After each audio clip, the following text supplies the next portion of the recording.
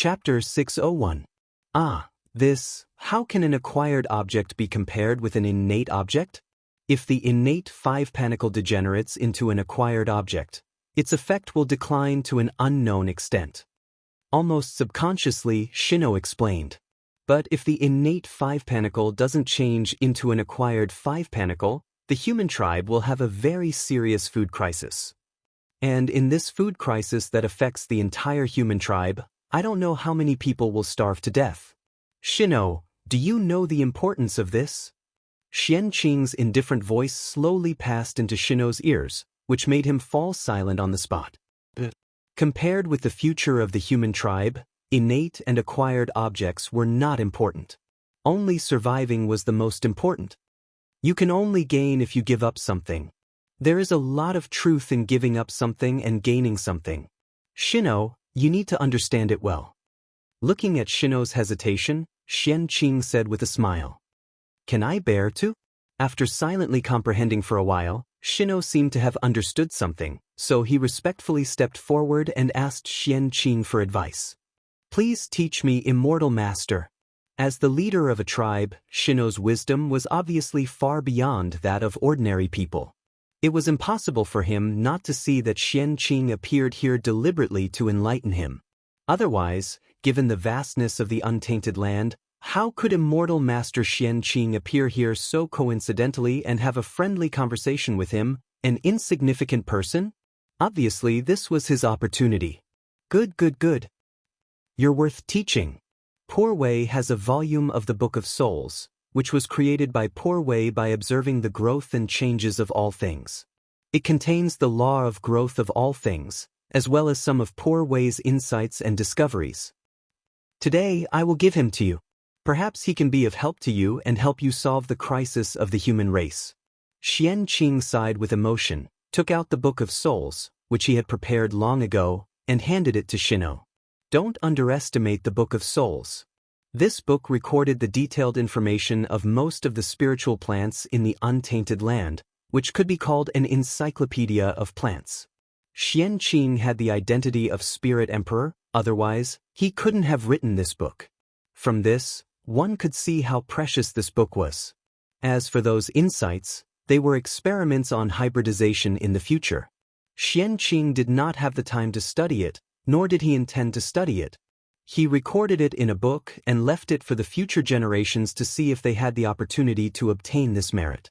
If Shino wanted to, he could verify it himself and obtain a portion of merit. As for whether this would affect Shinong's Dao attainment, Feng Zichen chuckled. As early as the Antiquity Age, when the human tribe was just born, Feng Zichen had implemented the achievements of the three emperors in the human tribe. In other words, everything was in chaos. If the three sovereigns still followed their original path, then they would definitely not be able to obtain enough merit to attain the Dao. Feng Zichen had narrowed their paths. In order for the three sovereigns to gather enough merit, Feng Zichen had also put in a lot of effort. First, he let Fuxi reshape the civilization of the human race. After that, he helped him quell the chaos of the Khanate ferocious beasts to achieve his supreme reputation.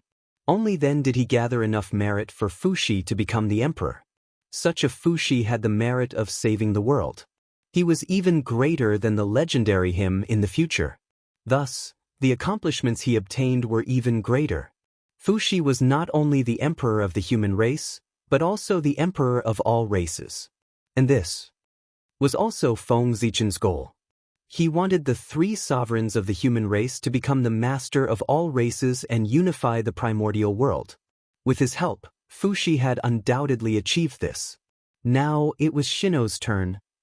When Fuxi was in power, there was a riot of Khanate ferocious beasts. It was precisely because of the prestige of quelling the chaos of the Khanate ferocious beasts that Fuxi was able to become the master of all races and unify the primordial world. This was Fuxi's opportunity. And Shino's opportunity was not bad. Now, the Khanate murderous aura had made a comeback and threatened the entire primordial world. If someone came forward to quell it at this moment, his prestige would definitely reach its peak. With this merit, he could aspire to the position of the master of the world. Feng Zichen had already prepared a way to deal with the Khanate murderous aura. and Shino was the person to carry out the plan. With this merit and Fushi's help, it could be said that the overall situation was set. However, that was all in the future. Now, the most important thing was to let Shino solve the food crisis of the human race first so that he could use this merit to become the next leader of the human race. As for the matter of becoming the master of all races, it was better to wait until Shino became the leader of the human race. After all, rice had to be eaten mouthful by mouthful, and his steps could not be too big. Otherwise, it would be easy to pull. How could he help Shino become the leader of the human race? Feng Zichen had already made a detailed plan. Although Feng Zichen had already done all the teaching of agriculture and medicine, he still didn't know what to do. However, Feng Zichen's era was the Khanate era. At that time, it was the most glorious period of the primordial world. The earth was full of Khanate items, and there was no room for postnatal items to survive. Therefore, the agriculture and pharmacology that Feng Zichen taught were all centered around Khanate items. In the Khanate era, these were of course excellent. However, in the current era, they seemed a little outdated. In short, it was inappropriate. What Shino had to do now was to use the spiritual book as the foundation and transform all the Khanate agriculture and pharmacology into postnatal agriculture and pharmacology to adapt to the current era. This was a big project. The difficulty was naturally great. However, if it was done, the benefits would be extremely rich. At the very least, it could make Shino the successor of the human race's leader. Countless schemes flashed through Xianqing's mind. However, Shino knew nothing about this. He only took the spiritual book from Xianqing's hands with slight excitement and said gratefully, "Immortal Master, I will never forget your kindness." As he spoke, Shino carefully put away the spiritual book. "Shino, poor Wei has a numinous treasure here. I'll give it to you to help you." Xianqing took out a red whip and handed it to Shino as he spoke. This whip was called the Ochre Whip, and it was a middle-grade Khanate numinous treasure. However, although the Ochre Whip was a Khanate numinous treasure, it was not born from heaven and earth. Instead, it was refined by Feng Zichen with the broken branches of the World Tree as the main material and various Khanate numinous treasures. The World Tree's level was chaotic. Of course, its branches were the best material to refine Khanate numinous treasures. Back then, the demon ancestor Rahu self-destructed his body. Although everyone tried their best to protect each other, the World Tree was still affected and some of its branches were broken. Feng Zichen collected the broken branches and refined them into a middle-grade Khanate spiritual treasure, not wanting to waste anything. Because it was formed from the branches of the World Tree, the Ochre Whip was a numinous treasure of the wood element. It had a suppressive effect on all plants and could detoxify all poisons. This was an auxiliary Khanate numinous treasure. "Thank you, Immortal Master." After accepting the Ochre Whip, Shino thanked him again. "All right. You can go now." After handing all the things to Shino, Xianqing left directly. Next, thus, Shino began his journey to attain the Tao. It took him 1,000 years. He divided the Khanate 5 grains. He turned them into 5 types of postnatal spirit plants and 5 grains. He solved the food crisis of the human race in one fell swoop. From then on, Shino's prestige in the human race soared. Almost all the tribes were promoting Shino's good name. However, Shino did not feel the slightest bit complacent because of this. He felt that what he had done was far from enough. Therefore, Shino did not stop his footsteps.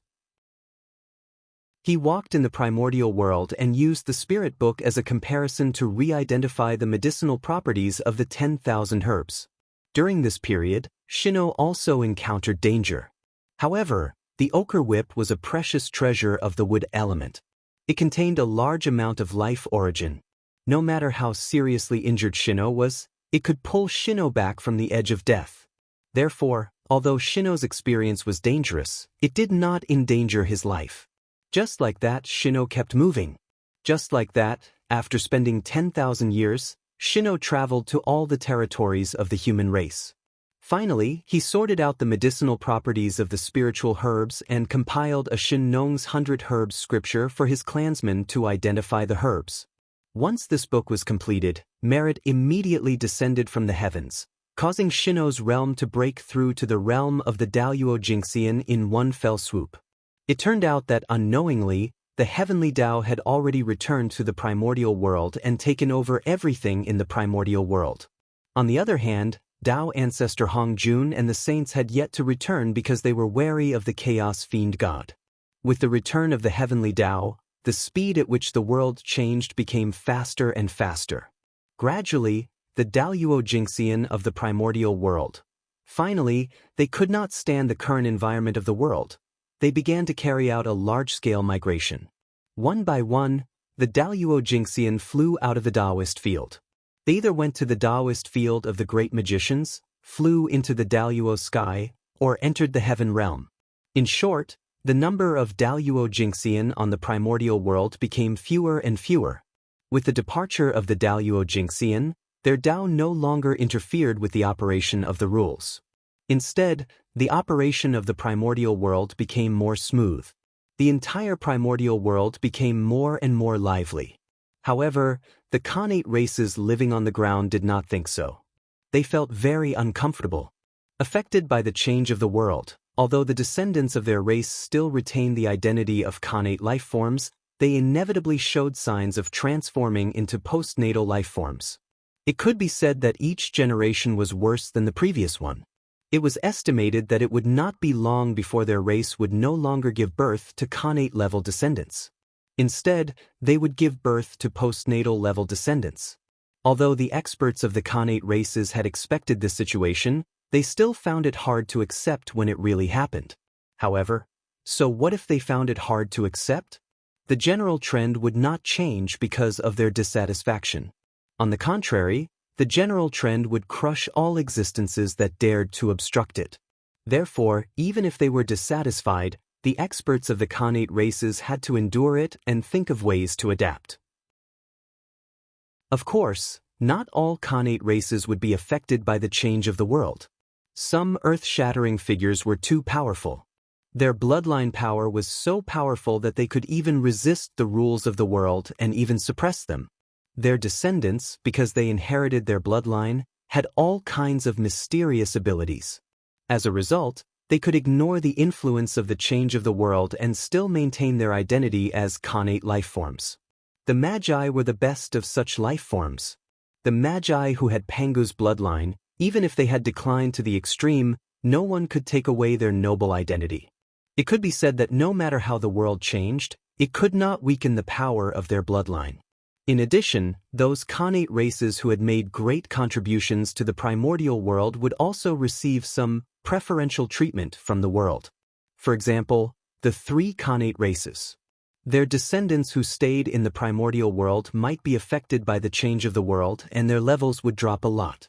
However, they would not lose their identity as Khanate life forms and still have talent that far exceeded that of postnatal life forms. Such Khanate races would no longer be called Khanate life forms in the future.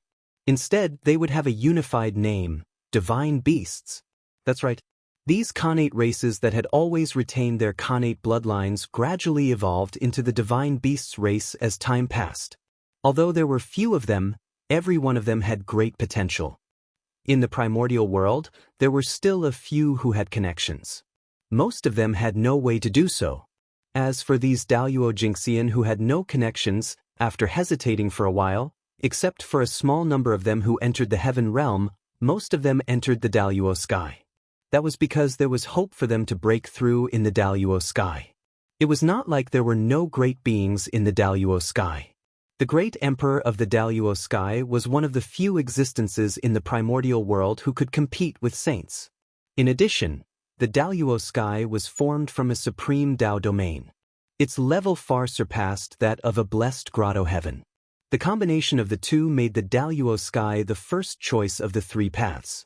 Moreover, there were so many fellow Taoists in the Daluo sky. It was very convenient to communicate. It was better than building a car behind closed doors. With this calculation, coming to the Daluo sky was a huge profit. As the Daluo Jingxian entered the Daluo sky, Feng Zichen's prestige once again reached its peak. Back then, when the Daluo sky had just appeared, Feng Zichen had invited a group of Daluo Jingxian. Although they did not come at that time, But at this moment, they came one after another. With one word, the world's Daluo Jingxian followed. That was the current Feng Zichen. Such an achievement could be said to have pushed his prestige to the limit. It could be said that, ever since Di Jun established the Heavenly Court, the power of the Heavenly Court had reached its peak in the hands of Feng Zichen. In the heavens and the earth, everyone submitted, although he was not the Celestial Emperor. As his reputation grew, Feng Zichen had a lot of things to do. Every day, people would come to him with trivial matters to deal with. He was so disturbed that he was not in the mood to go into seclusion to recover from his injuries. Moreover, the voice that called for him to establish himself as the Celestial Emperor had appeared again, and it was faintly becoming the mainstream. Chapter 602. This wouldn't do. When the Heavenly Tao wasn't around, Feng Zichen didn't intend to usurp the throne. Now that the Heavenly Tao was back, he couldn't do it. The Heavenly Tao wouldn't sit back and watch him take another step forward. Moreover, he had to go into seclusion to heal his injuries and reach the realm of primordial chaos Daluo Jingxian. He had no time to fight for the position of Celestial Emperor. Therefore, Feng Zichen couldn't be the Celestial Emperor. At least, not for the time being. He had to think of a way to reject it. With a thought, Feng Zichen had an idea. Thus, he quietly left the Emperor's Star and went to the Human Emperor's palace. What? Let Poor Wei enter the Celestial Court to temporarily take over the position of Celestial Emperor. In the Human Emperor Palace, Fuxi looked at Great Emperor Ziwei in front of him with a look of disbelief. If he didn't hear wrongly just now, Great Emperor Ziwei meant to let him temporarily take over the position of Celestial Emperor during the absence of Celestial Emperor Haoyan to maintain the normal operation of the Celestial Court. That's right. Fellow Taoist Fuxi, you didn't hear wrongly. I want you to enter the Celestial Court as the Emperor. Nodding, Feng Zichen first confirmed that Fuxi didn't hear wrongly, and then explained the reason to him. In the past, in order to stop the demon ancestor Luo Ho from wreaking havoc in the primordial world, the 4 emperors of the Celestial Court joined forces with the 5-element sacred beasts to fight him. Although we successfully repelled him, we also paid a painful price. Fellow Taoist Haoyan was forced to enter the cycle of reincarnation, and fellow Taoist Gaochen died because of this. Fellow Taoist Nanji and I were also seriously injured. The 4 of us were either dead or injured, but we were unable to control the Celestial Court. However, the Celestial Court can't be without a leader for a day. Therefore, after thinking about it, I feel that in the entire primordial world, only fellow Taoist Fuxi has the qualifications to temporarily take over the position of Celestial Emperor. Feng Zichen's meaning was very clear. The current situation of the 4 emperors of the Celestial Court was no longer able to maintain the operation of Celestial Emperor. Therefore, they needed to choose a suitable candidate from the primordial world to take over the position of Celestial Emperor, to maintain the normal operation of the Celestial Court during the cycle of Haotian. Without a doubt, the candidate that Feng Zichen's candidate was Fuxi. Of course, Fuxi was also the most suitable candidate to even without considering Fuxi's identity as a human, just his identity as the master of all races was enough to make him the most qualified existence to replace the Celestial Emperor in the untainted land. Thus, the Tut. Feng Zichen made it clear, but Fuxi still hesitated. This was because after Celestial Emperor Hao Tian was forced to enter the cycle of reincarnation, the most qualified person in the primordial world to become the Celestial Emperor was not Fuxi, but the cyclic astral lord, Great Emperor Ziwei. And, at this moment the prestige of Great Emperor Ziwei had reached the peak of the primitive world. No one could surpass him. All the Zenith Heaven Golden Immortals respected him. It could be said that Great Emperor Ziwei's ascension to the position of Celestial Emperor had more or less met the expectations of the masses. Fuxi instinctively felt that it was inappropriate for Great Emperor to ask him to temporarily take over the position of Celestial Emperor. Subconsciously, he wanted to refuse. Great Emperor Ziwei had explained that he was unable to maintain the operation of the Celestial Court because he was seriously injured by demon ancestor Ra. However, Great Emperor Ziwei in front of him had boundless divine might. He didn't look like he was seriously injured at all. In addition to his previous series of big moves, Fushi now seriously suspected that Great Emperor Ziwei wasn't injured at all. Or maybe he was injured, but it wasn't as serious as the rumors said. Everything that he had shown before was just an act. Thinking of this, Fushi felt that Great Emperor Ziwei's suggestion was very likely a trap. Therefore, he felt that he shouldn't agree. Your Majesty, you must be joking. With the celestial court in your hands, your power has already surpassed that of Dijun's. You have truly become the ruler of heaven and earth. It can be said to be an unprecedented feat. Compared to Fushi, your Majesty is obviously more suitable to take over the position of Celestial Emperor. After pondering for a while, Fushi declined. Feng Zichen was a little speechless. After hearing Fushi's words, he roughly guessed Fushi's misgivings. Although he didn't look like he was seriously injured, the truth was that he was indeed seriously injured. The reason why he looked like he was fine now was because he was relying on Pangu's godly power to support himself. Once Pangu's godly power was removed, he would instantly be beaten back to his original state. However, although he was misunderstood by Fushi, Feng Zichen wasn't angry. Living in the primordial world, one couldn't be too careful. Especially when faced with such a good thing that fell from the sky, one had to be even more careful. Sigh. Fellow Taoist, please take a look. With a sigh, Feng Zichen released the suppression of Pangu's godly power. Immediately, his true condition was completely exposed in front of Fushi.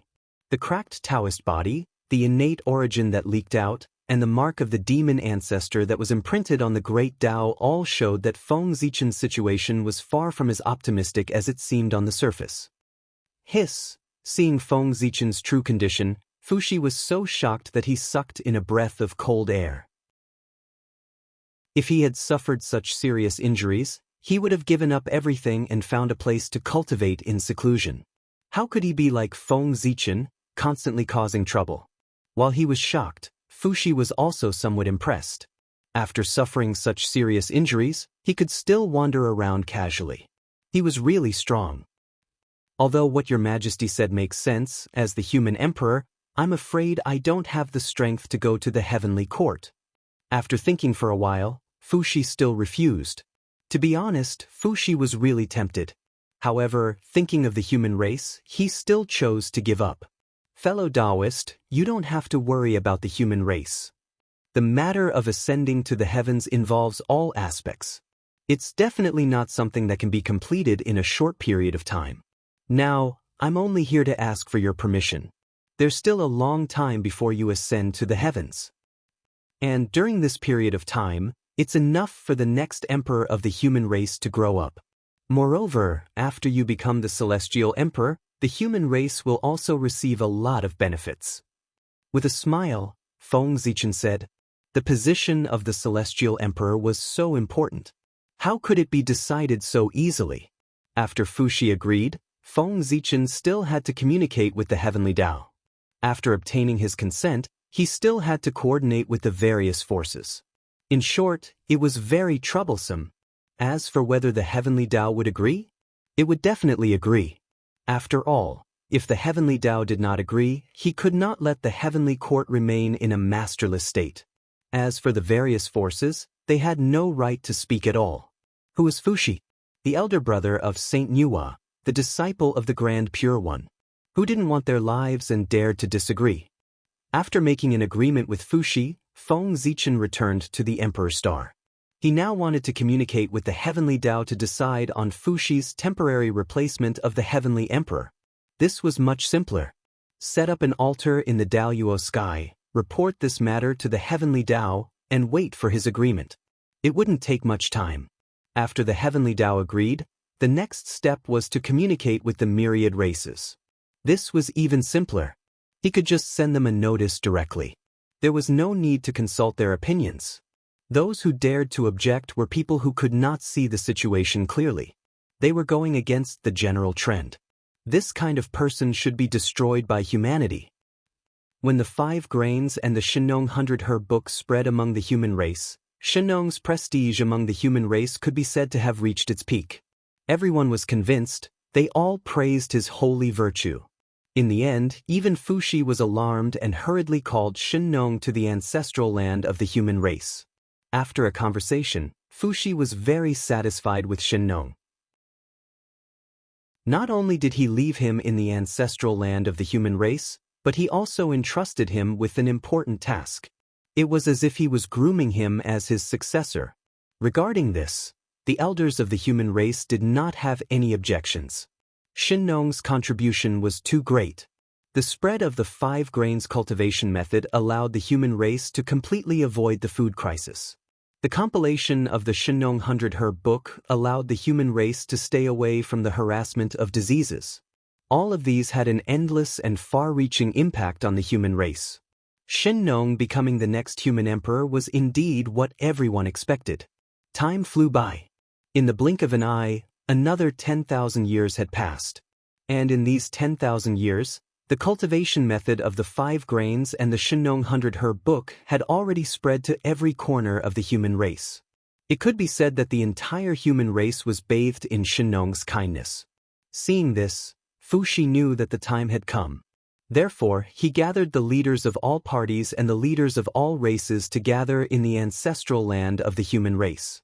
He wanted to pass on the position of the human race's patriarch to Shinnong under their witness.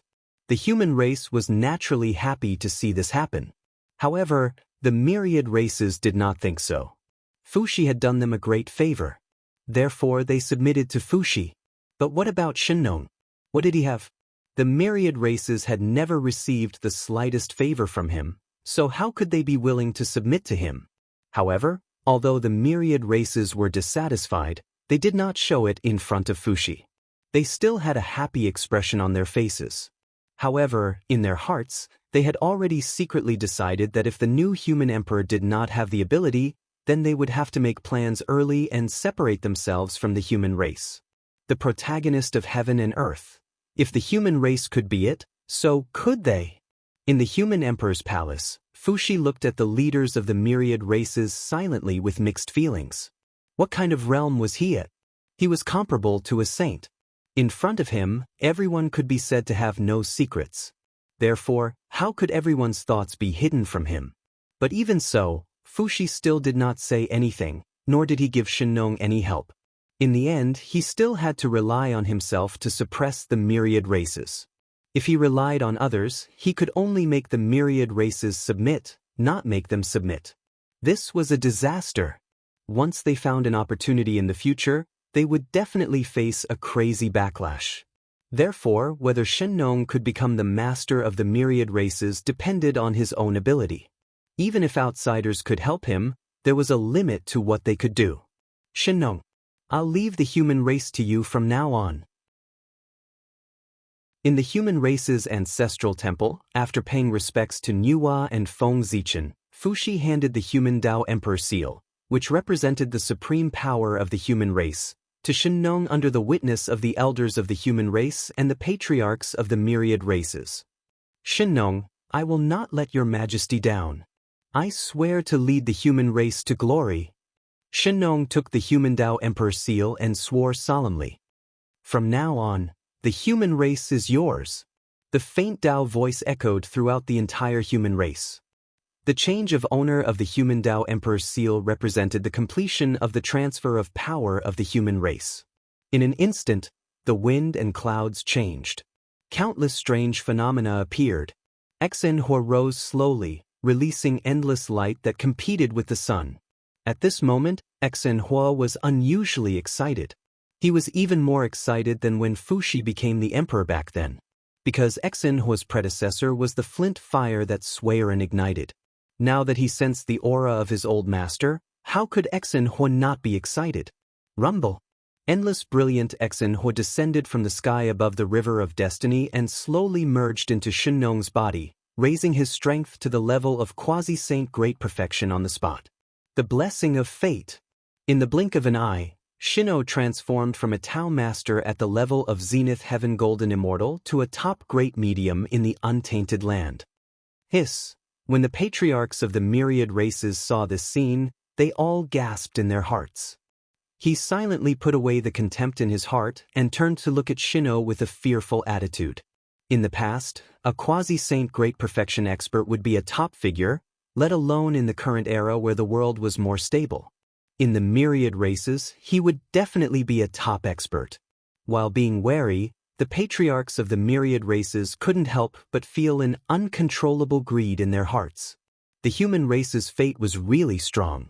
It could actually create a quasi-saint great perfection expert out of thin air. If they took away this fate, would they also be able to create such a powerful existence for their own race? Phew. Thinking of this, everyone's breathing became a little heavy, and their eyes were filled with greed. Fortunately, they hadn't lost their minds. They knew that this was the human race's ancestral temple, and the 2 generations of human emperors were still here. Once they made a move, in a few breaths of time, they would be suppressed by Fuxi. Therefore, after a moment of loss of composure, the patriarchs of the myriad races quickly recovered and acted as if nothing had happened. However, the seed of greed had been planted. Under the nourishment of desire, it took root and sprouted in their hearts. Emperor! Emperor! Emperor! The moment Shenong became the new human emperor, the entire human race naturally sensed it and bowed to their new emperor. Shenong became the emperor, and the phenomenon lasted for 3 days. During these 3 days, Fuxi and Shenong also completed the handover. On this day, Fuxi suddenly felt that the time to leave had arrived. He said to Shenong and the old ministers, "Today, I have completed my merits. It is time for me to ascend to the heaven realm and enjoy the limitless Tao fruit. Therefore, it is time for me to leave." As he spoke, strands of 7-colored light bloomed from Fuxi's body, making him look incomparably sacred. At the same time, in the sky, there was an endless amount of merit converging. It slowly flowed into Fuxi's body. The people present were all people with remarkable abilities. Seeing this, how could they not understand what had happened? Naturally, they wouldn't stop Fuxi from leaving. Therefore, they all bowed and said, "We respectfully send off Your Majesty Fuxi. Congratulations to Your Majesty. May Your Majesty's Tao be prosperous." Amidst the respectful farewells of everyone, Fuxi rode a 7-colored auspicious cloud and slowly rose into the sky with endless merit. Chapter 603. Deep in the sky, in the place where clouds lingered, the Tao field of the former great divine ability, the Fire Cloud Cave, the number 1 grotto heaven of the primordial world. Today, he finally welcomed his new master, Fuxi. That's right, the Fire Cloud Cave was the Tao field that the heavenly Tao had prepared for the 3 human emperors. The 3 human emperors were of the secondary saint karmic rank. Their identities were comparable to saints. With such a noble identity, the place they lived in must be extraordinary enough. Otherwise, how could they set off their nobility? In this way, the Fire Cloud Cave, which was ranked first among the 36 grotto heavens, became the most suitable place. With the size of the primordial world, only the Kunlun Mountain and the undamaged Mount Meru in the ancient times were more extraordinary than the Fire Cloud Cave. From this, it could be seen that the Fire Cloud Cave was extraordinary. It was completely worthy of the identity of the 3 emperors. It had to be said that Red Cloud was really a failure. He had such a treasure land, but he could still end up like this. He could only say that he could not be a good person. Of course, the Tao field of a saint had its own extraordinary aspects. It could not be judged by common sense. It might not be inferior to the Fire Cloud Cave. In some aspects, it even surpassed it. Not long after Fuxi entered the Fire Cloud Cave, the heavenly courts began to take action. The officials surrounded a gorgeous imperial chariot and rushed towards the Fire Cloud Cave. Under the orders of the Ziwei Emperor, we sincerely request Your Majesty to enter the heavenly courts and temporarily take over the authority of the heavenly emperor to manage the heavenly courts to maintain the operation of the primordial world. In front of the Fire Cloud Cave, the officials of the heavenly courts stopped and bowed. This show was, of course, arranged by Feng Zichen. Since he wanted Fuxi to temporarily take over the position of the heavenly emperor, there had to be a reason. Otherwise, he could not let Fuxi directly enter the heavenly courts, right? If he really did that, who knew what kind of rumors would spread? For this, Feng Zichen specially arranged this show to let the officials of the heavenly courts beg Fuxi and give him enough face. No. This can't be done. Fuxi's achievements are meager. How dare he steal the position of the heavenly emperor? After the officials finished speaking, Fuxi hurriedly rejected. This scene did not exceed Feng Zichen's expectations. How could the matter of being the temporary heavenly emperor be agreed so easily? If Fuxi directly agreed, wouldn't it show that he was too greedy for power? Therefore, they had to invite him again, and even 3 times, until Fuxi could no longer endure the crowd's requests and reluctantly agreed. Seeing Fuxi refuse, the officials had no choice but to leave. He returned to the celestial court to report to Great Emperor Ziwei. When Great Emperor Ziwei learned of this matter, his expression immediately darkened. He flew into a rage on the spot and scolded his ministers for their incompetence. After reprimanding his officials, Great Emperor Ziwei's anger was quelled. He ordered his officials to make another trip. But soon after, he withdrew the order, feeling that it was a little inappropriate. Thus, Great Emperor Ziwei gave it some thought. To be safe, he decided to personally invite Heavenly Emperor Fuxi. Just like that, Great Emperor Ziwei led all the officials of the Celestial Court to the Fire Cloud Cave. As for the result, of course, Fuxi still didn't agree. However, compared to the last time, Fuxi's tone was clearly much more relaxed this time, and his rejection was not as resolute. After leaving the Heavenly Court, the officials were all disappointed and felt that there was no hope for this matter. However, there was no disappointment on Great Emperor Ziwei's face. Instead, there was a smile on his face. It was obvious that he was already confident. The officials were puzzled by this. And Great Emperor Ziwei would not explain anything to them. All of you return to the Celestial Court and wait for orders. I have something to do and will leave first. After giving an indifferent order, Great Emperor Ziwei turned around and left the Heaven Realm. Yes, Your Majesty. Although everyone was puzzled, they would not foolishly ask anything. After bowing, they returned to the Celestial Court and waited for orders. After Great Emperor Ziwei left, he went directly to the primordial world. He was going to invite someone. The position of Celestial Emperor was of great importance and involved the entire primordial world. If it was just Great Emperor Ziwei who came alone, Fuxi naturally would not agree. However, if it was a group of top-notch great mediums who came together to invite him, then Fuxi would not be able to resist everyone's persuasion and reluctantly agree to come out of the mountain. Time was like flowing water. Unknowingly, 1,000 years had passed. On this day, Great Emperor Ziwei suddenly brought Zenyuanzi, Taoist Taiwen, Taoist Taishu, and the other great mediums to the Fire Cloud Cave to visit Heavenly Emperor Fuxi. These great mediums were the result of Great Emperor Ziwei's hard work over the past 1,000 years. An existence like Zenyuanzi's strength could be said to be second only to a saint. His comprehension of the Tao could be said to have reached an extremely profound realm. Therefore, it was impossible for them not to understand the will of heaven. Naturally, they knew that Fuxi's temporary replacement of the Celestial Emperor was an irresistible trend and could not be disobeyed. Therefore, when Great Emperor Ziwei went to contact them, they readily agreed after some thought. The trend could not be disobeyed. Not only was their opposition useless, but they would also offend a large group of people. Since that was the case, why not do them a favor at no cost? It was also good to get a favor. It was precisely because of the cooperation of these great mediums that Great Emperor Ziwei was able to invite so many great mediums in a short 1,000 years. This time, after a slight refusal, Fuxi reluctantly agreed to the temporary replacement of the Celestial Emperor.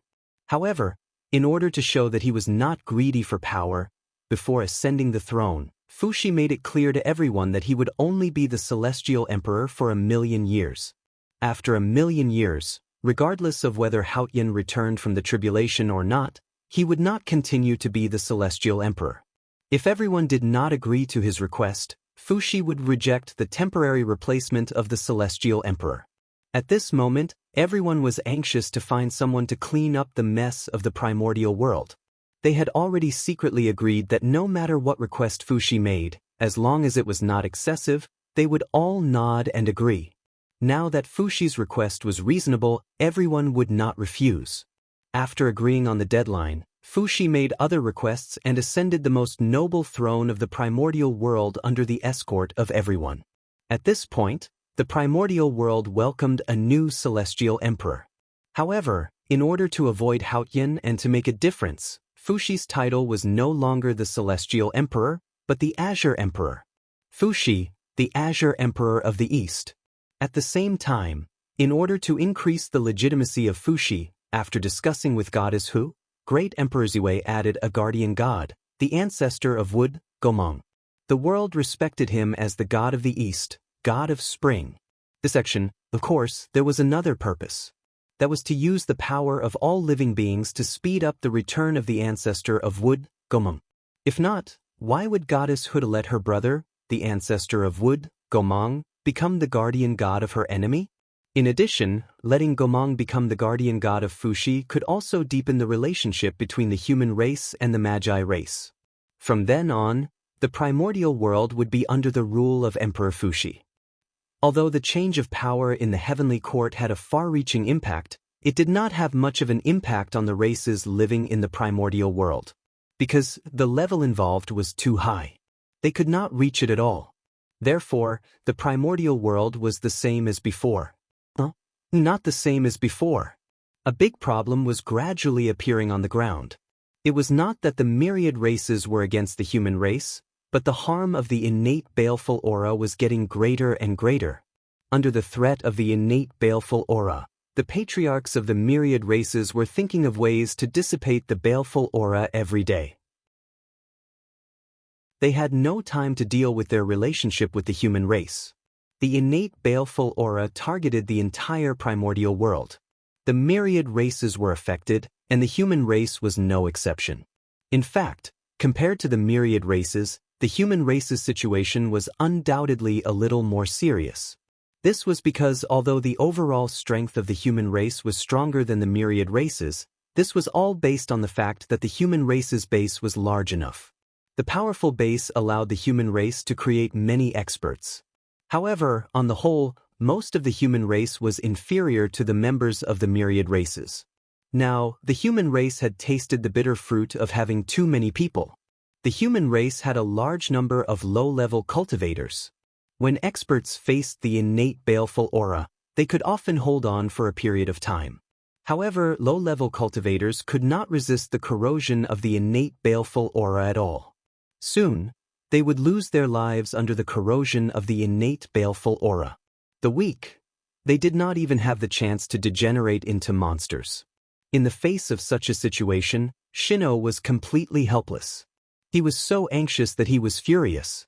The innate baleful aura was not a disease and could not be solved with spiritual herbs. This made Shino's methods completely useless. Seeing his clansmen die one after another, Shino was anxious. However, it was useless to be anxious. If he wanted to solve the innate baleful aura, other than using supreme magic power to forcefully remove it, only the legendary innate spirit root could solve it. Shino had supreme magic power, but there were too many people who were eroded by the innate baleful aura. He could not save them at all. As for the innate spirit root, it was something that could only be encountered by chance. It was extremely precious and was mostly collected by powerful figures. In the past, the human race had a middle-grade innate spirit root, the purple crystal grapevine. However, with the disappearance of the human Dao Imperial Court, it also disappeared. Moreover, even if Shino could find the innate spirit root now, it would be useless. It was still the same sentence. There were too many people affected by the innate baleful aura. Even with the innate spirit root, he could not save them. Just as Shino was anxious, someone suddenly came to report that Immortal Master Xian Qing had arrived. Quickly invite Immortal Master over. No, I'll go and welcome him personally. Hearing this, Shino was overjoyed and quickly ordered his subordinates to invite Xian Qing. However, he immediately realized that this was a little disrespectful to Xian Qing. Thus, he hurriedly ran out of the human emperor's palace and personally went to welcome Xian Qing. Your Majesty, it's been a long time. Seeing Shino walking quickly, Xianqing went forward and bowed. However, Shino, who was anxious, obviously did not care about these empty formalities. He strode to Xianqing's side and grabbed Xianqing's hands, asking anxiously, "Immortal Master, what can you teach me?" In Shino's heart, he had already treated Xianqing as a life-saving straw.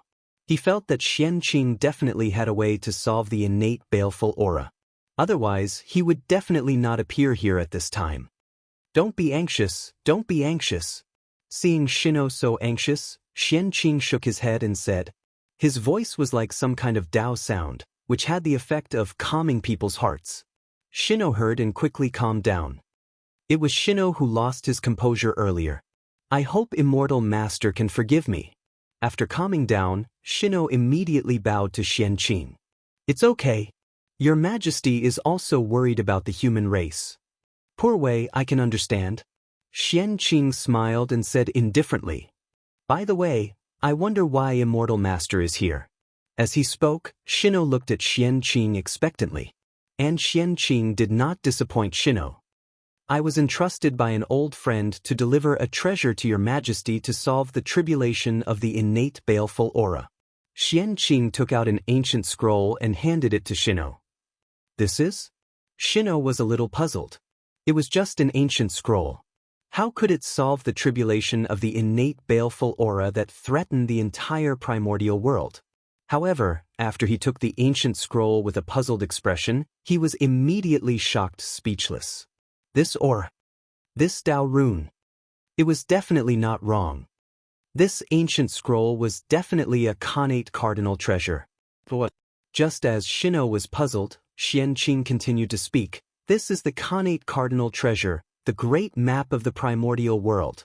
It was specially borrowed from the Lady of Earth by Poor Wei's good friend, the Holy Emperor of the human race, Feng Zichen, to help you solve the innate baleful aura. The ancient scroll that Xianqing handed to Shino was the wizard race's most precious treasure, the prehistoric geomancy map. This connate cardinal treasure was refined by the 12 ancestral sorcerers. It could be said to be the most perfect geographical map of the prehistoric world. It recorded everything in the prehistoric world in detail. Moreover, it was also closely connected to the origin of the Earth. It would change with the changes in the Earth. Although the prehistoric geomancy map is strong, it shouldn't be able to do anything about the innate baleful aura, right? Shino was still a little puzzled. How could the prehistoric geomancy map solve the innate baleful aura? If this treasure could really deal with the innate baleful aura, it would have been used hundreds of thousands of years ago to solve the innate baleful aura that filled the prehistoric world. Why would it wait until today? Your Majesty, open it and take a look. Xianqing smiled mysteriously and did not explain. The prehistoric geomancy map could not solve the innate baleful aura, but to solve the innate baleful aura, it could not do without the help of the prehistoric geomancy map. According to Feng Zichen's idea, if he wanted to solve the innate baleful aura from the source, he had to sort out the earth veins of the prehistoric world again to force out the origin of the chaotic baleful aura hidden in the earth veins. However, how complicated was the distribution of the earth veins of the prehistoric world? Without the help of the earth vein map, how could it be easy to sort it out again? He was afraid that he would not be able to sort it out even when the entire prehistoric world had fallen. As for the prehistoric geomancy map, it recorded the distribution and flow of the prehistoric geomancy map. If he wanted to sort out the earth veins, he could not leave the prehistoric geomancy map. Boom. Shino opened the prehistoric geomancy map as he was told. Immediately, a vast aura spread out and slowly evolved into a projection of the prehistoric world in the air. At the same time, endless rays of light bloomed and turned into streams of information that surged into Shino's sea of consciousness. That was a wisp of spiritual will that Feng Zichen had left in the prehistoric geomancy map. It recorded the method to solve the innate baleful aura. Sorting out the earth veins? That's really a big deal. After coming back to his senses, Shino was still a little shocked. He could not help but admire Feng Zichen's work. How big was the prehistoric world? It was beyond imagination. Even after experiencing several great calamities, the prehistoric world was still vast and terrifying.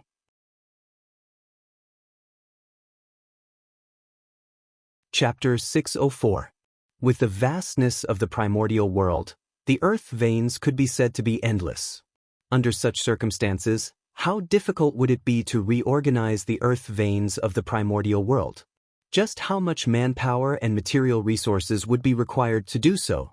In short, this was not something that could be done with the power of a single race. It required the power of the entire primordial world to do this. The person who came up with this method must have a big picture and the heart to look down on the world. Otherwise, it would be impossible to think of such a plan that required the power of the entire primordial world to be completed. What was a big deal? This was it. Reorganizing the earth veins of the entire primordial world was such a great plan. It was exciting enough to think about. If he could complete it, the benefits he would receive would definitely be unimaginable. This plan was led by the human race. It would definitely establish an unbreakable foundation for the human race. From then on, who would dare to resist the human race? The human race would become the well-deserved number one of the 10,000 races. Thinking of this, Shino's entire person became excited. This was a great opportunity that could allow the human race to truly dominate the primordial world. However, Shino's excitement did not last long. After a moment, he regained his calmness. The ideal was beautiful, but he had to consider the problems of reality. For example, the current human race was no longer the human race ruled by Fushi. Although he still retained the title of the common ruler of the 10,000 races, his power had long fallen. Most of the 10,000 races no longer listened to the orders of the human race. In other words, Shino had the title of the common ruler of the 10,000 races, but he did not have any binding force on the 10,000 races. Other than the human race, there were not many races that recognized his orders. In short, Shino was in an awkward situation. He did not have the prestige and contributions of Fushi, so the 10,000 races naturally would not submit to him. In fact, after Fushi ascended to the heavens and left, the 10,000 races had the intention to rebel. It was only because the innate murderous aura was getting more and more serious that all the patriarchs of the 10,000 races were involved in it, so they did not have any extra time to deal with the human race. If he wanted to reorganize the earth veins of the primordial world, he had to rely on the power of the 10,000 races. Otherwise, it would be impossible to do it with the power of the human race alone. Now, with Shino's prestige, he could not command the 10,000 races at all. If he could not command the 10,000 races, then it would be impossible to make this matter happen. The reality was like this, and Shino was helpless. However, even though Shino felt helpless, he did not seek help from Xianqing and Fushi. Since Xianqing gave the primitive geomancy map to him and not to Fushi, it meant that this matter was to be handed over to him. Tidying up the primeval earth veins so as to quell the calamity of the innate evil aura was obviously left to him by the crowd on purpose to gain merits and prestige. Shino was not a fool, so he naturally understood this point. As the human emperor, he also had his own pride. Now, everyone had prepared the prerequisites to pacify the innate baleful aura for him. If he still couldn't complete this plan, then how could he continue to be the human emperor? Your Majesty, the things have been delivered. Poor Wei should take her leave now. Bowing to Shino, Xianqing proposed to leave. Naturally, Xianqing was clear about the situation that Shino was facing. But it was clear that he did not intend to help. They had done what they needed to do, and the rest depended on Shino's own ability. If they did everything, then what was the point of having Shino as the human emperor? Tidying up the primeval earth veins was Shino's opportunity to prove his ability to all living beings. To prove that he was qualified to be the master of all races. I'll send you off, immortal master. Xianqing wanted to leave, and Shino did not ask him to stay. He personally sent him out of the human emperor's palace. After Xianqing left, Shino immediately ordered to gather the elders of the human race for a meeting. This was discussed. It was about tidying up the earth veins. According to Shino's plan, Tidying up the earth veins should start with the human race. After they tidied up all the earth veins in the human race's territory, the spirit veins that had been eroded by the innate evil aura would definitely return to normal and produce normal innate spirit energy. In this way, the danger of the human race would be resolved. When the patriarchs of the myriad races saw this scene, they would definitely be curious about how the human race solved the innate evil aura. Driven by curiosity and even under the threat of the innate evil aura, the patriarchs of the myriad races would definitely come to the human race to inquire about the situation to solve their own crisis. At this time, Shino could take the opportunity to say the solution and express his willingness to help them tidy up the earth veins to solve the problem of the innate evil aura. At this time, no matter what the patriarchs of the myriad races thought, they would not reject Shino's help. That was because without Shino's help, they would not be able to tidy up the earth veins at all. The distribution of the earth veins in the primeval world was extremely complicated. If one did not study it, it would be difficult to figure it out even if one spent billions of years. Moreover, the earth veins were extremely important. They were related to the fate of a place. If one went in the wrong direction when tidying up the earth veins, the consequences would be extremely serious. If it was light, the earth veins would be damaged, the chi of heaven and earth would dissipate, and fate would slowly flow away. If it was serious, the earth veins would shatter and detonate the spirit energy in the place to destroy all life. What was more, there would be negative karma, which would trigger heavenly punishment. Therefore, the earth veins could not be moved easily. If it was not done properly, it would cause the mountains and rivers to shift and the living beings to be plunged into misery and suffering. The key to safely tidying up the earth veins was the map of the primeval world. This map recorded the distribution of all the earth veins in the primeval world in detail. If one followed the map, there would definitely be no mistakes. Therefore, Shino, who had this map, was equivalent to grasping the key to tidying up the earth veins. Unless the patriarchs of the myriad races snatched it, they would not be able to escape Shino if they wanted to tidy up the earth veins again. Of course. This plan sounded simple. But in reality, there were many problems. The most important thing was to test a person's overall ability. To mediate. To pull one side and beat the other. Before tidying up the earth veins, the human Emperor Shino joined forces with all the human experts to set up a huge barrier that enveloped the entire human territory. This was to isolate the human race from the outside world. The purpose of this was to prevent the connate murderous aura from the outside world from flowing into the human territory after tidying up the earth veins. If the connate murderous aura from the outside world flowed into the human race, wouldn't their previous efforts be in vain? Fortunately, although the current human race was strong, they were far from their peak. The territory they occupied was limited and did not exceed the strength of Shino and the other human experts. Otherwise, if the human race was at its peak and occupied almost half of the primeval world, even if Shino and the other human experts tried their best, they would not be able to set up a barrier that enveloped the entire human race. Even Feng Zichen could not do it. Unless the 4 emperors joined forces or the 3 pure ones joined forces, they could not do it. After setting up the barrier, Shino joined forces with everyone. With the help of the map of the primeval world, they began to tidy up the earth veins again. This tidying up of the earth veins was not to purify them, but to change their flow and make them distribute according to the Pangu Meridian map. That's right. It was the Pangu Meridian map. Feng Zichen used the 365 Zhousing Meridian maps in the boundless starry sky to evolve a Pangu Meridian map, thus summoning the god of Pangu. Since the boundless starry sky could evolve the Pangu Meridian map, the Pangu's flesh and blood in the primeval world could of course do the same. Moreover, the condensed meridian map of Pangu would be of higher quality than that of the Pangu Meridian map evolved by the boundless starry sky. However, it referred to the primeval world at its peak. The current primeval world had experienced 3 major tribulations: the primordial fierce beasts tribulation, the ancient 3 tribes tribulation, the ancient witches tribulation, and many other minor tribulations. It had long been broken and its strength was not as strong as before. The Panga meridian map condensed by this method was naturally not as powerful as before. However, even if the primeval world was broken, its foundation was still there. No matter how weak it was, it could not be that weak. At the very least, it was stronger than the boundless starry sky. The way Feng Zichen thought of to solve the problem of the innate baleful qi was to reorganize the earth veins and make them follow the distribution of the Panga meridian map to destroy the innate baleful qi that filled the primeval world.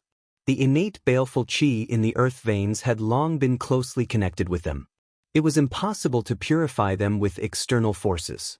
The only way to purify the earth veins was to strengthen the self-adjustment ability of the earth veins and let them rely on their own strength to destroy the innate baleful qi in their bodies and achieve the goal of self-healing. This was the safest and most effective plan that Feng Zichen thought of. No matter how strong the external force was, how could it be compared to self-healing? Feng Zichen's method was called bringing order to chaos. The earth veins that covered the primeval world were originally formed by the Panga meridians. However, due to the passage of time, the change of heaven and earth, and the lack of protection, coupled with the continuous world-shocking battles, it was thrown into chaos. As a result, it deviated from its original track and became chaotic. If the earth veins of the primeval world continued to move according to their original track, heaven and earth would become stronger and stronger. That was, if a cultivator kept cultivating, his strength would gradually increase. It would not be like now, when heaven and earth became weaker and weaker, to the point that even Daluo Jingxian could not support it. This was all the fault of all living beings. But in the future, it would not be like this. Feng Zichen wanted to use Shino to bring order to the earth veins of the primeval world and make them return to their original track, so as to carry the great cycle of heaven and gradually repair the primeval world.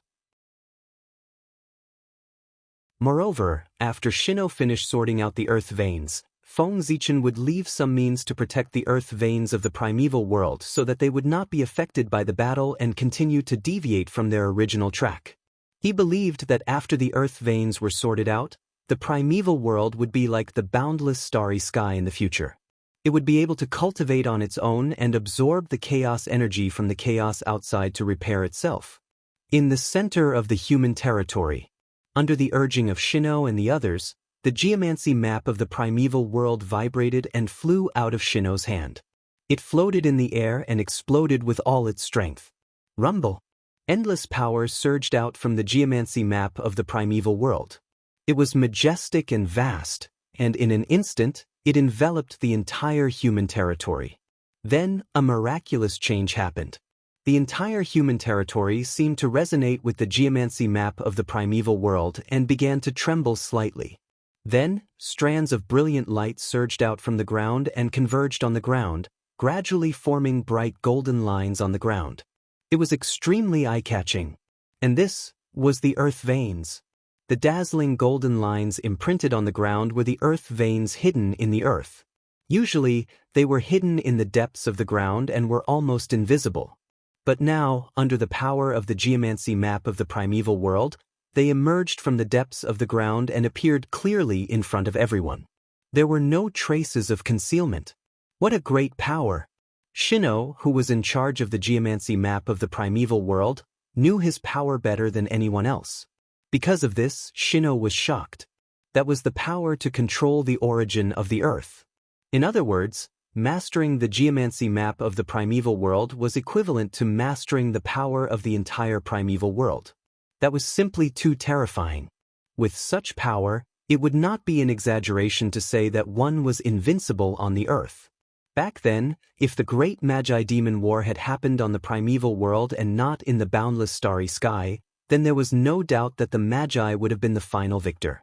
Unfortunately, the Magi were too arrogant.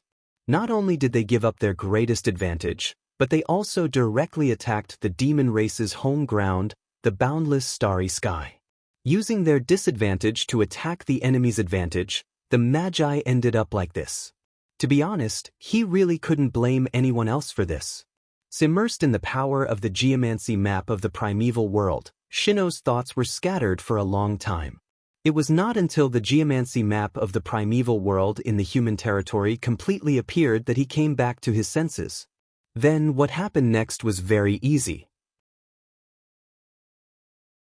With the help of the geomancy map of the primeval world, the earth veins were completely powerless in front of Shino and the others. They were like strange babies that could be toyed with at will.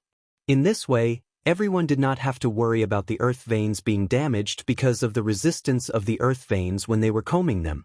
Without any worries, everyone could let go of their hands and feet. It was much faster to comb the earth veins. Buzz, buzz, buzz. The geomancy map of the primeval world kept trembling and resonating with the earth. One could see that as the two resonated with each other, they each released endless light. These lights intersected in the air as if they were exchanging information.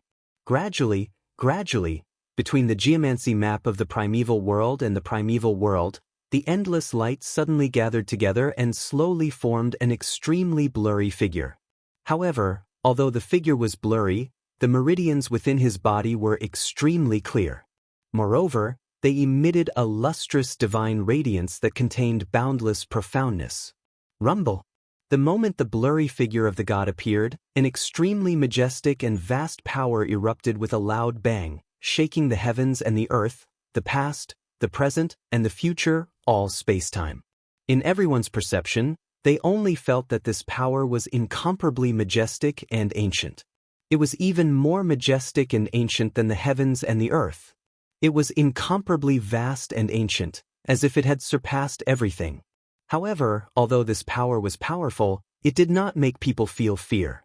Instead, it gave people a warmth that came from the bottom of their hearts. It was as if they had met the closest person to them. Almost uncontrollably, the human experts present directly knelt down. They could not help but worship the blurry but extremely majestic figure. Pangu. Without a doubt. In the primeval world, the only person who could possess such power could only be the god who created the heavens and earth, Pangu. This blurry figure was none other than the projection of Pangu. The geomancy map of the primeval world constantly released its power and resonated with the earth, trying to awaken the aura of Pangu that was buried deep at the end of the earth. Finally, with the continuous efforts of the geomancy map of the primeval world, the aura of the witch race on his body gradually connected with the aura of Pangu that was buried deep at the end of the earth. The two merged with each other and produced a magical power that awakened the remnant mark left behind by Pangu in the earth and condensed the shadow of Pangu. The entire primeval world was formed by Pangu's flesh and blood. One could imagine that there must be a mark left behind by Pangu in the earth. And there were many of them. The reason why the shadow of Pangu condensed by the geomancy map of the primeval world was blurry was not that his power was not enough. It was because what resonated with the geomancy map of the primeval world was not the entire primeval world, but the human territory that only occupied a small part of the entire primeval world. Compared to the entire primeval world, the human territory was undoubtedly many times smaller. Therefore, the power of the shadow of Pangu condensed by this would undoubtedly weaken a lot. It was normal for it to be blurry. With the appearance of the shadow of Pangu, the earth veins in the human territory became more active. They even appeared from the ground and surrounded the shadow of Pangu as if they were on a pilgrimage. This situation did not end until the power of Pangu's shadow was completely restrained. After the earth veins could not sense the aura of Pangu, they returned to the earth one after another. However, the influence of Pangu's shadow on the earth veins did not disappear because of the restraint of the power. Under the influence of Pangu's shadow, the earth veins of the primeval world became even more cooperative. Everyone only needed to move slightly. The earth veins would act very cooperatively. Some of them could even take the initiative to cooperate with everyone. As time passed, the influence of Pangu's shadow on the earth veins became greater and greater. In the end, they didn't even need to do anything. The earth veins spontaneously resonated with the shadow of Pangu. According to the circulation of his meridians, they spontaneously adjusted and gradually reached an agreement with him. It was even more perfect than the adjustments that everyone had made themselves. The geomancy map of the primeval world condensed the shadow of Pangu and clearly reflected the meridians of Pangu. It was for Shino and the others to have a reference so that they could sort out the primeval earth veins faster and more accurately. However, no one had expected that the shadow of Pangu would have such a great impact on the earth veins. It directly caused the earth veins to adjust spontaneously, and almost no one had anything to do. Now, everyone only needed to keep a close eye on the operation of the earth veins so that they could check for flaws and make up for them. Just like that. Everyone silently watched as the earth veins adjusted spontaneously under the influence of the shadow of Pangu. Although this action was unusually boring. But in fact, this was a great opportunity. The primeval earth veins were gradually moving closer to Pangu. The changes during this period were like Pangu personally showing everyone the mysteries of the earth, containing endless creation. If they could comprehend a little, their future would be promising. Chapter 605. Of course, such a strange change in the earth veins was not entirely due to Pangu's shadow, but the ability of the prehistoric geomancy map. In the past, when the wizard race still existed. In the prehistoric world, not to mention Pangu's shadow, even Pangu's real body had appeared. But even so, such a situation had never happened to the earth veins of the prehistoric world. From this, it could be seen that Pangu's shadow might have some influence on the earth veins of the prehistoric world, but it was definitely not as great as imagined. However, the prehistoric geomancy map was different. It was a connate treasure that belonged to the prehistoric world and was closely connected to the origin of the earth. It recorded all the changes in the prehistoric world in detail. The changes in the earth veins were also included. To the earth veins of the prehistoric world, the prehistoric geomancy map was of the same origin as them, which would undoubtedly make them feel unusually close. In this way, they would naturally not refuse the guidance of the prehistoric geomancy map. On the contrary, they would take the initiative to cooperate. With the active cooperation of the earth veins, it did not take long for Shino and the others to comb through the earth veins of the entire human territory from beginning to end, making them completely distributed according to Pangu's meridians. At this moment, if someone looked in the direction of the human territory from the sky, they would find that bright golden lines had suddenly appeared on the ground and were spreading in all directions according to an extremely mysterious layout. It's done! Prehistoric geomancy map, keep. After carefully comparing it, Shino did not find any mistakes. Only then did he put away the prehistoric geomancy map and remove his suppression of the earth veins of the prehistoric world. Rumble. After Shino put away the prehistoric geomancy map, the earth veins of the prehistoric world that were no longer suppressed began to shake and began to release their own power. Boom, boom, boom. Wisps of heaven and earth spiritual energy mixed with some connate murderous aura rose from the earth veins and spread in all directions. Shino and the others watched this scene quietly. Even if the connate murderous aura was coming, their faces did not change at all. After combing through the earth veins, the heaven and earth spiritual energy produced still contained some murderous aura. According to this, Feng Zichen's plan had failed. Combing the earth veins did not have any effect. Shino and the others had wasted their efforts. But that was not the case. That was because sorting out the earth veins was only the beginning. Shino hadn't used the method to truly control the earth veins and pacify the connate killing intent yet. After a long time, when the world was once again filled with the spiritual energy of heaven and earth, Shino finally moved. He suddenly activated the prehistoric geomancy map with all his might. Prehistoric geomancy map, rise. Boundless energy gushed out, connecting with the earth veins of the untainted land. Then, a miraculous change occurred. As of this moment, all of the earth veins were completely motionless. The heaven and earth spirit chi they released was also frozen in midair. It was as if the time that belonged to the earth veins had been frozen by the desolate geomancy map at this moment. Rise. When the untainted land geomancy map and the earth vein were completely connected, Shino exerted himself to shake the untainted land geomancy map, guiding the power of the earth vein to flow on the ground. Rumble. It was like a hurricane, but also like an earthquake. Under the guidance of the geomancy map of the desolate land, the power of the earth meridians started to flow in the human territory with tremendous power, stirring up dust clouds. This was training. The trend of the earth meridians was equivalent to the meridians of cultivators. That was the power of the earth meridians was equivalent to the spiritual energy absorbed by cultivators. Without the guidance of outsiders, cultivators would not cultivate, let alone move the heavenly cycle, let alone the primordial earth meridians that had no spiritual intelligence. Therefore, Shino used the power of the geomancy map of the desolate land to help the earth meridians move the spiritual energy and circulate the great heavenly cycle to help it cultivation. Rumble. It took several years, and Shino tried his best to move the earth meridians one great heavenly cycle. However, after one great heavenly cycle, the earth meridians still did not react. The innate baleful aura was still there. There was no change at all. However, Shino did not react to this. He still tirelessly activated the geomancy map of the desolate land to help the earth meridians move the great heavenly cycle. The beginning was often the most difficult, and with the beginning, the rest was much simpler. Soon, another heavenly cycle passed. Then, not long after, another heavenly cycle was completed.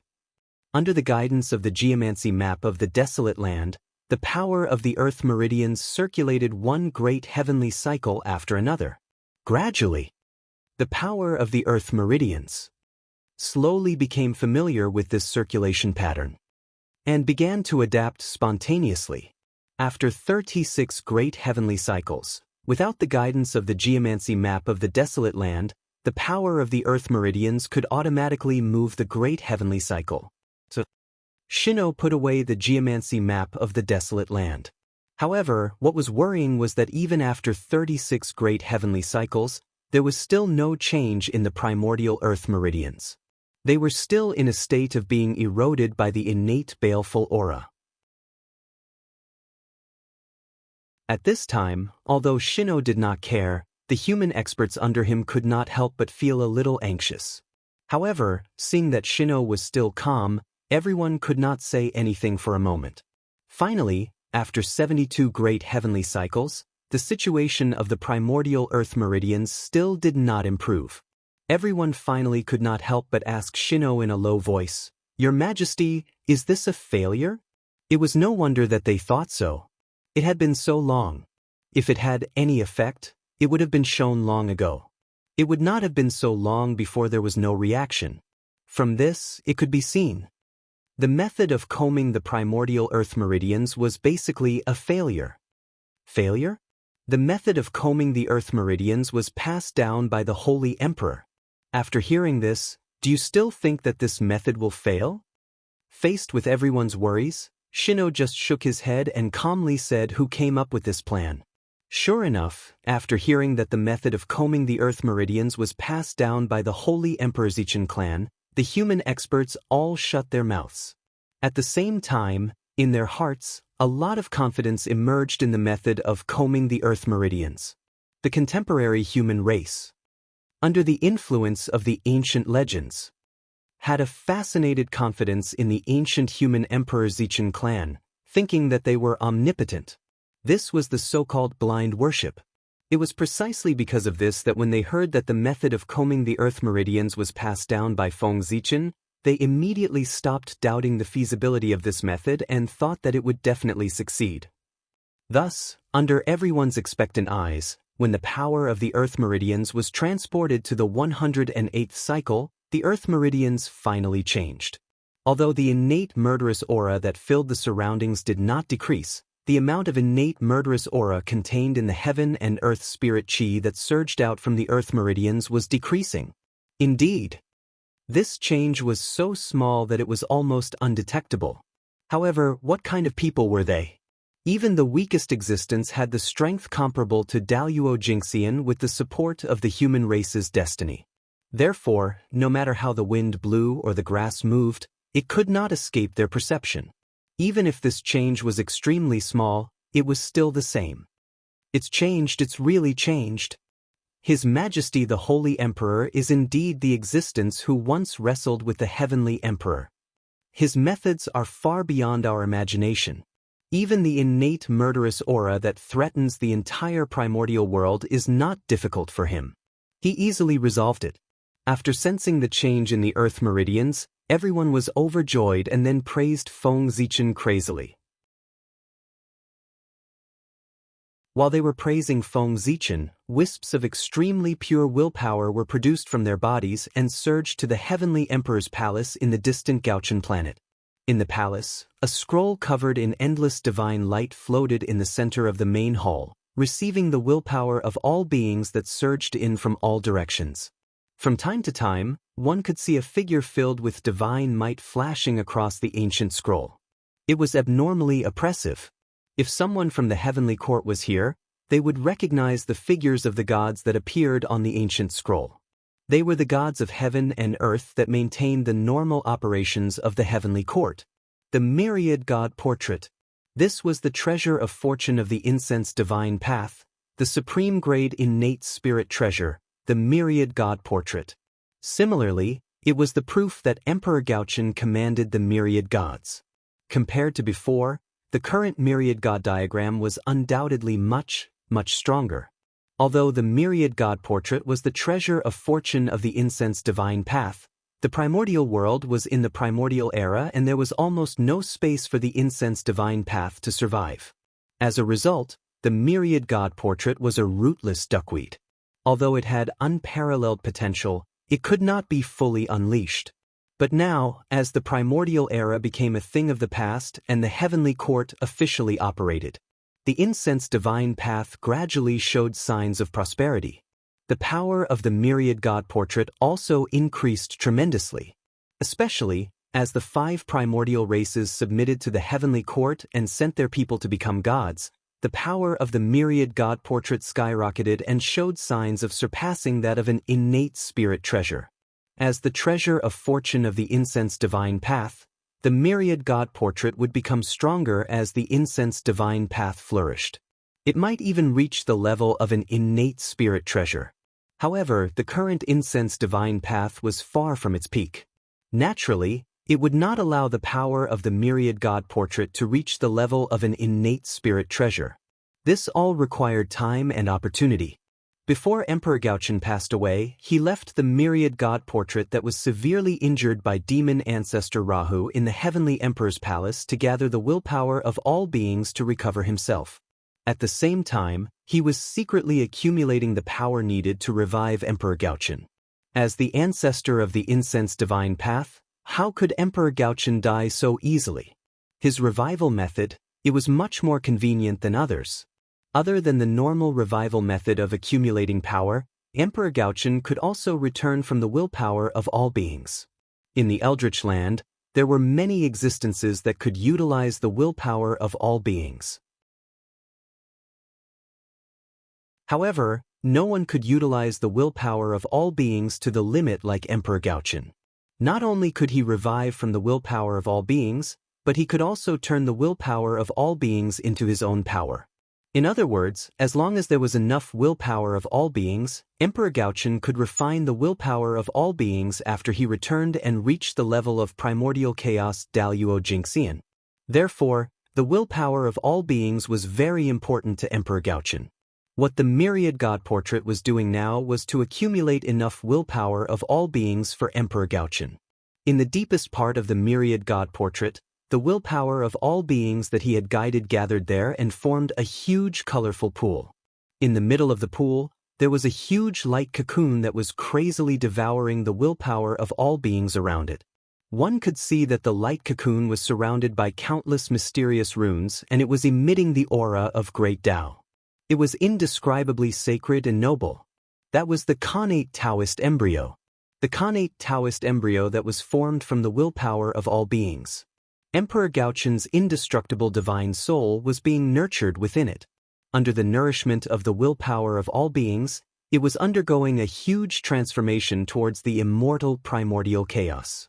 Once the light cocoon was broken, Emperor Gauchan's divine soul would reach the primordial chaos realm.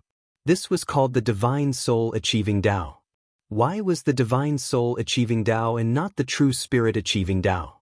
One had to admit that Emperor Gaochen did not have a true spirit. Although Feng Zichen had many incarnations, he only had one innate indestructible true spirit. Therefore, other than his original body, all of his incarnations did not have a true spirit. They only had the primordial spirit and divine soul. Those who cultivated the immortal path and demon path had the primordial spirit. Those who cultivated the celestial path and demon path had the divine soul. The primordial spirit was the true spirit embryo shell that immortal Tao cultivators cultivated to protect their true spirit. The divine soul was the true spirit embryo shell that celestial demon cultivators cultivated to protect their true spirit. In the past, although celestial demon cultivators were strong, their biggest weakness was that they specialized in cultivating their true spirit. For this reason, after Feng Zichen's cultivation improved greatly, he studied many cultivation methods and finally made up for this weakness of the celestial demon Tao. That was to manifest the power of the true spirit and fuse it with one's own blood qi to evolve the divine soul. Could be said that the divine soul was an extension of the true spirit. It was similar to the primordial spirit, but there were slight differences. However, although the appearance of the divine soul made up for the celestial demon cultivator's weakness of not having a primordial spirit, it also greatly increased the difficulty of cultivating the celestial demon Tao. In other words, the celestial demon Tao was about to evolve into a cultivation path that was exclusive to geniuses. It would become a minority from the masses. This would undoubtedly cause the celestial demon Tao to weaken in the future. This was an unsolvable problem. The stronger one was, the more one would be restricted. The more one pursued perfection, the further one would be from the general public. The prosperity of the immortal Tao and the demonic Tao was not because they were good enough, but because they could adapt to almost everyone in the primordial world. Feng Zichen had long expected the decline of the celestial demon Tao. At the same time, he also had a solution. However, that was something that would happen after the world stabilized. Let's not talk about it for now. The changes in the Gaochen Imperial Palace had nothing to do with Shino and the others who were combing the earth veins in the human territory. Similarly, they could not sense it. For them at this moment. Most importantly, they were still observing the changes in the earth veins of the primordial world. Rumble.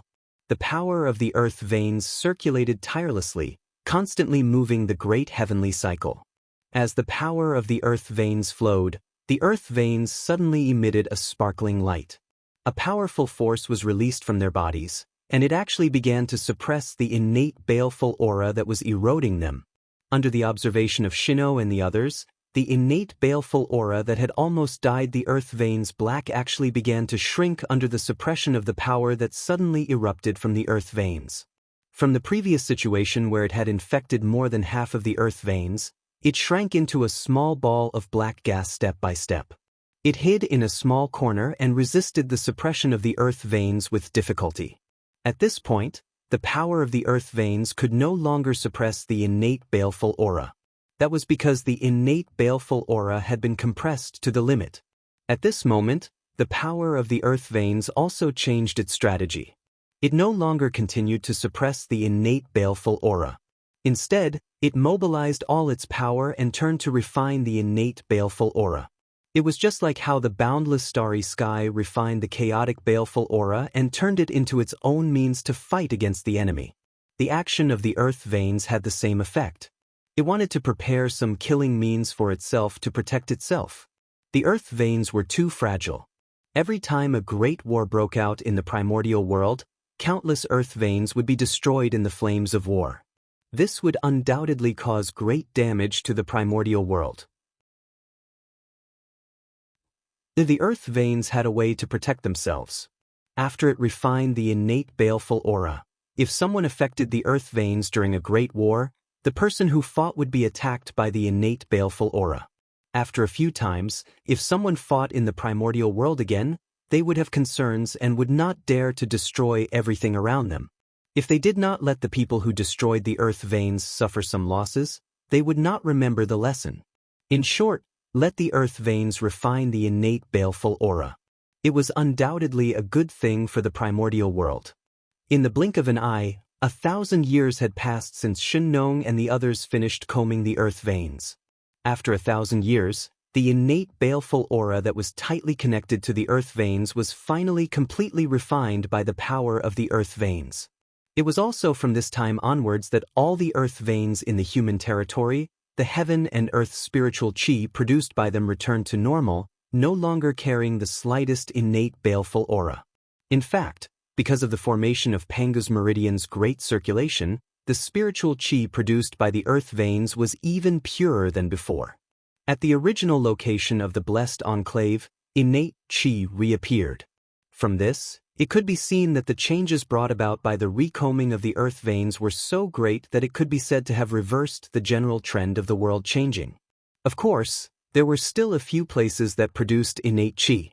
They were all famous mountains and great rivers before the world had changed. They had an extraordinary foundation to begin with, which was why they were able to give birth to innate chi after this change. Other than them, there were more ordinary places. There was no sign of reversing the innate chi.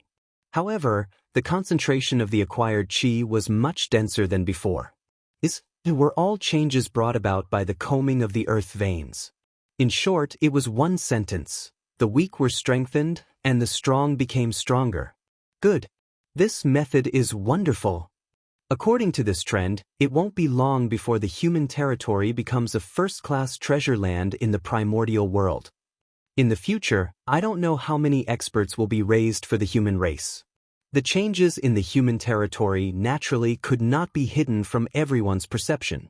Therefore, they were very excited. Moreover, their excitement was double. They were excited for the future of the human race, and they were also excited for the benefits they had obtained. One had to know that most of the blessed lands that produced innate chi were their dojos.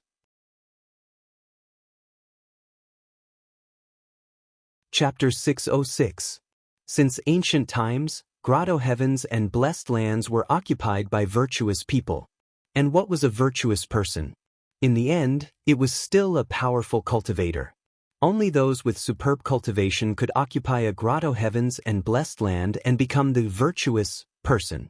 This was the case for the human race. It was the same for the primordial world. No one would say anything. This was the privilege of the strong. After the world changed, the human experts were still worried that the famous mountains and great rivers would become weaker and weaker as the world changed. How should they cultivate in the future? Should they leave the human race and head to the heavenly court or stay in the Daluo heaven? But after the earth veins were sorted out, everything was fine. Everything was resolved. The famous mountains and rivers were reborn with innate chi, and there was a trend of returning to the state of the ancient times. In that case, there was no need to go to the heaven realm or the Daluo heaven. They could just stay in the human race. This was for the human race. It was undoubtedly a great thing. Think about it. With the completion of the world's change, the experts of the 10,000 races had no choice but to leave the primordial world and head to the heaven realm or the Daluo heaven. What about the experts of the human race? Because of the great circulation of the earth veins, the famous mountains and rivers had been revived, allowing them to continue staying in the human race. To the myriad races, this was undoubtedly an extremely huge deterrent. The other races did not have experts to stay behind, but the human race had a large group of experts to stay behind. This was their confidence. When that time came, who would dare to provoke the human race? Even if the experts who went to the heaven realm could return, it would still take time to cross the realm. And during this period of time, many things could happen. If there was a day in the future when the connection between the heaven realm and the primordial world could be completely isolated, then the human race with a large number of experts would be able to truly dominate the primordial world. They would become the only overlord in the primordial world. The elders of the human race who were immersed in excitement did not realize this at all. However, Shino, who was at the side, suddenly thought of this possibility after a short moment of excitement. Thinking of this, after thinking for a while, Shino immediately gathered all his mental power and used the connate 8 trigrams with all his strength to silently deduce. He was deducing the future to verify the possibility of this idea. Endless Tao patterns flashed through Shino's eyes, interweaving scenes that belonged to the future for him. After a long time, as the power of Shino's mind gradually dried up, he finally ended this deduction. The result was, of course, delightful.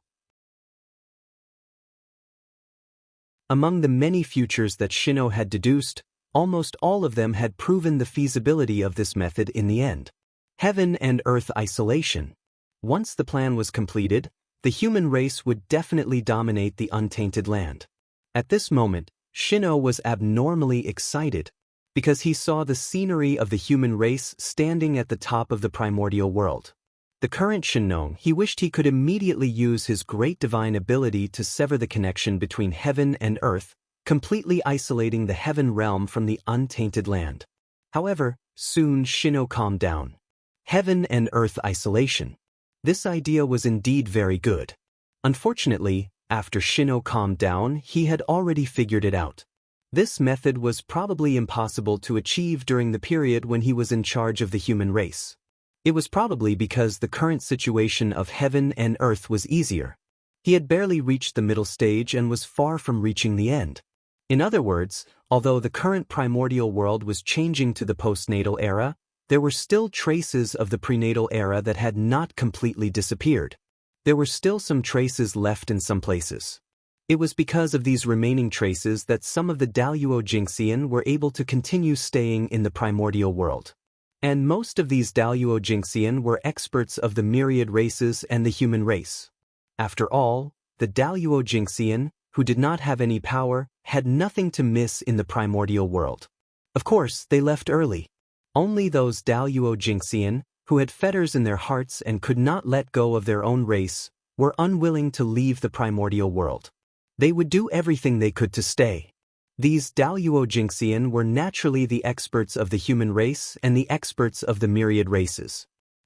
At this moment, the experts of the myriad races had yet to leave the primordial world.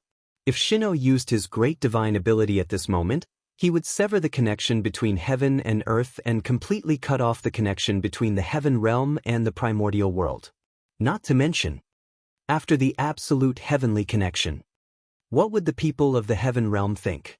Even the experts of the myriad races would fight to the death with the human race when they saw this scene. Moreover, even if the experts of the myriad races did not fight to the death with the human race, they would still stay in the primordial world. This was undoubtedly a huge threat to the human race. Therefore, the best time to use the absolute heavenly connection should be after the experts of the myriad races completely left the primordial world. It was precisely because of this that Shino felt that it would be difficult to achieve the absolute heavenly connection during the period when he was in charge of the human race. The world had not been completely changed. It had completely entered the postnatal era from the Khanate era. How could the experts of the myriad races be willing to leave the primordial world? Therefore, it was absolutely impossible to use the absolute heavenly connection now.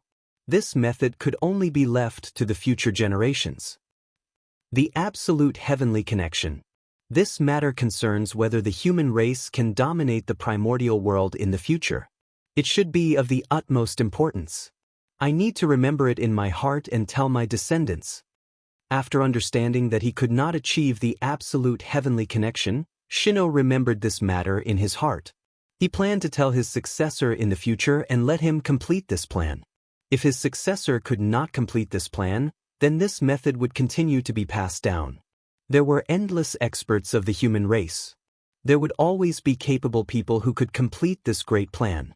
After burying this matter in the bottom of his heart, Shino pretended as if nothing had happened. He accompanied the excited elders of the human race and silently observed the changes of the human race. Now, as the earth veins were sorted out, the power of the innate evil spirit of the human race had been removed. Next, it was up to the leaders of the myriad races to choose after receiving the news. What Shino and the others did not know was that after the earth veins were sorted out, besides them, there was another person who was silently paying attention to the changes of the human race. And that person was Feng Zichen, who was far away in the boundless starry sky. As early as when Shino activated the geomancy map of the primordial world, he had been silently paying attention to everyone's actions on the Z-Way star so that he could understand the changes in the human territory after the Earth veins were sorted out. For Feng Zichen, although the method of sorting out the Earth veins was thought of by him, and he had great confidence that this method was feasible, but out of caution he still had to verify it. To ensure that the method of sorting out the Earth veins was 100% feasible. After all, only by doing it could one obtain true knowledge. And the human territory was his testing ground. If he succeeded, the human race would receive great benefits. If he failed, the human race did not lose much. Under the erosion of the innate evil spirit, the human race's situation had long been critical. No matter how bad it was, it could not be that bad. If he took a risk, there was still a chance of survival. If he did not move, he would die without a doubt. Therefore, Feng Zichen dared to boldly experiment in the human territory. Simply put, his plan was feasible. After the Earth veins were sorted out and the meridians were opened, the situation of the human race not only improved, but also continued to improve.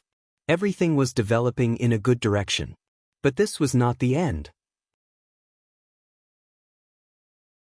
Earlier, Feng Zichen had said that he wanted to add an insurance for the Earth veins to prevent them from being destroyed. The so-called refining of the innate evil spirit was prepared for this. But this was not enough. Yes, to ensure the safety of the Earth veins, the innate evil spirit was not enough. He also needed other methods. The more methods he left behind for the Earth veins, the greater the price the person who destroyed the Earth veins would have to pay. Only when he hit hard and hurt would the world remember the lesson and know that the Earth veins could not be touched. Buzz buzz buzz. As Feng Zichen, who was on the Z-Way star, moved his mind, the primordial geomancy map far away in the human territory immediately sensed it and began to tremble violently. Then, a little bit of light surged out from the primordial geomancy map and condensed into a mysterious Tao diagram in the air, imprinting on the body of Pangu's shadow.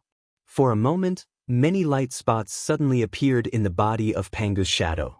Counting carefully, there were as many as 365 light spots. And looking at their distribution, it was even more mysterious. They were all located on the meridian nodes of Pangu's shadow, corresponding to the spiritual cave and treasure land. Or rather, the divine aperture of human beings. This was like a map of acupuncture points. This is the supreme scripture of the God-Fiend path, the Pangu's acupoint map. Everyone looked at the changes of Pangu's shadow, but the more they looked, the more familiar it looked. They always felt that they had seen the mysterious Tao diagram formed by the light spots somewhere before. Especially as the mysterious Tao diagram gradually perfected, the sense of déjà vu in their hearts became stronger and stronger. Finally, the moment the mysterious Tao diagram was completely formed, they recognized the origin of the Tao diagram. Wasn't this the supreme divine diagram used to condense the divine aperture, the Pangu's acupoint map, when one first cultivated the God-Fiend path? That was the highest achievement of the God-Fiend path. 365 divine apertures were lit up in the body and connected to each other to reverse engineer Pangu's Tao body. Almost every human, when they first started cultivating the God-Fiend path, they all had the heart to condense 365 divine apertures. It was a pity that most humans failed. It was too difficult. It was really too difficult to condense 365 divine apertures. Throughout the history of the human race, there were only a few dozen people who were able to perfectly condense 365 divine apertures and connect them perfectly. And among these people, other than those who died accidentally, most of them became Daluo Jingxian.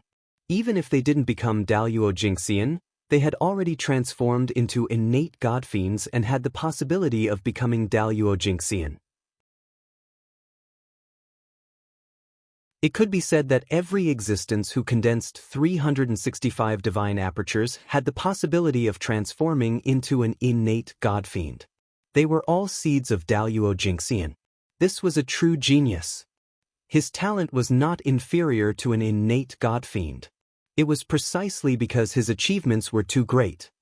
Therefore, there were very few humans who could do this. On the other hand, as long as the bloodline of the Magi was pure enough, they could basically do this. Even Feng Zichen couldn't help but sigh. The God-fiend path was simply born for the Magi. It was really too suitable. If it weren't for the fact that the current Magi's reproductive ability was extremely low, causing their clansmen to be extremely few, even the position of the main character of the world would not be taken by the human race. The Magi, possessing Pangu's bloodline, was really blessed by the heavens. Sometimes, Feng Zichen thought, the Magi that were formed by the fusion of Pangu's blood essence and the turbid chi of the earth were already so powerful. Then, what if Pangu's primordial spirit and the Khanate turbid chi evolved into the three pure ones and also evolved into a Khanate race with Pangu's primordial spirit? How impressive would that be? At that time, the demon race would probably have nothing to do with the primordial world. The so-called battle between the Magi and the demon race would also evolve into a bloody battle between two supreme clans that respectively inherited Pangu's bloodline and Pangu's primordial spirit. Thinking about it, that scene was really exciting, and it was also enough to make people look forward to it. It was a pity that the three pure ones valued the portion of Pangu's primordial spirit that represented the heavenly luck too much. They regarded it as their reverse scale and would never allow outsiders to touch it, nor would they allow it to be leaked. If not, Pangu's broken primordial spirit and Khanate pure chi might be able to evolve into a Khanate race. However, this idea was very good. If there was a chance in the future, he might be able to use this method to plot against the three pure ones. One had to know that back then, Pangu's primordial spirit was shattered and the largest portion of it turned into the three pure ones. However, there was still a small portion that did not turn into a Khanate god-fiend and scattered into the primordial world. Feng Zichen did not believe it. He searched through the primordial world and still could not find this portion of Pangu's primordial spirit. If he could find it, it would be much easier to deal with the three pure ones in the future. Perhaps it would create a younger brother for the three pure ones. What's more, it could directly evolve into a Khanate race, causing the three pure ones to have a large number of clansmen. Feng Zichen had even thought of the name of the Khanate race. It would be called the Qin clan. At that time, the Taoist name of the three pure ones would become the name of the clan. Their identities would be Shi Qin, in addition to the Taoist master of the celestial sect of wonders. He really wanted to see, when this scene turned into reality, how the three pure ones' expressions would be. At that time, a large group of people would surround the three pure ones and call out, "Ancestor, Ancestor." Their expressions would definitely be extremely interesting. For the three pure ones, apart from bringing responsibility, the addition of an additional race would also weaken the three pure ones' luck of opening the heavenly chi. Part of the reason why the 12 ancestral witches were not as good as the three pure ones was because the birth of the witch clan had taken away the luck of opening the heavenly chi that they had inherited from Pangu. The same luck of opening the heavenly chi, the three pure ones were equally divided by the three of them, while the ancestral witches were equally divided with the witch clan. The gap between them could be imagined. It was no wonder. The achievements of the 12 ancestral witches were far from reaching the heights of the three pure ones. In a sense, the appearance of the witch clan had dragged down the ancestral witches. If not for that, with the legacy that the 12 ancestral witches had inherited from Pangu, they had not become saints, but they had all cultivated into the primordial Daluo Jingxian. Sometimes, choice was very important. Different choices could create different futures. For example, the three pure ones and the 12 ancestral witches.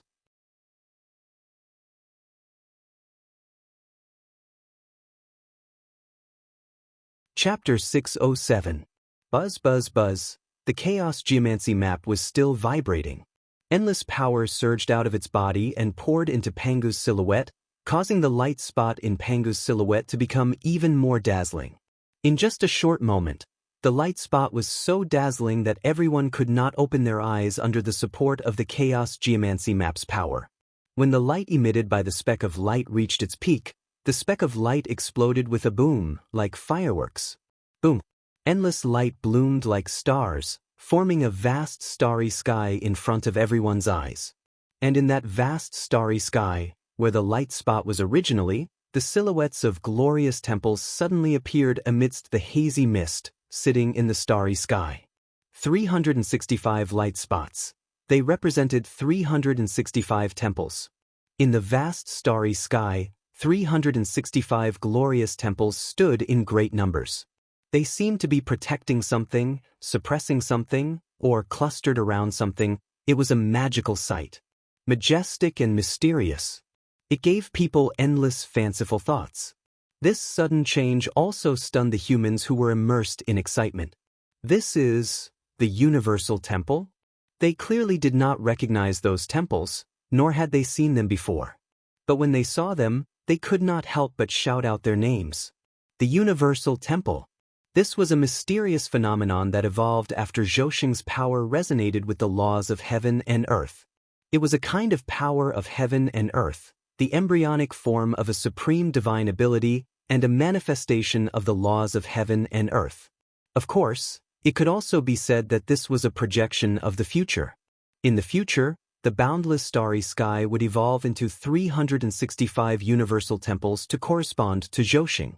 At the same time, it was also to correspond to the new generation of universal star gods. This was a gift from the boundless starry sky to the new generation of star gods. It was a natural dojo prepared for them. If nothing went wrong, as the Pangu celestial being continued to cultivate, the origin of the stars in the sky would slowly grow stronger and continue to evolve. Then, one day, the 365 cycle divine palaces would be born one by one. It was precisely because Feng Zichen had captured these scenes from the future that he had conjured the illusory image of the domain temple in front of everyone. His goal was to have the humans build 365 heavenly divine palaces using the illusory image of the heavenly divine palaces as a blueprint. Then, he would place them above the earth vein nodes to suppress the earth veins. At the same time, it was to protect the ley lines. Once the 365 universal sacred palaces were formed and located on the earth vein nodes, they would be able to draw the power of Zhouxing to descend. This way, the cycle divine palace would be like a nail firmly suppressing the earth vein, preventing it from shifting positions. Even if the heavens and earth changed, even if time changed and the sea turned into mulberry fields, the earth veins would remain motionless under the suppression of the universal palace. They would still maintain the circulation of the grand circulation and continue to repair the primordial world. Similarly, it was because of the descent of the heavenly cycle stellar force. These universal sacred palaces would naturally form a grand array, the galaxy cosmic light array, to protect the desolate earth vein. Think about it. With the protection of the galaxy cosmic light array. In the future, if anyone wanted to shake the earth veins, it would not be so easy. And this was Feng Zichen's goal. Setting up 365 heavenly divine palaces could suppress and protect the earth veins. It could be said to be killing two birds with one stone. However, Feng Zichen's plan did not stop there. After the 365 heavenly divine palaces, he had also prepared 12 supreme divine palaces to be erected on the ground to achieve the goal of completely stabilizing the primordial world. That's right, the 12 supreme divine palaces. They were the divine palaces that belonged to the 12 ancestral sorcerers. As the great lives born from the combination of Pangu's blood essence and the origin of the earth, the 12 ancestral sorcerers could also be called the children of the earth other than being the descendants of Pangu. The sorcerers had the power to manipulate the earth. They stood on the earth, and their power could be said to be endless. Similarly, it was precisely because they were the children of the earth that there was a wonderful connection between the 12 ancestral sorcerers and the earth. The divine palaces built with their power could resonate with the earth and easily achieve the goal of stabilizing the primordial world. Of course, if the divine palaces of the 12 ancestral sorcerers were established, the fallen 12 ancestral sorcerers could also rely on these divine palaces to condense the fragments of their true spirits scattered in the primordial world to accumulate the power needed for resurrection. This method could help the 12 ancestral sorcerers revive while stabilizing the primordial world. This was extremely important to the sorcerers. Therefore, When Fengdu told the Lady of Earth about this method, she agreed readily and also agreed to Feng Zichen's request. Boom! Not long after the shadow of the heavenly divine palace appeared, it shattered with a bang and turned into specks of light that entered Shino's body. In an instant, Feng Zichen's plan, the refining method of the heavenly divine palace, and all kinds of restrictions appeared in Shino's mind. Using the heavenly divine palace to suppress the earth veins? Another big move. After absorbing all this information, Shino could not help but sigh at Feng Zichen's generosity. However, this time, he did not immediately carry out Feng Zichen's plan. Instead, he stayed where he was and silently deduced. He was deducing how many natural treasures were needed to build the heavenly divine palace. With the current foundation of the human clan, could it be completed? This is a little troublesome.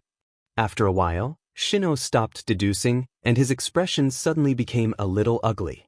He had calculated it. With the current foundation of the human clan, they could barely build 365 heavenly divine palaces that were at the level of acquired spirit treasures. However, in this way, the foundation that the human clan had accumulated for countless years would be completely drained, and their foundation would be depleted. The cost of building the heavenly divine palace was too great, and the human clan could not afford it at all.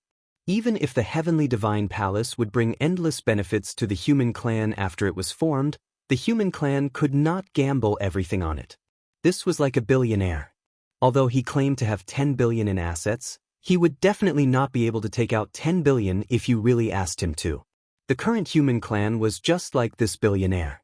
Although they had the wealth to build the heavenly divine palace, it was the wealth of the entire human clan, and they could not take out all of it. More importantly, with the change of the world, many Khanate divine metals were no longer being produced in the Eldritch world and were about to be completely extinct. And these were all very important strategic resources. It could be said that a portion was used and a portion was used less. Therefore, how could Shino take out all of them to build the heavenly divine palace?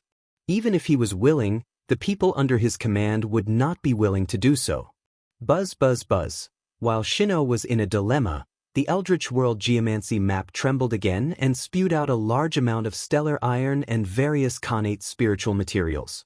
Shino took a closer look and realized that these Khanate spiritual materials were all materials needed to build the heavenly divine palace.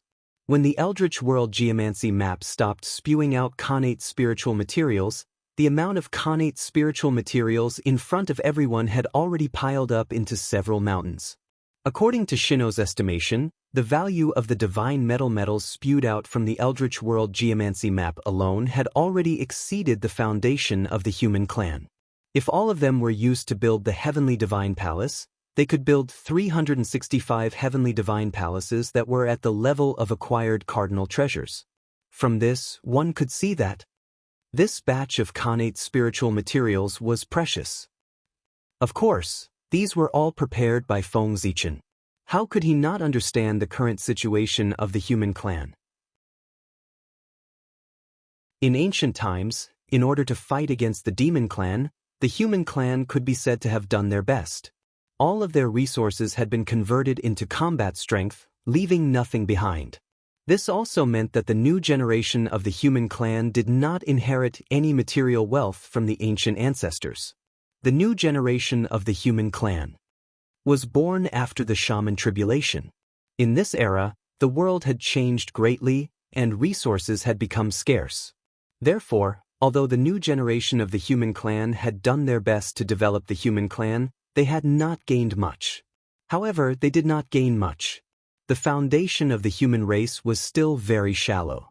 After all, this was no longer the ancient era where Khanate spiritual materials could be seen everywhere. In the current situation of the human clan, it was completely impossible for them to build the heavenly divine palace. Feng Zichen knew this, so he had left the materials needed to build the heavenly divine palace in advance in the Eldritch World Geomancy map. Unlike the poverty of the human clan, Feng Zichen could be said to be quite rich. Even in the entire Eldritch world, there were no more than 5 people who could be richer than him. In ancient times, the human clan had used up all of their resources. As the human emperor, Feng Zichen was naturally no exception. The wealth he had accumulated could be said to have been exhausted in that battle. But after that, he first found the private treasury left behind by Di Jun and Dong Huang on the Sun Star and obtained endless wealth from it. How rich was the demon clan back then? They occupied the entire boundless starry sky, intercepted all the star power of the heavens, and controlled the entire heaven realm. How rich were they? It could be seen from the fact that the elites of the demon clan each had an acquired supreme treasure during the Great Magi Demon War. The resources that the demon clan possessed could be said to have exceeded everyone's imagination. Even after arming all the demon clan warriors to the teeth, there were still some left. Could be said that this kind of wealth, even a saint would be jealous when he saw it. Under such circumstances, the private treasury that Dong Huang and Di Jun had left behind on the Sun Star was naturally rich beyond imagination. With this, Feng Zichen became a top tycoon in the primordial world. After that, Feng Zichen controlled the boundless starry sky, a great treasure land, and his wealth increased greatly. Then, in the demonic calamity, Feng Zichen killed countless demons and obtained a pile of battle spoils. In the end, when Haotian entered the cycle of reincarnation and Feng Zichen took charge of the heavenly court, there were even tens of thousands of races that came to join him. Since the tens of thousands of races had come to join the heavenly court, they definitely would not come empty-handed. Naturally, they had to bring a large number of treasures to pay tribute and form a rule. And they all went into Feng Zichen's private storage. With all these added together, it was difficult for Feng Zichen not to be rich. To him, the mere materials needed to refine the heavenly cycle palace were nothing more than a drizzle. It was not worth caring about at all. With the materials, Shino did not hesitate.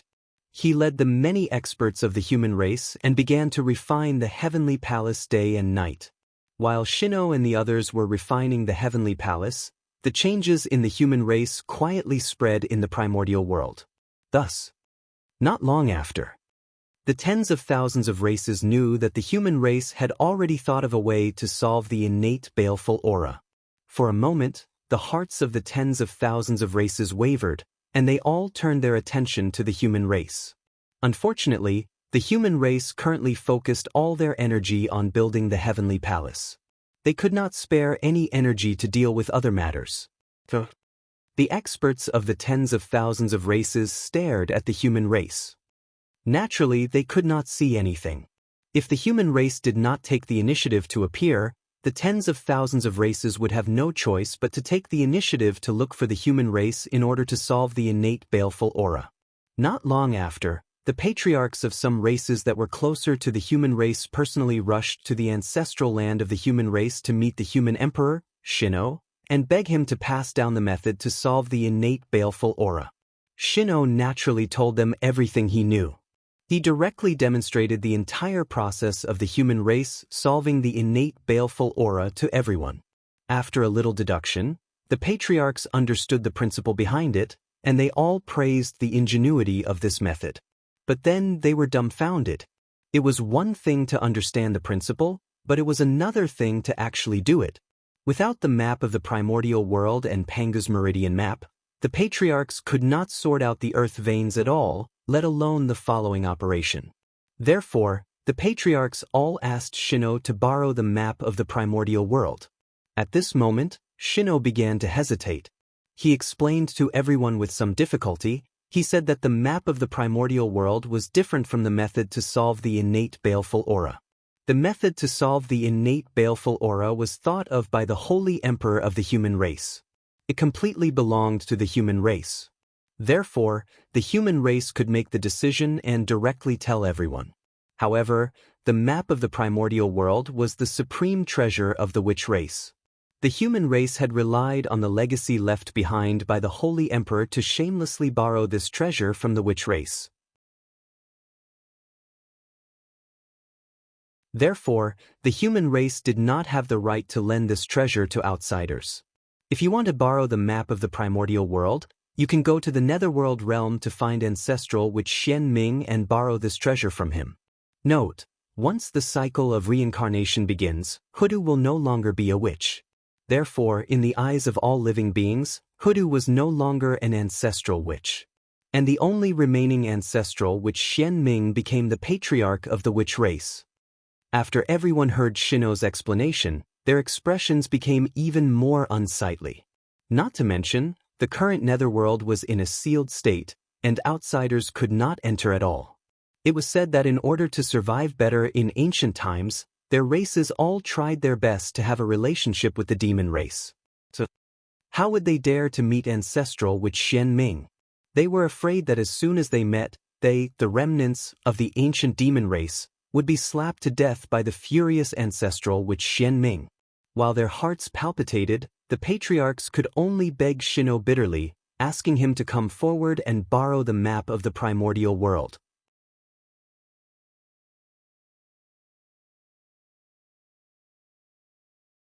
Chapter 608. No matter what, the human race was an ally of the Magi, and the only ally.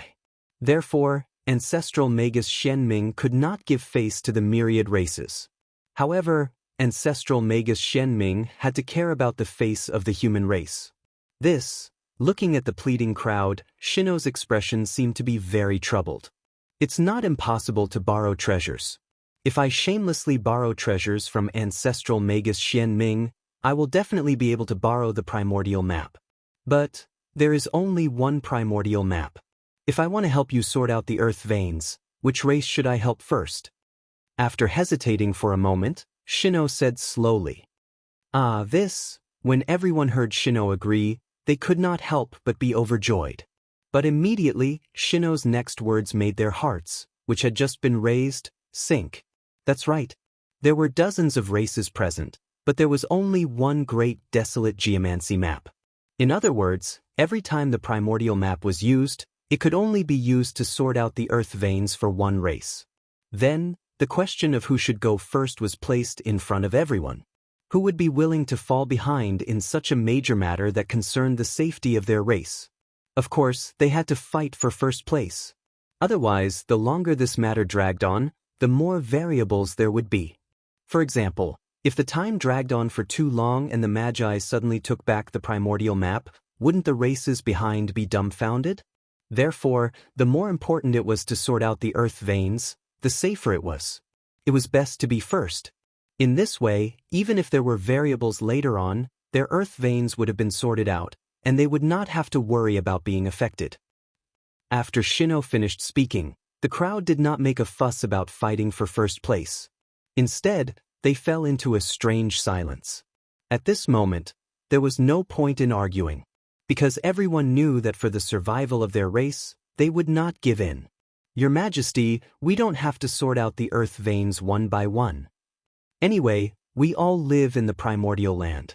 Why don't we join forces and sort out all the earth veins in the entire primordial land? In this way, not only will we solve the disaster of the innate murderous aura for all living beings in the world, but we will also achieve great merit. Isn't that wonderful? After a long while, someone finally broke the silence and suggested to Shino with a smile. Fellow Taoist, you're right. That's right. This method is great. Not only can it resolve our worries, but it can also benefit the entire primordial world. It is indeed a perfect method. Fellow Taoist, we are far inferior to you. Not long after that person finished speaking, the rest of the people came back to their senses and praised him one after another, praising him as if he was rare in the heavens and unique in the earth. This person was indeed smart. What he said was basically what Shino was thinking. However, with Shino's status, it was difficult for him to say it out loud. This person's words saved Shino a lot of effort. He didn't have to think about how to wake everyone up. Your Majesty, what do you think of this method? After the crowd flattered that person for a while, they cautiously asked for Shino's opinion. This method is indeed very good. Shinong nodded and said. Everyone was overjoyed when they heard that. However, their happiness did not last long. Shino suddenly changed the topic and turned their joy into nothing. However, although this method is good, there is an extremely realistic problem that needs to be considered. That is, to sort out the ley lines of the entire primordial world, We need all races to work together and cooperate with each other. However, you all know the current situation. How difficult is it to get all races to work together? Shino shook his head and said, as the master of all races, he was basically dead in name. He really couldn't mobilize the power of all races. However, just because he couldn't do anything, it didn't mean that the others couldn't. Shino was still aware of the principle of pulling in a batch and beating another batch. These people in front of him were the targets that Shino wanted to rope in.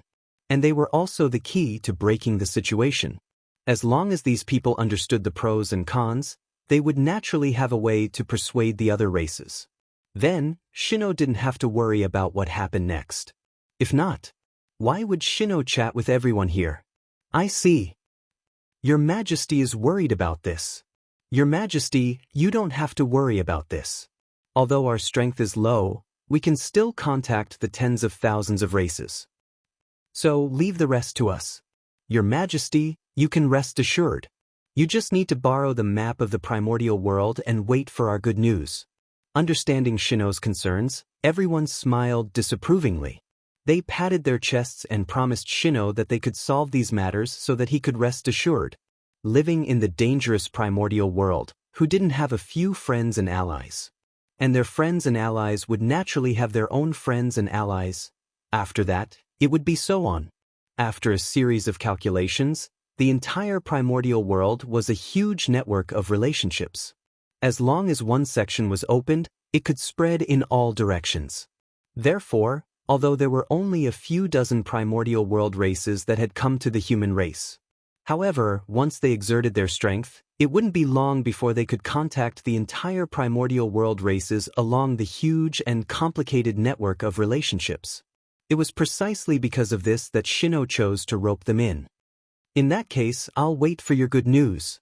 Shino smiled and said to the crowd, Your Majesty, don't worry. It won't be long before we receive the good news. Everyone was anxious. They hurriedly excused themselves from Shino and quickly left to contact the primordial world races. The human race has succeeded. Looking at the backs of everyone leaving in a hurry, Shino couldn't help but smile. Then, Shino stopped smiling and pretended that nothing had happened. He rushed back to the refining hall and continued refining the heavenly cycle palace. The experts of the primordial world races who had left were extraordinarily efficient. In less than 1,000 years, they had contacted most of the primordial world races and obtained their consent. That was true. The primordial world races had no reason to disagree with such a thing that benefited all living beings in the world and was accompanied by great merit. Sorting out the primordial world's earth veins to resolve the danger of the primordial world's innate baleful aura. Once such a great merit was completed, the heavenly Tao would definitely bestow immeasurable merit. Then, everyone who participated in this matter would be able to obtain some benefits and share a portion of the merit. Of course, the lion's share still belonged to the human race. After all, the human race was in the dominant position. To sum it up in one sentence, the human race ate meat, and the primordial world races drank soup. But even so, when faced with the temptation of virtue, who could resist it? The more perfect the world was, the more difficult it was to obtain merit. It was undoubtedly much more difficult to obtain merit now than in the previous era. Therefore, those people's actions were so fast and smooth, easily contacting the primordial world races. It was all for merit. However, at the end of the plan, they finally encountered an obstacle.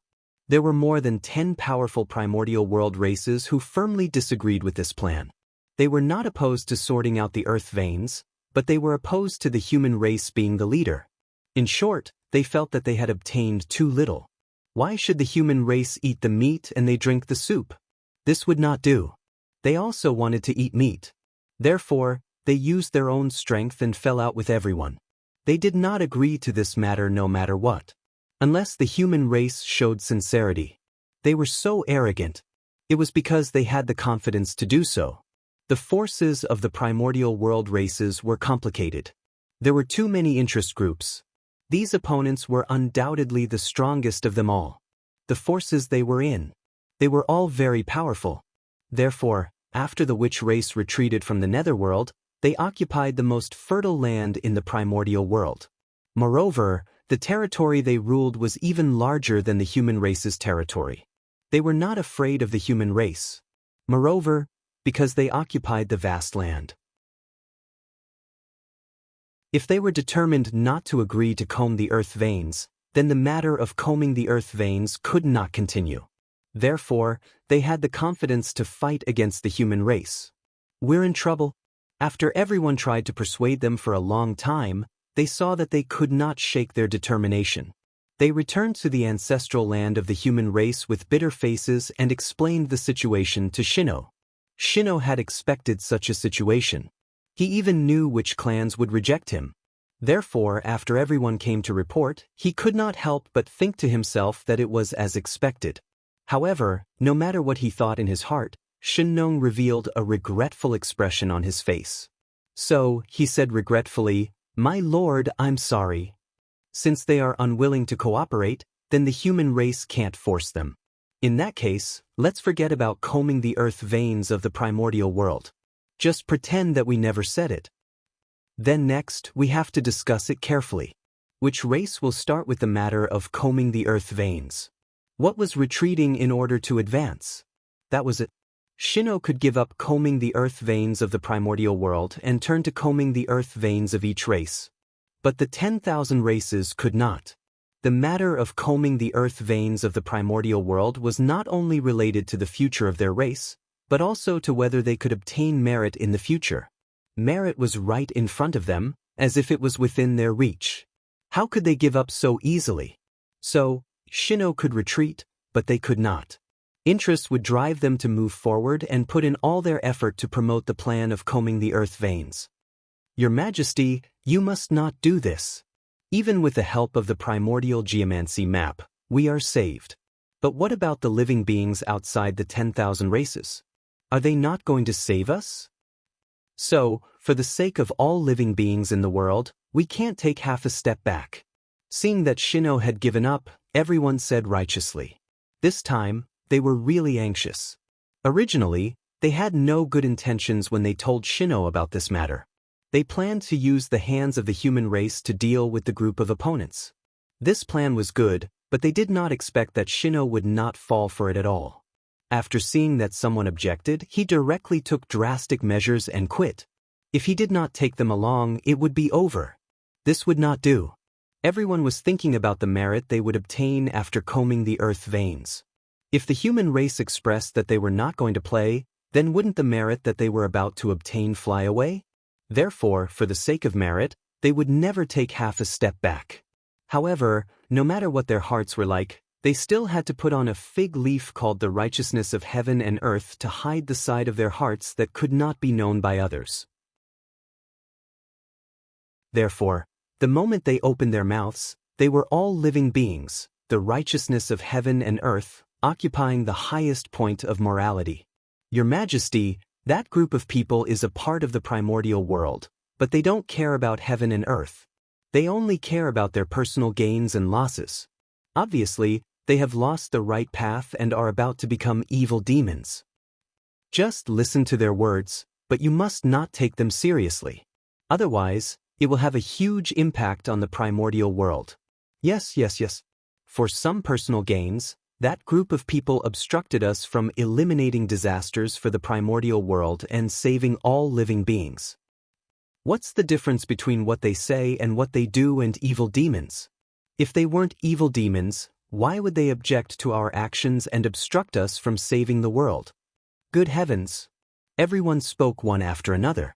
In a short moment, they classified those opponents as evil demons. It was as if killing them would not be enough to appease the anger of the common people. From this, it could be seen that the actions of those opponents who obstructed the implementation of the plan to comb the earth veins had undoubtedly angered the public. That was why everyone was shouting and fighting. In that case, what do you think? After everyone regained their silence, Shino asked. For a moment, everyone was hesitant. No one wanted to speak first. Your Majesty, you don't have to worry about this matter. We will give you a satisfactory answer. Finally, after hesitating for a while, someone gritted his teeth and made up his mind.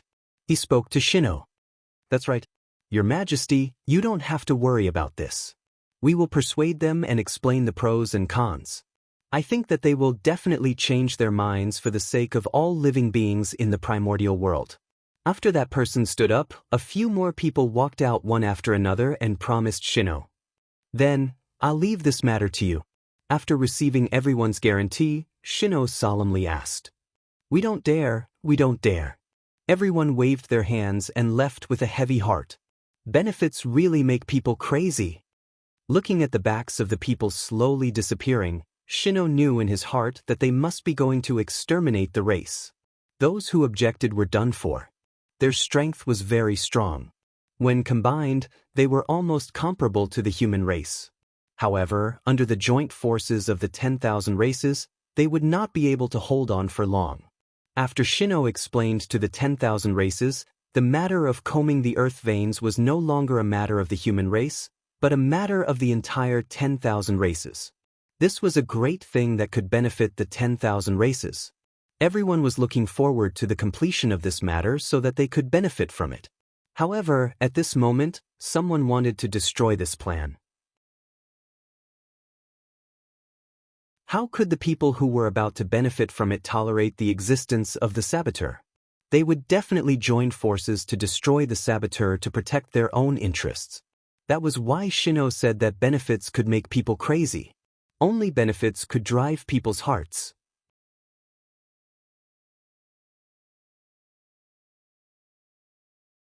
Chapter 609.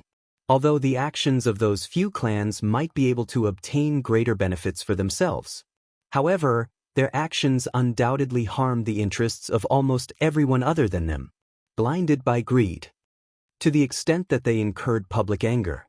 And those who incurred public anger never had a good ending. Unless their strength was strong enough to crush the myriad clans, then even if they incurred public anger, these people would be fine.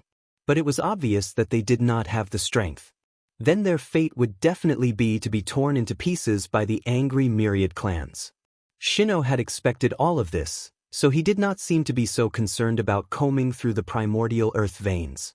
Because he knew, driven by interest, the myriad clans would give him a satisfactory answer. Although Shino had guessed the following actions of the myriad clans, he did not step forward to stop them. Those clans were all clans that were at the peak of the myriad clans. Each of them had strength that was slightly inferior to the human clan or comparable to the human clan. Keeping them alive would always be a threat to the human clan. Similarly, their existence was a stumbling block for the human clan to reach the peak. Taking advantage of this once-in-a-lifetime opportunity, Shino planned to use the hands of the myriad clans to destroy these clans in one fell swoop. At the same time, he would weaken the backbone of the myriad clans so that he could completely clear the obstacles on the path of the human clan. The dissatisfaction of those few clans with the human clan had been accumulated in their hearts for a long time. When the late Emperor Fushi was still in power, he could still suppress them. However, ever since Fushi ascended to the heavens, they no longer concealed their dissatisfaction with the human clan. They directly revealed it on the surface and ignored the orders of the human emperor. Most of the reason why the human clan's prestige had plummeted was because of them. In this way, Shino's hatred for them could be imagined. If it were not for the fear of the myriad clans, Shino would have destroyed them with a slap. It was not easy to find an opportunity to destroy them. Shino could not be happier, so why would he stop them? It was also the human clan's fault for being too weak. If the human clan could be as powerful as the demon clan and the wizard clan, so what if they destroyed them? Would the myriad clans dare to say, no? It would not be like now, afraid that the myriad clans would feel sorry for the death of the rabbit and seem to be restrained when they do things. What happened next was just as Shino had expected.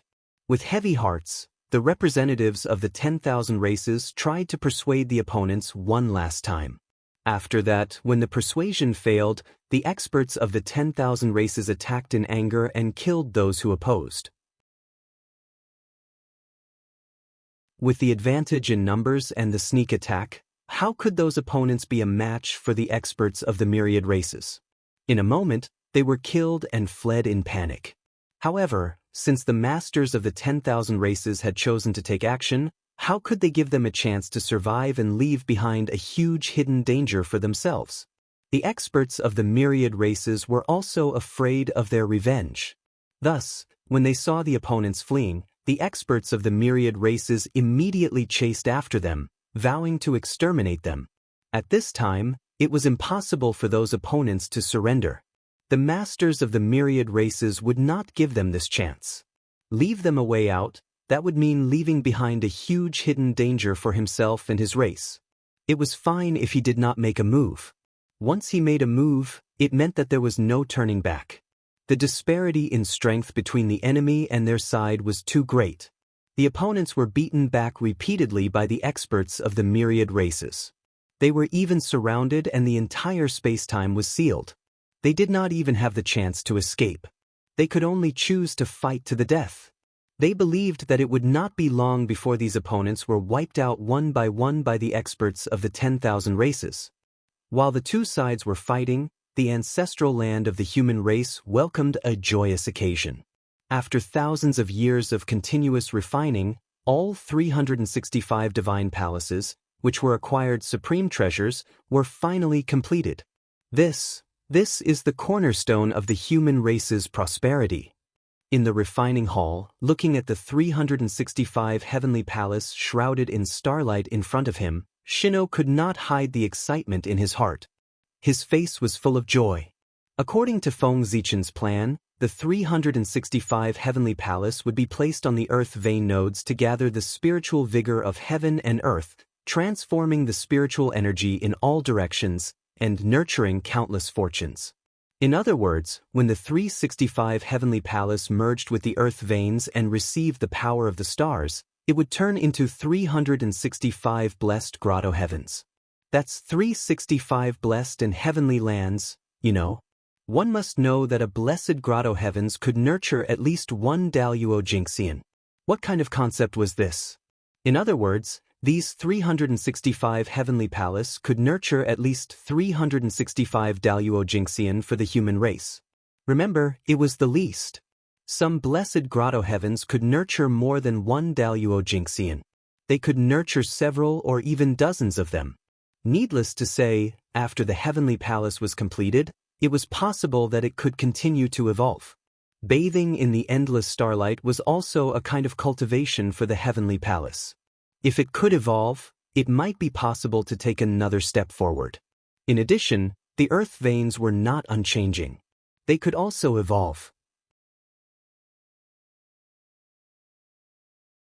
And these, all of them would become the foundation of the human race, so that it could nurture more Daluo Jinxian for the human race. Although having 365 Daluo Jinxian would not make the human race as powerful as the shamans and demons, it would be more than enough to sweep through the 10,000 races in this era when the world was more changeable. Rise. Filled with excitement, Shino took action personally. He raised the heavenly palace and placed them in the corresponding earth vein nodes according to the heavenly star atlas and the primitive geomancy map. What kind of cultivation did Shino have? His strength was comparable to that of a great perfection sage to be. He could be said to be at the peak of the primitive world. It would be an exaggeration to say that his divine thought could cover the entire primitive world. However, it would be easy to cover the entire human territory. Therefore, under the control of Shino's divine thought, the heavenly palace quickly took its place and sat steadily on the earth vein nodes. The heavenly palace is in place. Next, I'll use the heavenly palace as a medium to guide the heavenly star force and set up the galaxy cosmic light formation. After checking carefully and confirming that there were no mistakes, Shino began to use the Dao seal passed down by Feng Zichen to activate the heavenly palace to guide the heavenly star force. Rumble. As Shino formed the seal, mysterious runes emerged from his hands and flew toward the heavenly palace. Then, the heavenly palace trembled violently. It released a terrifying suction force that devoured all the spiritual chi of heaven and earth released by the earth veins. Buzz buzz buzz, a resplendent light bloomed from the body of the cyclic divine palace, turning into pillars of light that pierced through the clouds and connected with the distant stars. Has it begun? On the Emperor's star, Feng Zichen woke up from his seclusion after sensing the fluctuations of the heavenly palace. He opened his eyes and looked in the direction of the human race. What he saw was, they were all dazzling divine palaces. Very good. Nodding, Feng Zichen formed a seal. All of a sudden, it was as though a valve had been opened. The entire boundless starry sky began to tremble as the boundless power of the stars flowed into the universal sacred palace through the pillars of light. After the battle between the liches and demons, the Zhouxing had been severely damaged. In order to repair it as soon as possible, Feng Zichen had sealed off the boundless starry sky. As a result, other than the star force released by the star force, no one in the Eldritch world could mobilize even a trace of the star force without Feng Zichen's permission. As a result, the Zhouxing formation in the Eldritch world gradually became a legend. Without the star force, the power of the star formation would undoubtedly be greatly reduced. It was basically useless and no one would use it. Over time, the star formation naturally became a legend. However, things were different today. Countless years had passed. With the help of God Pangu, the situation of the boundless starry sky had undoubtedly improved a lot. Although it had not recovered to its peak, it was half as good as it had been.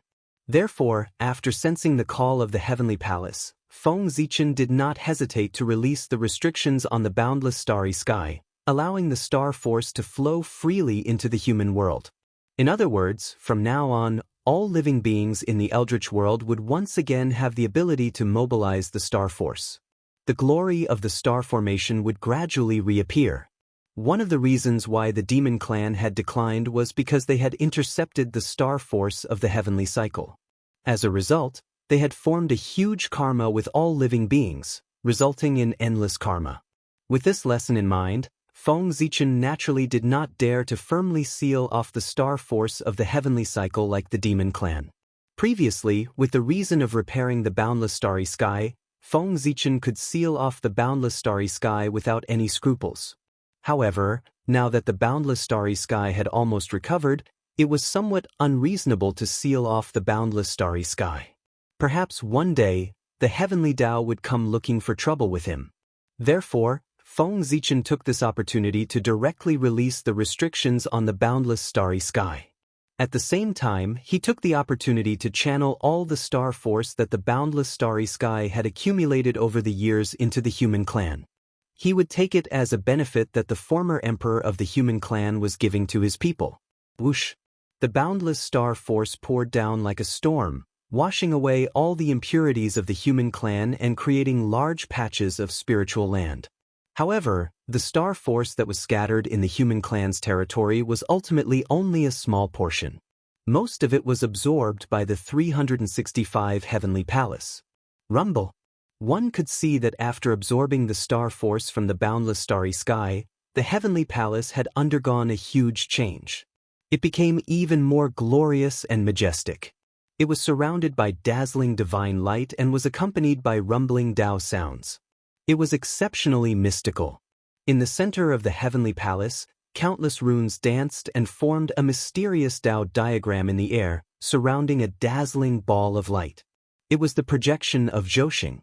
It was formed by the convergence of the boundless star force and was enshrined in the center of the heavenly palace. It symbolized the connection between Zhouxing and the heavenly cycle. It was the center of the heavenly palace. Mastering it was equivalent to mastering the heavenly palace.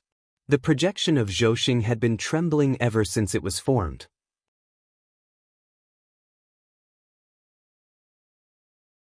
It continued to release an extremely mysterious power, attempting to resonate with the other projections of Zhouxing.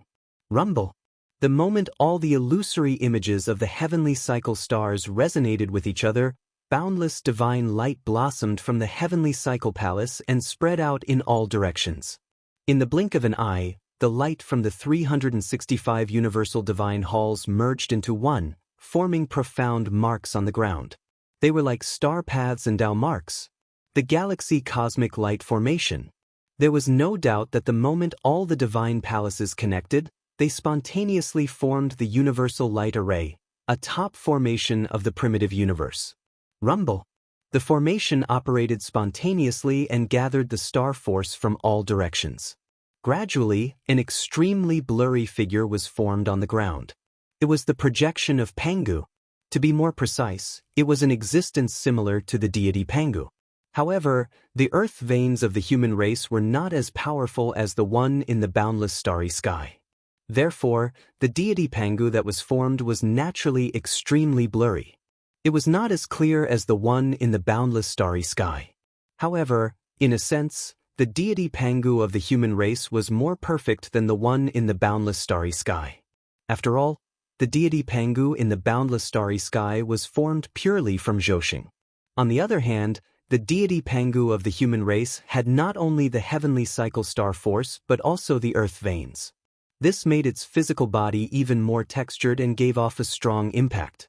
On the Pangu celestial, the power of the earth veins and the power of the stars fused together perfectly, forming an extremely high-grade power, the chaotic Yuan Qi. This was the original energy. It possessed an unimaginable power of creation. The deity Zhoshing force was inherently more inclined towards Khanate clear Qi. The earth veins power was undoubtedly more inclined towards Khanate turbid Qi. Therefore, when the Pangu god fused these two types of energy together, it gave birth to the primal chaos Yuan Qi. Rumble. With the formation of the deity Pangu, the acquired Qi in the heavenly palace began to transform into Khanate Qi. At the same time, strands of chaos vital Qi were born from the void and merged with the newly born Khanate Qi to enhance its quality. Although the deity Pangu did not refine much chaos vital Qi, the fact that it was able to refine chaos vital Qi was already an incredible feat. This was the highest level of Blessed Enclave, which was a treatment that only the dojos of the top great divines could enjoy. Rumble. Formless laws manifested in the heavenly palace. They were faintly discernible and were accompanied by ethereal Tao sounds that seemed to expound on the mysteries of the great Tao, giving one endless reverie. Without a doubt, the presence of such a phenomenon meant that it was easier to comprehend Tao while cultivating in the heavenly palace. This was a great opportunity. The deity Zhoshing had only just been formed and it already had some semblance of a blessed enclave. If it was fully integrated into the earth veins, who knew how many surprises it would bring to the human race? The next thing to consider is how to deal with these divine palaces. Shino began to have a headache after his initial joy. One could imagine the impact that the sudden addition of 365 blessed enclaves would have on the human race. Just how to distribute them was a huge problem.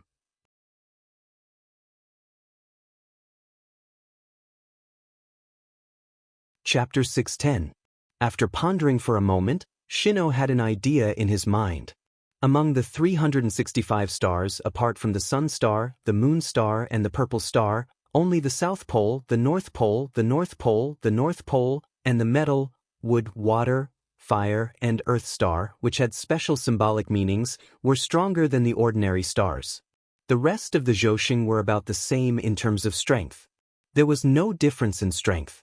In other words, as long as the powerful divine palace that symbolized the sun, the moon, and the Ziwei star were excluded, the creation contained in the remaining divine palaces would not be much different.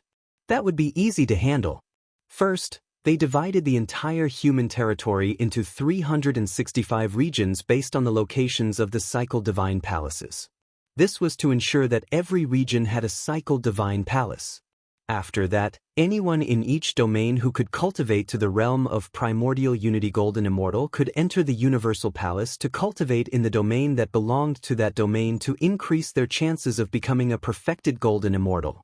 As for the powerful divine palaces that were excluded, the Ziwei divine palace would be the exclusive divine palace of the human emperor. The rest of the divine palaces would be controlled by the Daluo Jinxian of the human clan as their cultivation places. Shino's mind was quickly consumed. Countless ideas flashed through his mind, and he gradually came up with a huge distribution plan. However, the plan that he had thought of was only a rough framework. As for the specific implementation, he still needed to discuss it with the elders before it could be truly implemented. With Shino's identity, Although he could make decisions in the human clan, he still had to consider the opinions of the elders of the human clan. After all, the human clan was not his alone. Just as Shino was thinking about how to distribute the divine palaces, the internal strife among the 10,000 clans finally came to an end. The group of opponents was completely wiped out by the experts of the 10,000 clans. For this, the price paid by the experts of the 10,000 clans was several innate spiritual treasures were completely shattered, and the innate indestructible spiritual light scattered in the untainted land. Dozens of innate spiritual treasures were damaged, causing their levels to drop. They needed a long time to recuperate. More than 10 people were seriously injured and temporarily lost their fighting strength. As for the other experts, they were all injured. Although their lives were not in danger, they still needed a long time to recuperate. In this battle, although everyone on the myriad race's side was injured, no one died. The difference in strength was too great. Thousands of people besieged dozens of people. If they were still killed by the opponents, the experts of the myriad races would commit suicide out of shame. After killing those opposers and dividing their territories, the masters of the myriad races hurried to the ancestral land of the human race to report to Shino after a short period of rest. This time, in order to quickly eliminate those opponents, the experts of the myriad races almost used up all their resources. It could be said that the losses were great. Even if they collected the spoils of war, it could not make up for their losses.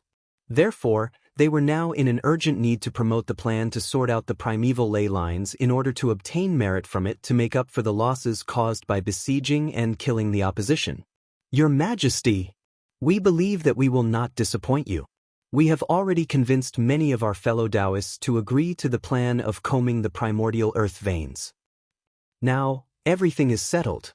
We're just waiting for your Majesty to borrow the map of the primordial world so that we can combine the power of the 10,000 races and sort out the earth veins. Everyone came to the human emperor's palace and bowed to Shino. Thank you for your hard work. Since that's the case, I won't refuse anymore. Give me 100 years to prepare the various treasures needed to sort out the earth veins of the primordial world. When he saw the injuries on everyone's bodies, Shino almost understood what had happened. However, he did not ask anything. He only encouraged everyone and then told them to go back and wait for 100 years. Of course, he could not agree directly. After all, in everyone's impression, the map of the primordial world had been returned to the Magi.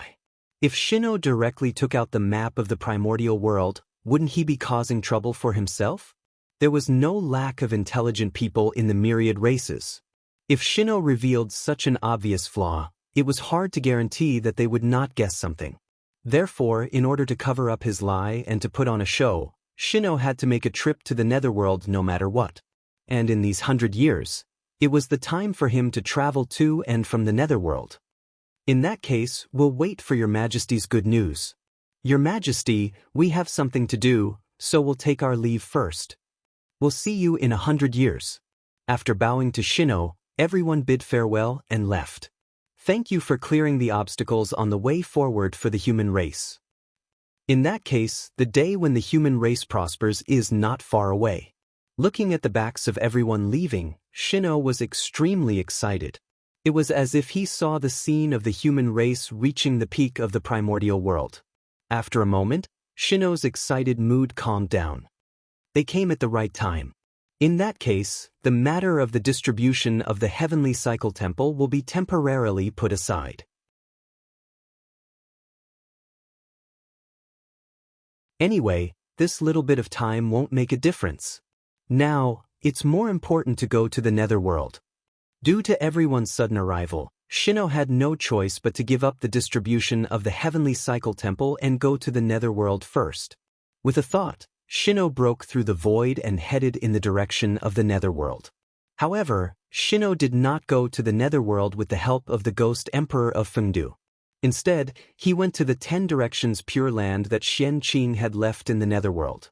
In the netherworld, Shino paid a visit to the Lady of Earth, Ancestral, which Xian Ming, ghost emperor of Fengdu, Patriarch Nether River, and the other supreme rulers of the netherworld before returning to the primordial world. and this back and forth, in addition to the time spent visiting everyone, it was almost 100 years. At the foot of Kunlun Mountain, the location of the eastern ancestral veins, the immortal Tao Holy Land, which was usually extremely quiet, was currently filled with a large number of people. Such a huge commotion naturally alarmed the disciples of the saint in the Jade Void Palace on Kunlun Mountain. Logically speaking, with so many people gathered at the foot of Kunlun Mountain, not only would they disturb the peace of the saint's Tao field, but they would also easily pollute the nearby spiritual vigor. Since that was the case, the disciples of the saint should expel all of them. However, the disciples of the saint, who were usually extremely arrogant, did not even dare to show their faces in front of everyone, let alone expel them. They were afraid. That was because the people gathered here were the human Emperor Shino and the patriarchs of the myriad races. Not to mention their strength, just the forces behind them were enough to stop the disciples of the saint. Under the joint forces of the myriad races, even the saint had to retreat, let alone their disciples. Otherwise, they would definitely be attacked by the mighty power of the human Tao.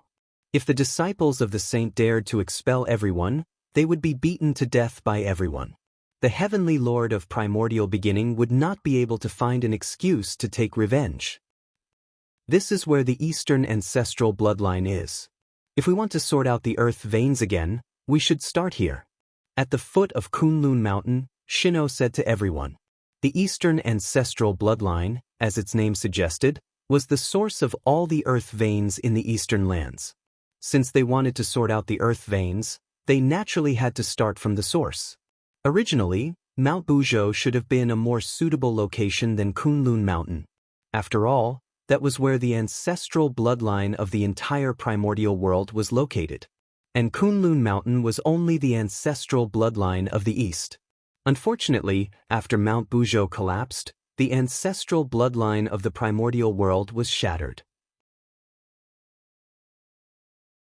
If not for that, the world would not have changed from the Khanate era to the postnatal era. Your Majesty, what should we do? Sensing the faintly discernible holy might on Kunlun Mountain, everyone could not help but feel a little guilty and urged Shino. Everyone, take a look. With a faint smile, Shino raised his hand and took out the primordial geomancy map. Immediately, boundless Tao runes spread out and slowly formed a majestic figure in front of everyone. Pangu's shadow. Everyone, do you see the meridians on the ancestral god's body? Following the ancestral god's meridians and sorting out the earth veins of the primordial world into this appearance is what we need to do next. Pointing at the meridians on Pangu's shadow, Shino explained to everyone. What a big deal! When everyone saw this, they were extremely shocked. They could not help but admire the person who had thought of this method. After they came back to their senses, they threw this admiration to the back of their minds and hurriedly used their spiritual senses to observe Pangu's meridian diagram to imprint it in their hearts. Now, the world was easier, the bloodlines of the myriad races had deteriorated, the world was filled with Khanate murderous aura, causing the immortal Tao to gradually decline. Unlike the decline of the immortal Tao, the path of the god fiend gradually spread among the tens of thousands of races due to the effect of its bloodline atavism, showing signs of prosperity. If one wanted to maintain their innate bloodline, they had to cultivate the path of the god fiend. The new generation of the tens of thousands of races had no choice but to abandon the immortal Tao and focus on cultivating the path of the god fiend to restore their innate bloodline. At this time, manuals about cultivating the path of the god fiend were extremely important. Therefore, every time a Tao scripture of the path of the god fiend appeared, it would cause a bloody storm in the primordial world and attract countless experts to fight for it. From this, it could be seen that the Tao scriptures of the path of the god fiend were precious, and Pangu's meridian diagram was one of the supreme manuals of the path of the god fiend. Now that it was placed in front of everyone, how could they not be moved? Naturally, they had to try their best to memorize it. Shino did not stop this. Firstly, he could not stop it. Secondly, this move could increase the prosperity of the path of the god fiend. Thirdly, the Pangu's meridian diagram that appeared in the primordial geomancy map was still different from the Pangu's meridian diagram passed down by Feng Zichen. It was even more simple. The Panga's meridian diagram passed down by Feng Zichen had been improved many times and had long been close to perfection. It was far from what the one in front of them could compare to. Moreover, if they wanted to rely on a Panga's meridian diagram to suppress the human race, that would be underestimating the human race too much. Everyone, can we begin? Shino waited for everyone for 3 days before speaking. Everyone came back to their senses. They first thought about it for a moment, then bowed solemnly to Shino. Thank you, Your Majesty, for your help. Everyone knew that if Shino did not intend to help, he would have too many methods to prevent everyone from seeing the complete Panga's meridian diagram. Therefore, everyone owed Shino a favor today. Go. Shino pointed at the primordial geomancy map and pushed its power to the limit. Then, the primordial geomancy map suddenly expanded. In the blink of an eye, it covered the entire Kunlun mountain. Everyone, please lend me a hand. When he was exhausted, Shino hurriedly shouted to everyone.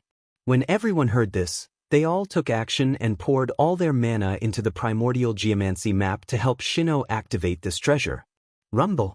With everyone's help, the primordial geomancy map grew longer with the wind. In an instant it expanded many times. It was like a sky curtain that almost covered the entire eastern land.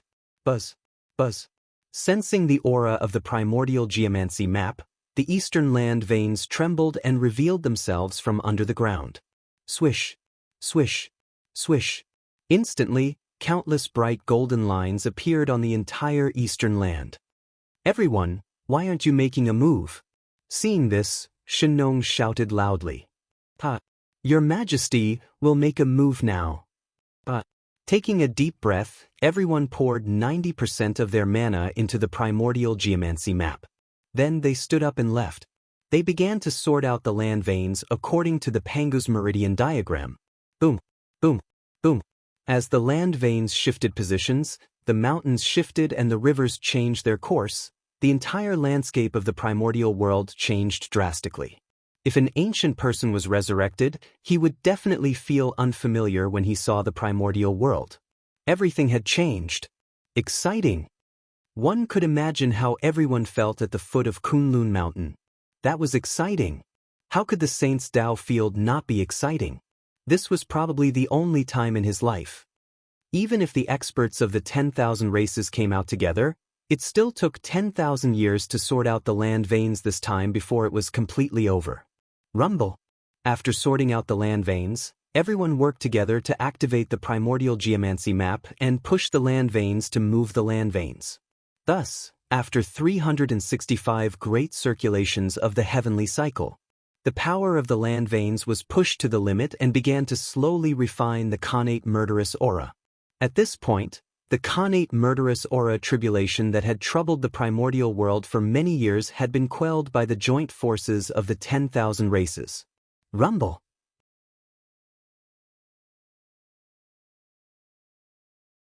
The moment the power of the land veins was activated, the heavenly Tao sensed it and sent down endless merit. The amount of merit this time was comparable to when Feng Zichen created the connate sword Tao. The human race received 5% of the boundless merit, and the remaining 95% was divided equally by the 10,000 races. By the time everyone finished absorbing the merit, it was already 1,000 years later. It had been 1,000 years since the power of the land veins refined the connate murderous aura. At this time, almost all the land veins in the primordial world had been purified and no longer produced new connate murderous aura. Everything was developing in a good direction. However, at this moment, something strange happened. A ball of pitch-black chaotic fiendish chi origin, emitting a terrifying aura, slowly rose from the depths of the earth. Accompanied by a shocking roar, the ball of chaotic murderous aura suddenly turned into a connate ferocious beast after it arrived at the land veins. A connate ferocious beast at the primordial chaos level. This was a backup plan left behind by the Chaos Fiend God and also the source of the changes in the primordial world. Now that it was refined by the power of the land veins, it could not be revealed. Perhaps because it was unwilling to admit defeat, the ball of chaotic murderous aura exhausted its last strength and gave birth to a connate ferocious beast at the primordial chaos level for the final fight. How is this possible?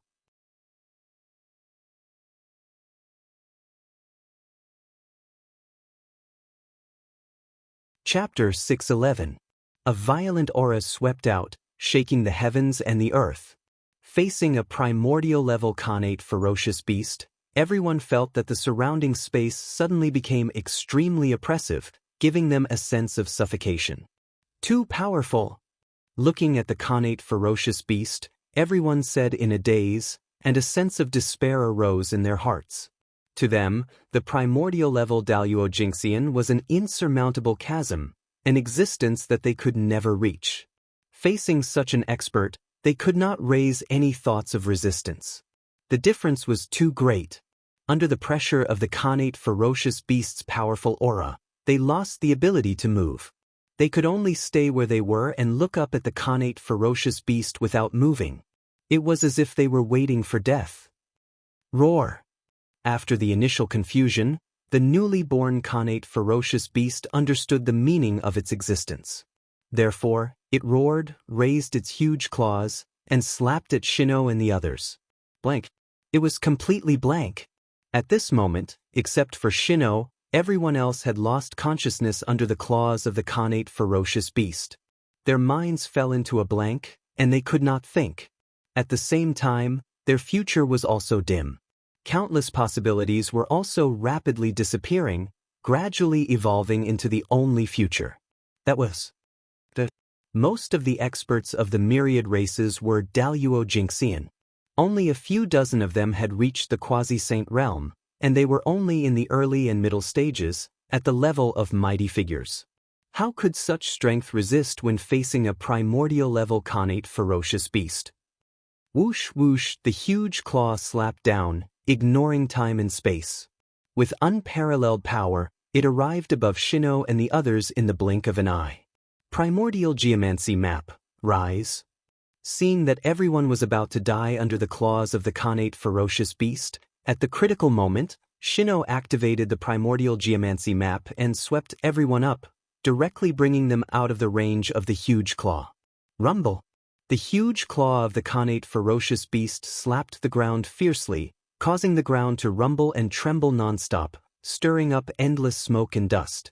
However, under this attack, although the ground trembled, it was not damaged at all. The full-strength attack of a primordial-level connate ferocious beast was enough to destroy the world, but the ground here actually withstood this attack and was not damaged.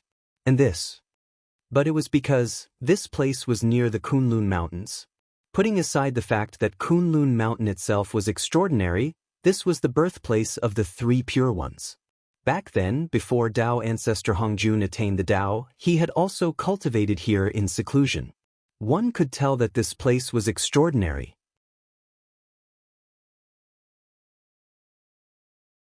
Nearby, the rhythm of the Tao was formed naturally, gathering the natural luck of all directions, developing the miracle of heaven and earth, supported by boundless power. Outside of this place, Tao ancestor Hongjun had once left behind Tao marks here. The three Pure Ones had also set up array formations here, especially the heavenly Lord Yuanshi. His Taoist field, the Jade Mirage Palace, was on Mount Kunlun. For this reason, the vicinity of Mount Kunlun was even more impregnable. For sages walked out of a single mountain. It was a pity that his strength was known. Even a primordial chaos expert would find it difficult to shake it. That was why the Xiantian realm ferocious beast's claw was unable to shake the ground. Seeing that its attack had failed, the Xiantian beast let out a furious roar. A formless sound wave spread out in all directions, destroying everything in its path.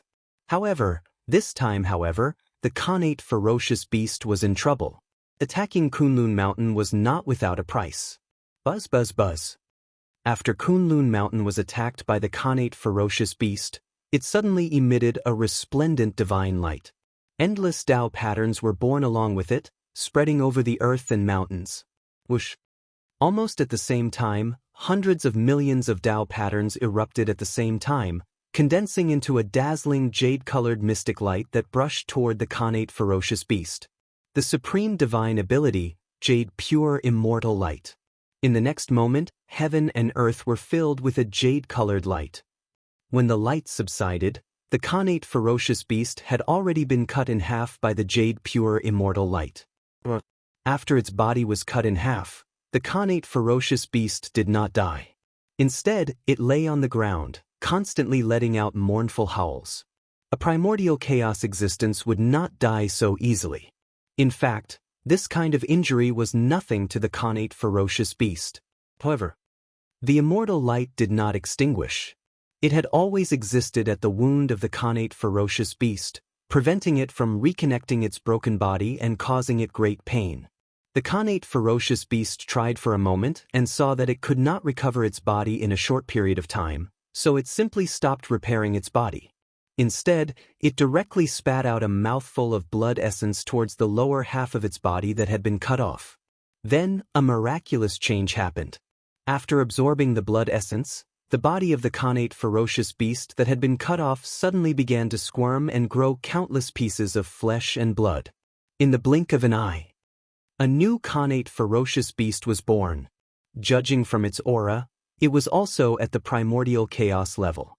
However, perhaps because it was divided into two, compared to before, the connate ferocious beast's aura was undoubtedly much weaker.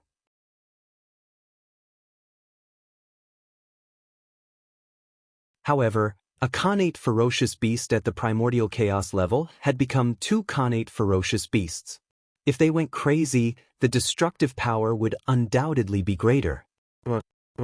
The two connate ferocious beasts roared in unison and pounced toward Shino and the others at the same time. A tyrannical aura wantonly spread out, destroying everything around them. Evil beast, don't be rash. At this moment, Feng Zichen, who was far away in the boundless starry sky, suddenly opened his eyes and punched downwards. With one punch, the universe moved. Rumble. It was as if heaven and earth were out of balance, and the universe was in turmoil. An unparalleled force descended from the sky and landed solidly on the body of one of the connate ferocious beasts, shattering it on the spot. With a bang, a rain of blood fell from the sky and dyed a large area of mountains and rivers red. Interesting. On the Emperor Star, Feng Zichen was about to add another punch to completely extinguish the vitality of the connate ferocious beast. Suddenly, he sensed that something was wrong. The rain of blood that filled the sky suddenly spread in all directions and disappeared completely in the blink of an eye. It was so fast that even Feng Zichen did not have time to stop it. The connate ferocious beast had escaped. No, it should be said that the origin of the chaotic evil aura had escaped. With a thought, Feng Zichen was about to use the divine art of Dian to deduce the whereabouts of the origin of the chaotic evil aura.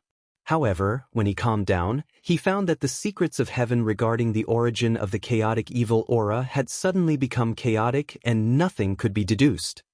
Did the heavenly Tao intervene?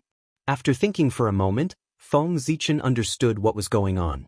Earlier, in order to quell the chaos of the connate ferocious beasts, they had almost killed all the connate ferocious beasts in the primordial world. As the descendants of the chaos fiend god, the connate ferocious beasts had the destiny to cause a great calamity in the primordial world. Therefore, the connate ferocious beast should not be destroyed. It was for this purpose that the heavenly Tao deliberately left behind this ball of connate murderous chi origin, thinking that the connate ferocious beasts would leave a part of their vitality. In the future, under the guidance of the heavenly Tao, this broken ball of connate murderous chi origin would fuse with the dark side of the primordial world and continuously breed connate ferocious beasts. Interesting. The heavenly Tao is really contradictory. After knowing the plan of the heavenly Tao, Feng Zichen did not search for the whereabouts of the connate murderous chi origin. Instead, he focused on the remaining connate ferocious beast. Its body contained the other half of the origin of the chaotic evil aura. When the heavenly Tao attacked just now, it did not save it. The attitude of the heavenly Tao was very obvious. This connate ferocious beast was at Feng Zichen's disposal. Collect.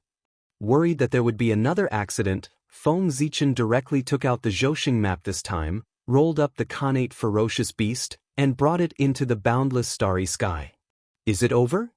It was only at this moment that the crowd, who had yet to recover from the shock, asked with lingering fear. It was too terrifying. An existence at the level of primordial chaos Daluo Jingxian was too terrifying. Just now they had almost died. Thank you, Your Majesty, for saving our lives. After calming down, everyone hurriedly bowed to Shenong. They had to thank him. If Shenong had not taken out the Zhouxing map in time and taken them away, they would have died under the claws of the connate ferocious beast. Fellow Taoists, there's no need to be so polite. Everyone is on the same path. How can Shenong not save you? Shenong hurriedly said as he helped everyone up. Yes, everyone is on the same path. With a chuckle, everyone stood up one after another. However, in their hearts, they acknowledged Shenong and his identity as the master of all races. After this incident, Shenong could be considered to have achieved perfection. He had completely stabilized his position as the master of all races. As long as he ascended to the heaven realm, he would be able to become the emperor of earth. Everyone, the calamity has passed. Let's celebrate. Feeling his rapidly increasing luck, Shenong could not help but be overjoyed. He hurriedly pulled everyone to the human race to celebrate the stabilization of the connate murderous aura. How dare we disobey His Majesty's request? Let's go together. Let's go together. Amidst the loud laughter, everyone left with Shenong. And from the beginning to the end, no one had mentioned anything about the West. That's right. This time, they had combed the earth veins again. They had combed the eastern earth veins, and the western earth veins had not been touched at all. The eastern ancestral vein was in Kunlun Mountain, the western ancestral vein was in Mount Meru. With Kunlun Mountain as the starting point, they naturally combed the eastern earth veins and had nothing to do with the west. As for why they had not combed the western earth veins, on one hand, it was because they found it troublesome. On the other hand, it was because the innate races and even the human race all lived in the eastern land and had never stepped into the western land. In other words, the people who worked this time were all from the east. Since that was the case, why would they spend so much effort to comb the western earth veins? It was just a barren land. It was not worth their effort. The 10,000 races did not care. Shenong did not care even more. The western land was the territory of the western sect, and the human race had a death grudge with the western sect. Under such circumstances, why would Shenong help? Of course. The reason why Shenong and the others dared to do so was also because of Zenyuanzi. Back then, in order to prevent the desolate aura in the western land from invading the eastern land, Zenyuanzi had deliberately set up his dojo at the junction of the east and west. With the power of the ginseng fruit tree and the earth book, he had set up a large barrier to isolate the east and west. It was because of this barrier that everyone dared to abandon the western land at ease. Thus, they did not have to worry about the innate murderous aura in the western land flowing into the eastern land. Feng Zichen also tacitly agreed to this situation. Since he had already formed a death grudge with the western sect, he should not be soft-hearted when he attacked. He had to think of all ways to prevent the western sect from strengthening. The western land was filled with innate murderous aura, and the cultivation environment could be said to be extremely harsh. Under such circumstances, Feng Zichen did not believe that the western land could still produce any experts. Feng Zichen's idea was indeed very good. But unfortunately, he had underestimated the courage of Zhuan-Ti and Zenyuanzi. Zhuan-Ti and Zenyuanzi had long planned to give up recruiting innate life forms and turn to nurturing innate ferocious beasts. The environment in the West was just what they wanted. In this way, they could not be happier, so how could they be worried? If Feng Zichen knew about this, he probably would not have let Shenong leave. Unfortunately, he did not know anything.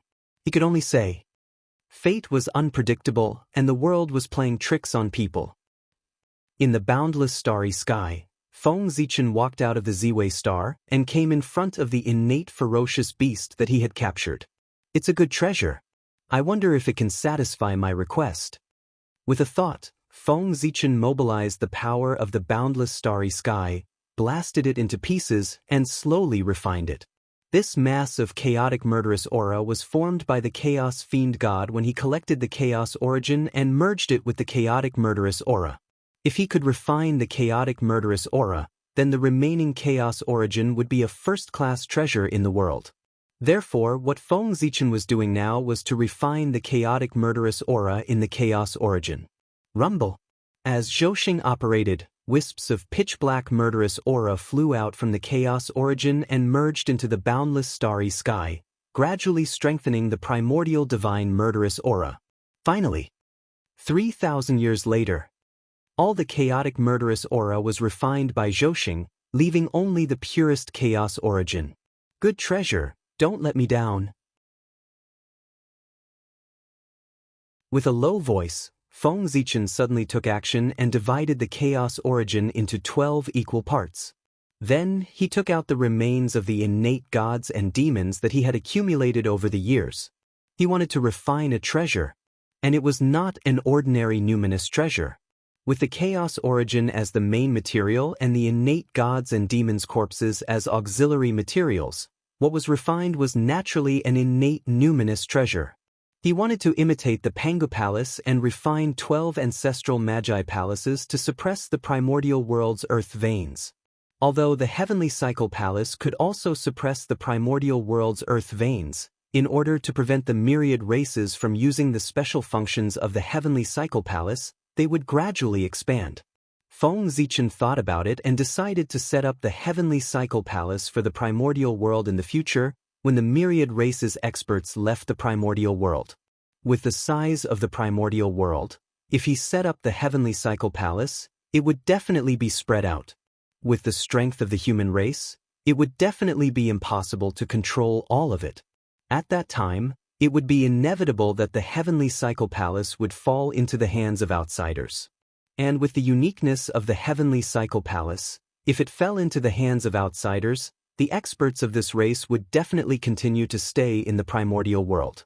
In this way, a large number of experts of the myriad races would stay in the primordial world.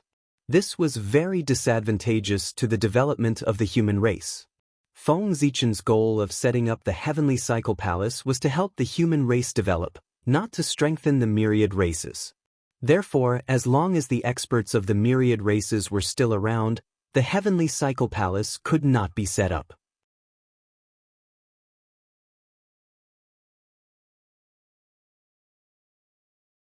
Chapter 6:12. However, the Universal Temple could be abandoned, but the earth veins of the untainted land had to be protected. For this reason, Feng Zichen decided to build 12 ancestral Magi palaces in the untainted land to protect the earth veins. The 12 ancestral Magi were extremely honorable, so the palaces that worshipped them naturally could not be inferior. The Universal Temple of the human clan, which was at the level of acquired treasures, was definitely not worthy of their status. Therefore, Feng Zichen decided to build 12 ancestral Magi palaces at the level of innate spirit treasures. In the untainted land, the only way to refine innate spirit treasures was to use chaos spiritual objects or innate fiend gods as the main material, apart from the cauldron of heaven and earth. Therefore, in order to build the 12 ancestral Magi palaces, Feng Zichen had his eyes on the origin of chaotic evil chi hidden in the earth veins of the untainted land from the very beginning. After some planning, although the way of heaven intervened, the result was still satisfactory. Feng Zichen successfully obtained half of the origin of chaotic evil chi. Although it was only half of the origin of chaotic evil chi, it could be seen from the fact that it could transform into a primordial origin level ferocious beast that it contained enormous power. It was not inferior to an ordinary innate treasure. In other words, this half of the origin of chaotic evil chi, if used properly, could be refined into an innate treasure. Rumble. With a thought, Feng Zichen gathered endless starlight and turned it into a blazing Tao fire, burning toward the pure origin of chaotic evil chi and the innate fiend god's corpse. The previous incarnation of the innate fiend god's corpse was not simple. Even the weakest of them had a cultivation not inferior to the late sage to be. They were the mainstays of the demon clan, figures who could dominate the untainted land. Unfortunately, they were unlucky and were killed by Feng Zichen when they were controlling the innate fiend god beast. Not only did their cultivation turn into flowing water, but their treasures and their bodies all fell into Feng Zichen's hands and became his collection. Rumble. Endless starlight. It made the Tao fire more brilliant and vigorous. Terrifying heat spread, setting off layers of heat waves and distorting the void. Even the laws of the world were showing signs of melting. Under such a terrifying temperature, the origin of chaos seemed to have been ignited, releasing an endless amount of mysterious energy. The innate god's corpse, on the other hand, slowly melted into a viscous liquid and fused with the chaos origin source. Feng Zichen's face lit up with joy when he saw that the innate god's corpse had completely merged with the chaos origin. Success! In the starry sky, a ray of gray light slowly floated up and down.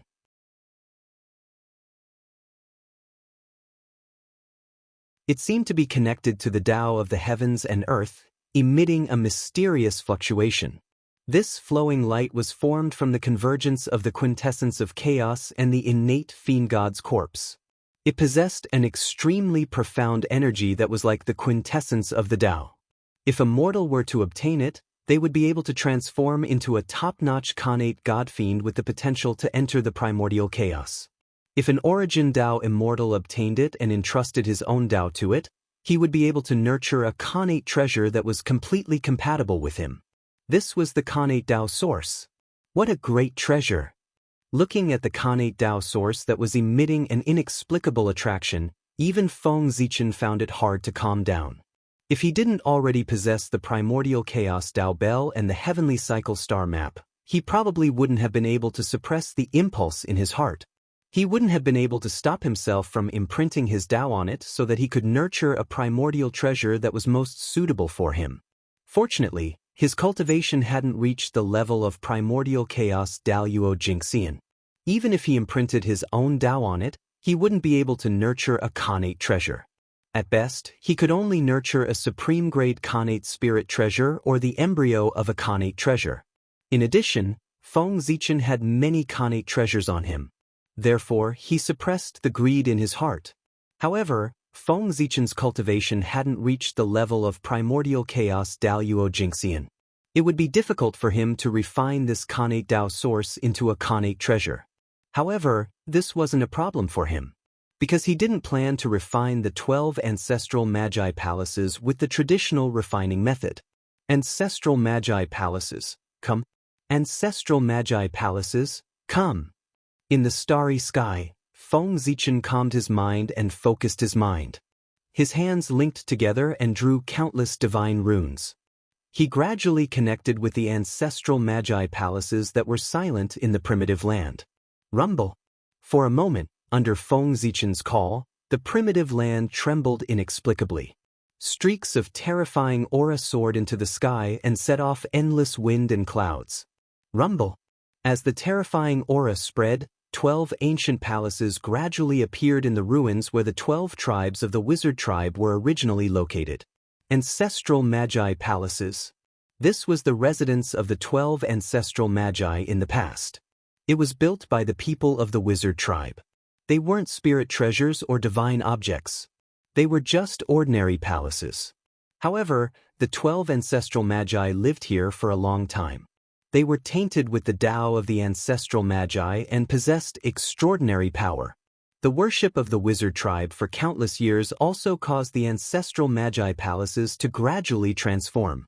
They became magical. They became majestic. They became unbreakable. They were the sustenance of the wizard tribe and contained a large amount of ancestral Magi's aura. Therefore, they were also the final medium to revive the 12 ancestral Magi. With Feng Zichen's current strength, it was impossible for him to refine innate treasures. For this, he had to borrow some external forces.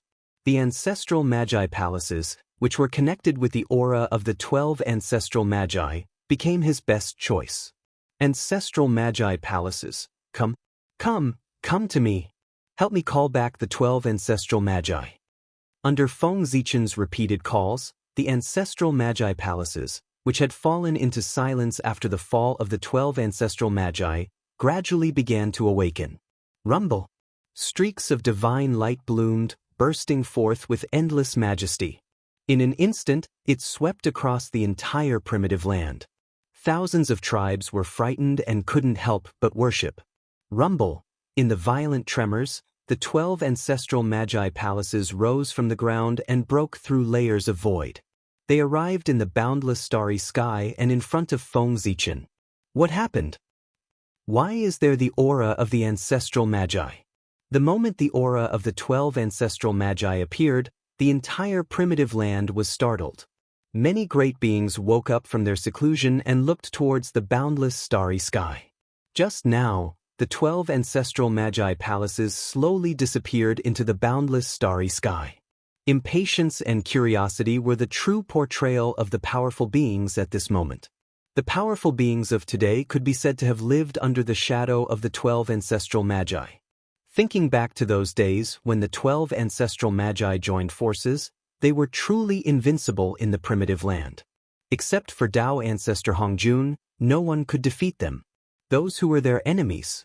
Except for the demon clan, everyone was silent.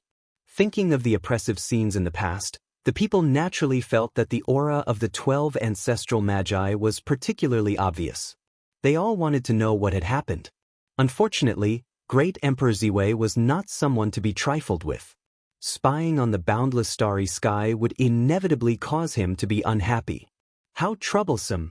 The people hesitated for a moment.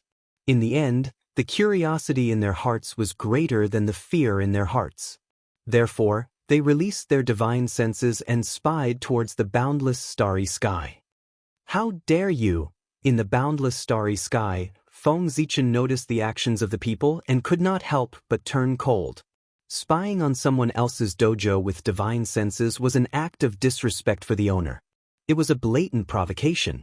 It seems that I have been too low-key recently. So much so that some people have forgotten about my means.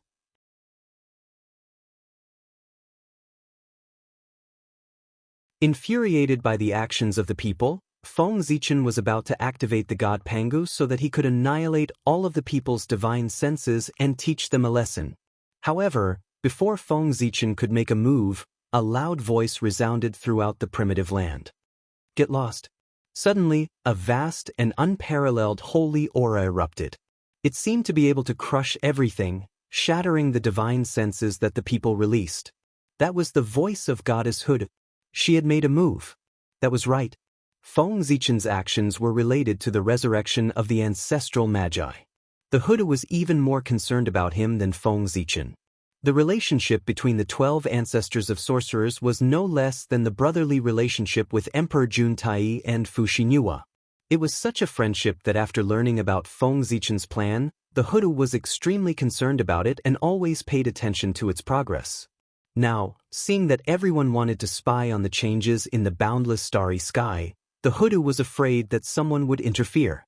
Therefore, how could she hold back? She directly attacked and annihilated everyone's divine senses as a warning. Humph! In order to achieve the effect of deterrence, the Huda mobilized the power of the tunnel.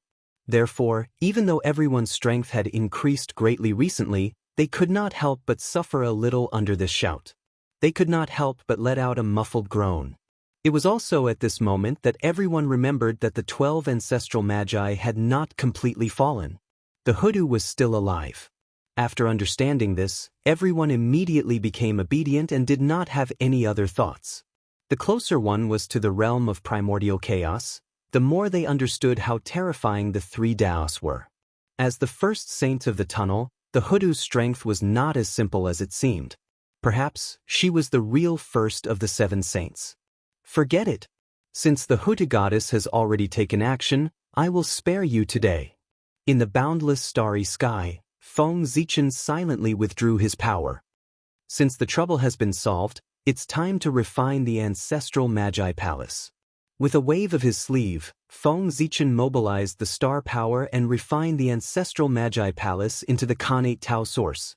Because this was to resurrect the 12 ancestral Magi, the ancestral Magi palace did not resist at all and was refined by Feng Zichen. Next, success or failure will depend on this. After refining the ancestral Magi palace, Feng Zichen could not help but take a deep breath. All the preparatory work had been completed. The next step was the most crucial step, which was to refine the Khanate Tao source into the ancestral Magi palace. With Feng Zichen's current strength, it was difficult for him to do so.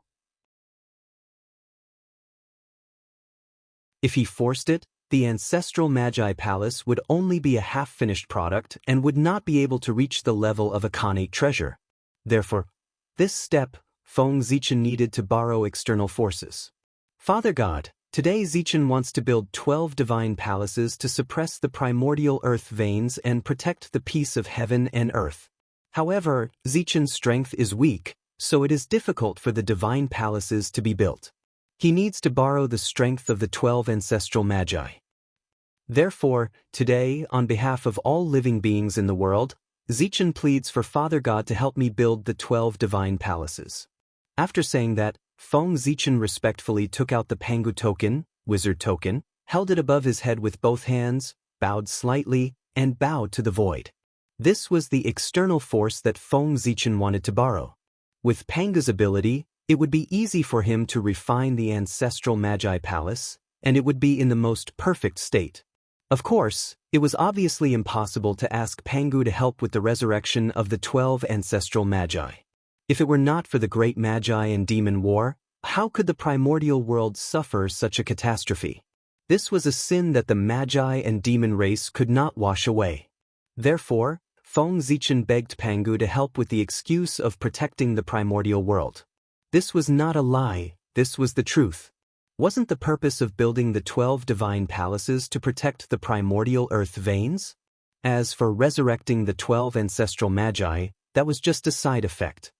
As if listening to Feng Zichen's prayer, a mighty force suddenly descended from the unseen world. It was as if a cool breeze blew past, causing layers of ripples. Feng Zichen could not help but be in a trance for a moment.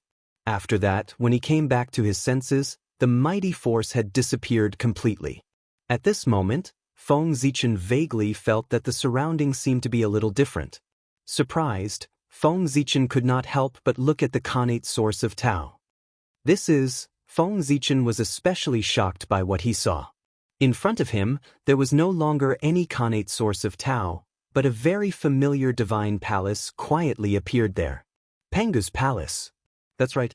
What appeared in front of Feng Zichen was a divine palace that was exactly the same as the Pangu's palace. However, different from the Pangu's palace of the Magi tribe, the Pangu's palace in front of him was full of the aura of a Khanate supreme treasure. Obviously, it was a Khanate supreme treasure. But the original Pangu's palace did not leak any aura, isolated from the past, present, and future, independent of heaven and earth, as if it did not exist. It was more mysterious than the original. That's it? Looking at the Pangu's palace in front of him, Feng Zichen felt as if he was in a dream. It was too fast. This was a Khanate supreme treasure. In the blink of an eye, it was refined. Even if the materials were already prepared, it was too fast. It had to be said that the Pangu was the Pangu. His ability was far beyond the imagination of the world. However, this time, the Pangu's attack was obviously different from before. In the past, when did he not cause a huge commotion when he appeared? But this time, his attack was like a cool breeze, without the slightest sign. It was obviously different from before. What was the reason for the Pangu's change?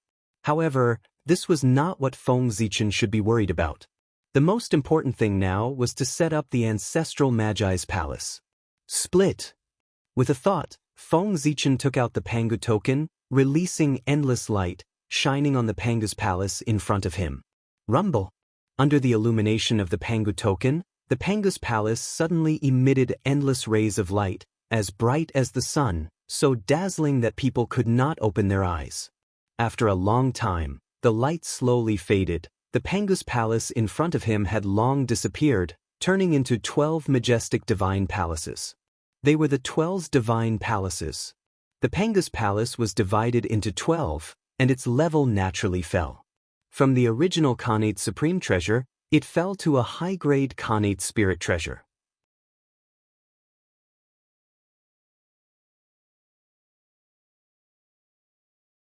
Chapter 613.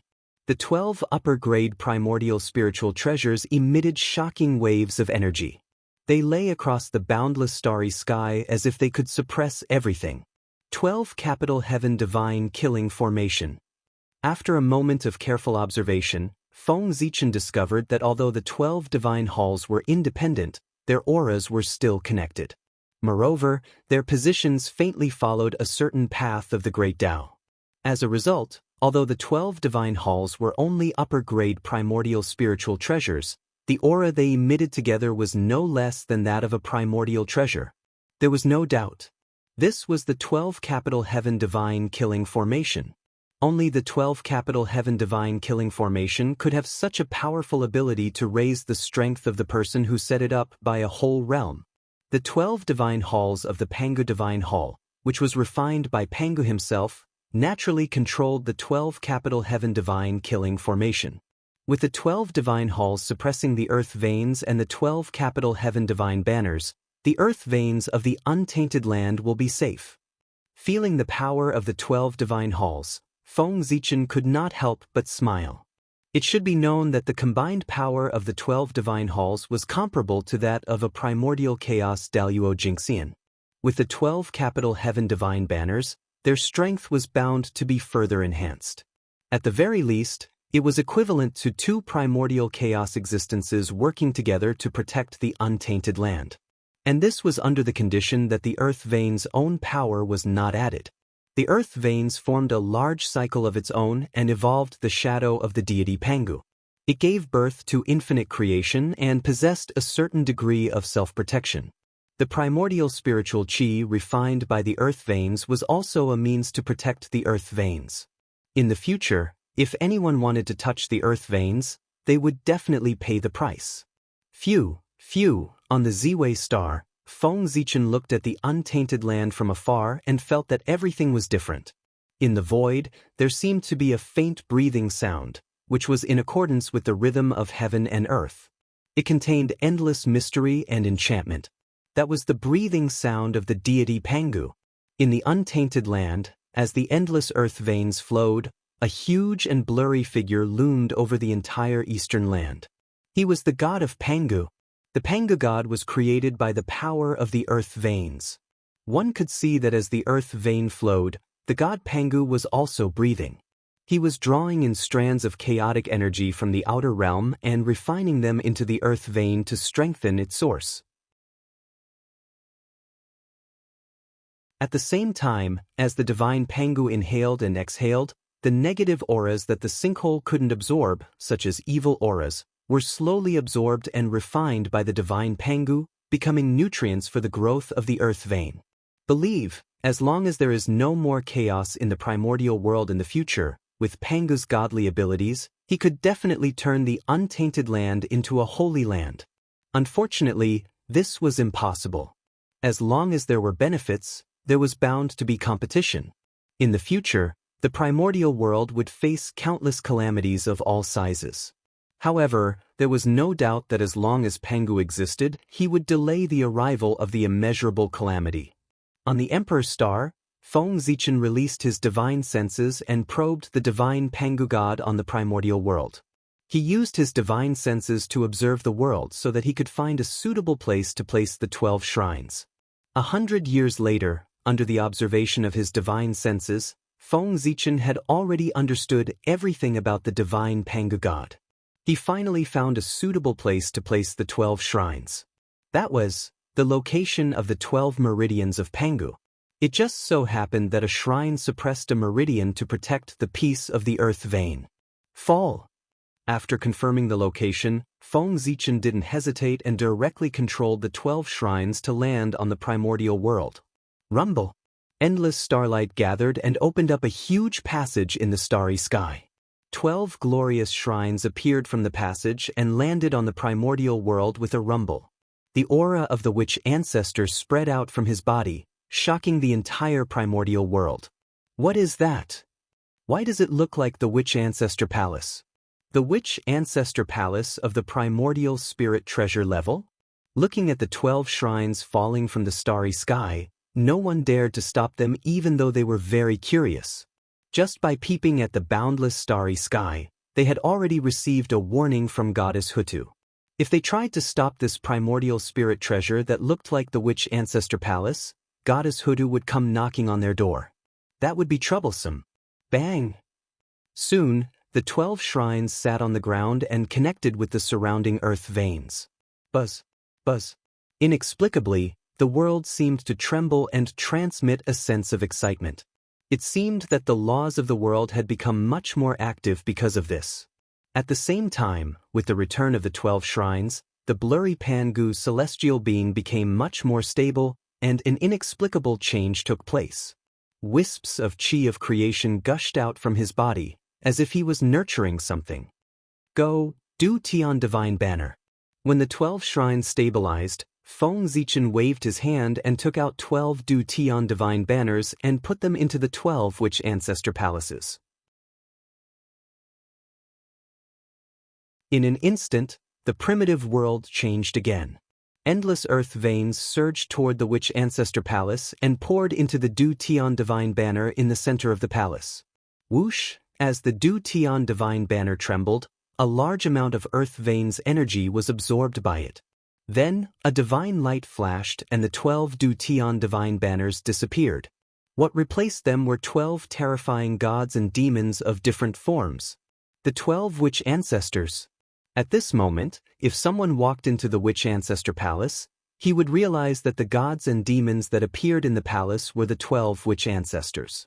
However, they were all in a strange state at this moment. Although they had the appearance of the Witch Ancestors, they seemed to be in a daze. They had form but no spirit. It was referring to them. That was right.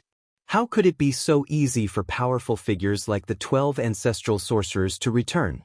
This time, the Du Tian Divine Banner borrowed the power of the earth veins and evolved the physical bodies of the Witch Ancestors. However, the primordial undying true spirits of the 12 Witch Ancestors had been completely shattered.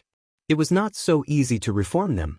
Therefore, the 12 Witch Ancestors in front of him were in a daze. They did not have true spirits. The revival of the true spirits, unless the heavenly axiom intervened, could only wait for them to slowly reform. Boom! As soon as the 12 Witch Ancestors appeared, their terrifying aura swept out and almost suppressed everything. Are the Witch Ancestors back? Everyone was shocked by this aura and almost thought that the 12 Witch Ancestors had revived and returned. However, as this aura flashed and disappeared, they quickly realized what had happened. However, this discovery did not make their mood much better. In their hearts, they already knew that with the establishment of the Witch Ancestor Palace, the return of the 12 Witch Ancestors was a foregone conclusion. The only consolation was that it would take a long time for them to completely return. And during this period, they might be able to widen the gap between them and the Witch Ancestors. Feng Zichen did not know how everyone was feeling, but he was in a good mood. Under the support of the earth veins, the 12 Witch Ancestors' avatars each had a combat power that was infinitely close to the primordial chaos Daluo Jinxian. In fact, when they unleashed their full strength, they could even rival the existence of the primordial chaos for a short period of time. With them protecting the primordial earth veins, even the demon ancestor Rahu would not be able to destroy them in a short period of time. From now on, there was no need to worry about the earth veins. Other than Feng Zichen, there were two other people who were very happy about the reappearance of the 12 Witch Ancestors. They were the two remaining Witch Ancestors of the Witch Clan, Witch Xianming and Goddess Hutu. The two of them had not died, so there was no way to talk about resurrection. Logically speaking, the Witch Ancestor Palace was useless to them. However, in reality, the Witch Ancestor Palace's corresponding avatars of the Witch Ancestor Palace were connected to them and could be treated as their avatars. These days, who would dislike having too many avatars? Especially Hutu. She had felt guilty because she had sacrificed herself to reincarnate and caused the 12 divine beings' wraith formation to be incomplete. Now, with the help of the earth veins, She had condensed an avatar of the witch ancestor palace. For her, it was an opportunity to make up for a regret. With this avatar, the perfect 12 divine beings' wraith formation could reappear in the primordial world in the future. The significance of this matter to Hutu could be imagined. The Witch Ancestor Palace. The Du Tian Divine Banner. The power of the earth veins. Under the coordination of God Pangu, the three of them formed a subtle cycle, causing God Pangu to become more and more magical. One could see that in God Pangu's body, wisps of creation aura were born. They were hidden in various parts of the primordial world, silently lurking, as if they were waiting for something. These creation auras were God Pangu's gifts to the world. If nothing unexpected happened, in the future, these creation auras would either transform into innate spiritual objects or innate life forms under the nurturing of God Pangu. In fact, they could even transform into innate god fiends or innate spirit treasures in the postnatal era. Pangu was the most merciful. He could not bear to completely cut off the hope of all living beings. Therefore, he deliberately left a trace of opportunity for all living beings to help them achieve the Khanate Tao. Feng Zichen could understand this, and he did not care. These opportunities seemed to be quite a lot, but in the entire Eastern land, they were a little small. Moreover, these opportunities were only useful to some low-level cultivators. They were useless to Daluo Jingxian. Therefore, this matter did not affect Feng Zichen's plan at all. Of course, he did not care.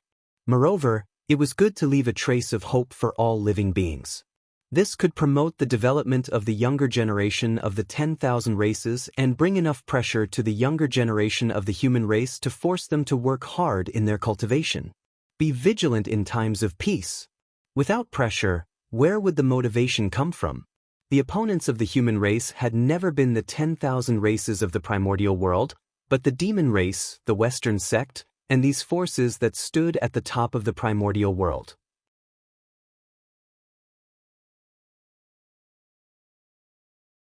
If they stopped because of some achievements, then in the future, how could they surpass the peak of the shaman and demon race and get rid of the control of the saints?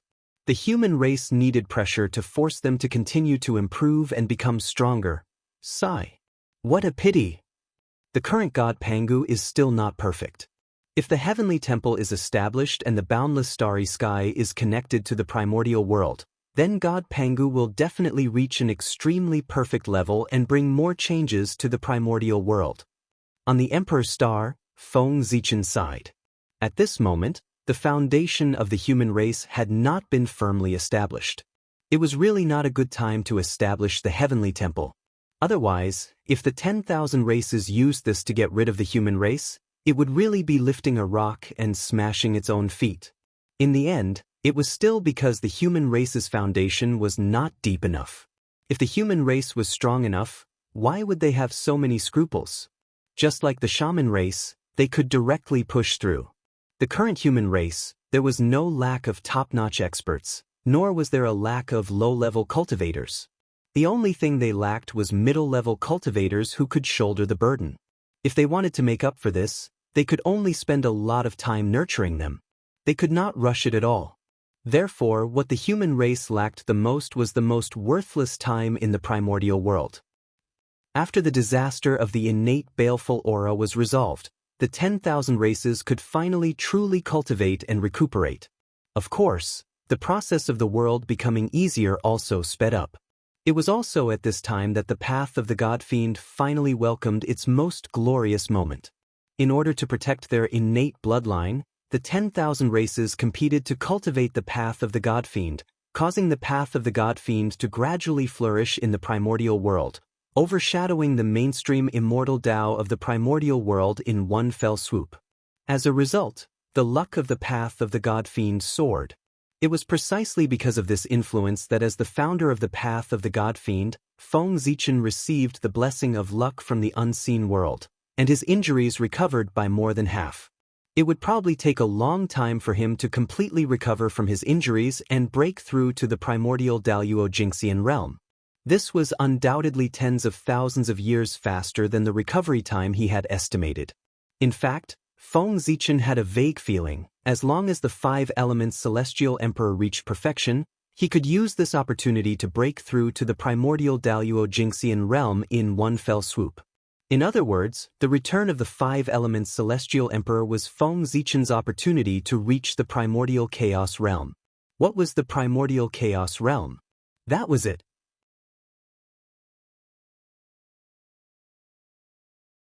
Now, the Azure Emperor Fuxi was already in place, and Shen Nong was about to reach perfection. He was about to ascend to the heavens to replace Fuxi as the new celestial emperor. One of the 5 celestial emperors was about to reach perfection. There were still 4 celestial emperors left before Feng Zichen could reach the Tao. According to the agreement made by Fuxi, the term of the 5 elements celestial emperor was only 1 million years. According to this calculation, more than 4 million years later, it was the day Feng Zichen reached the Tao. For million years. If it was in the future, it would naturally be an extremely long period of time. However, in the present, it was nothing. For some existences, it was just the time to sleep. For million years was very short. After the earth veins were sorted out, Shen Nong finally obtained the approval of the patriarchs of the 10,000 races and became the new generation of the 10,000 races.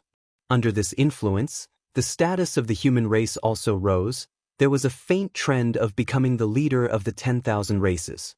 Shen Nong was benevolent, and his virtue was as resplendent as the sun, illuminating the entire primordial world. The 10,000 races were bathed in his kindness. It was precisely this character that allowed the 10,000 races to truly live in harmony under Shen Nong's rule, and there were very few disputes. Under the harmony of the 10,000 races, they also allowed the various races to marry each other to show their friendship. Because the human race was born with a Tao body, they were the most popular in the primordial world. Therefore, the intermarriage between the human race and other races was also the most.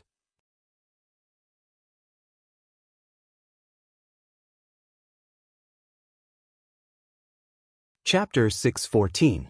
It was precisely under such circumstances that many branches of the human race were born. For example, the naturally powerful magihumans, the winged people, or the fire spirits who were born with the ability to control flames, the lightning spirits who were born with the ability to control lightning.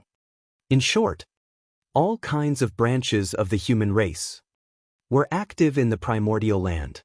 But in the end, they still belonged to the human race. Under the governance of Shen Nong, they lived in peace and contentment. Similarly, all kinds of powerful branches appeared, which also caused the strength of the human race to soar in a short period of time. As a result, the strength of the human race completely suppressed all the other races. Of course, other than these, there was another reason that caused the strength of the human race to soar. That was the heavenly cycle temple. Originally, under the suppression of the heavenly cycle temple, the human territory had formed its own body.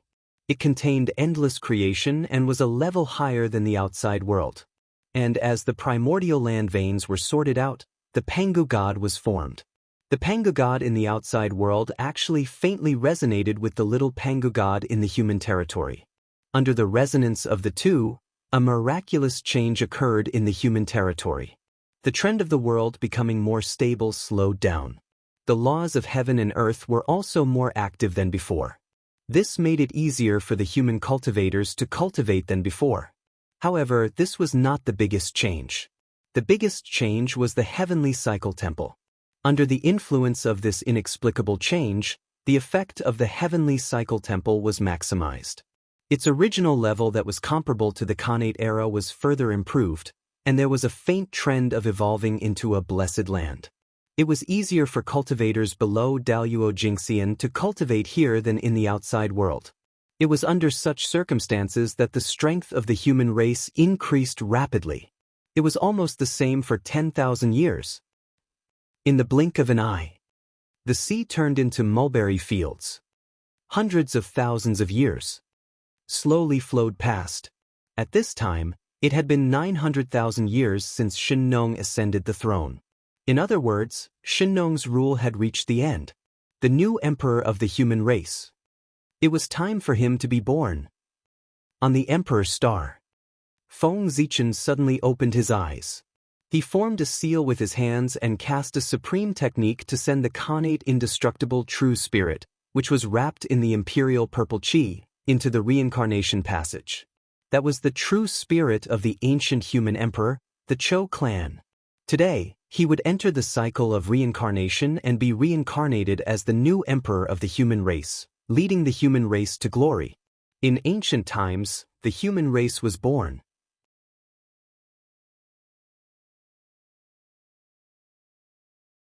The three sovereigns, ancestors, came into being.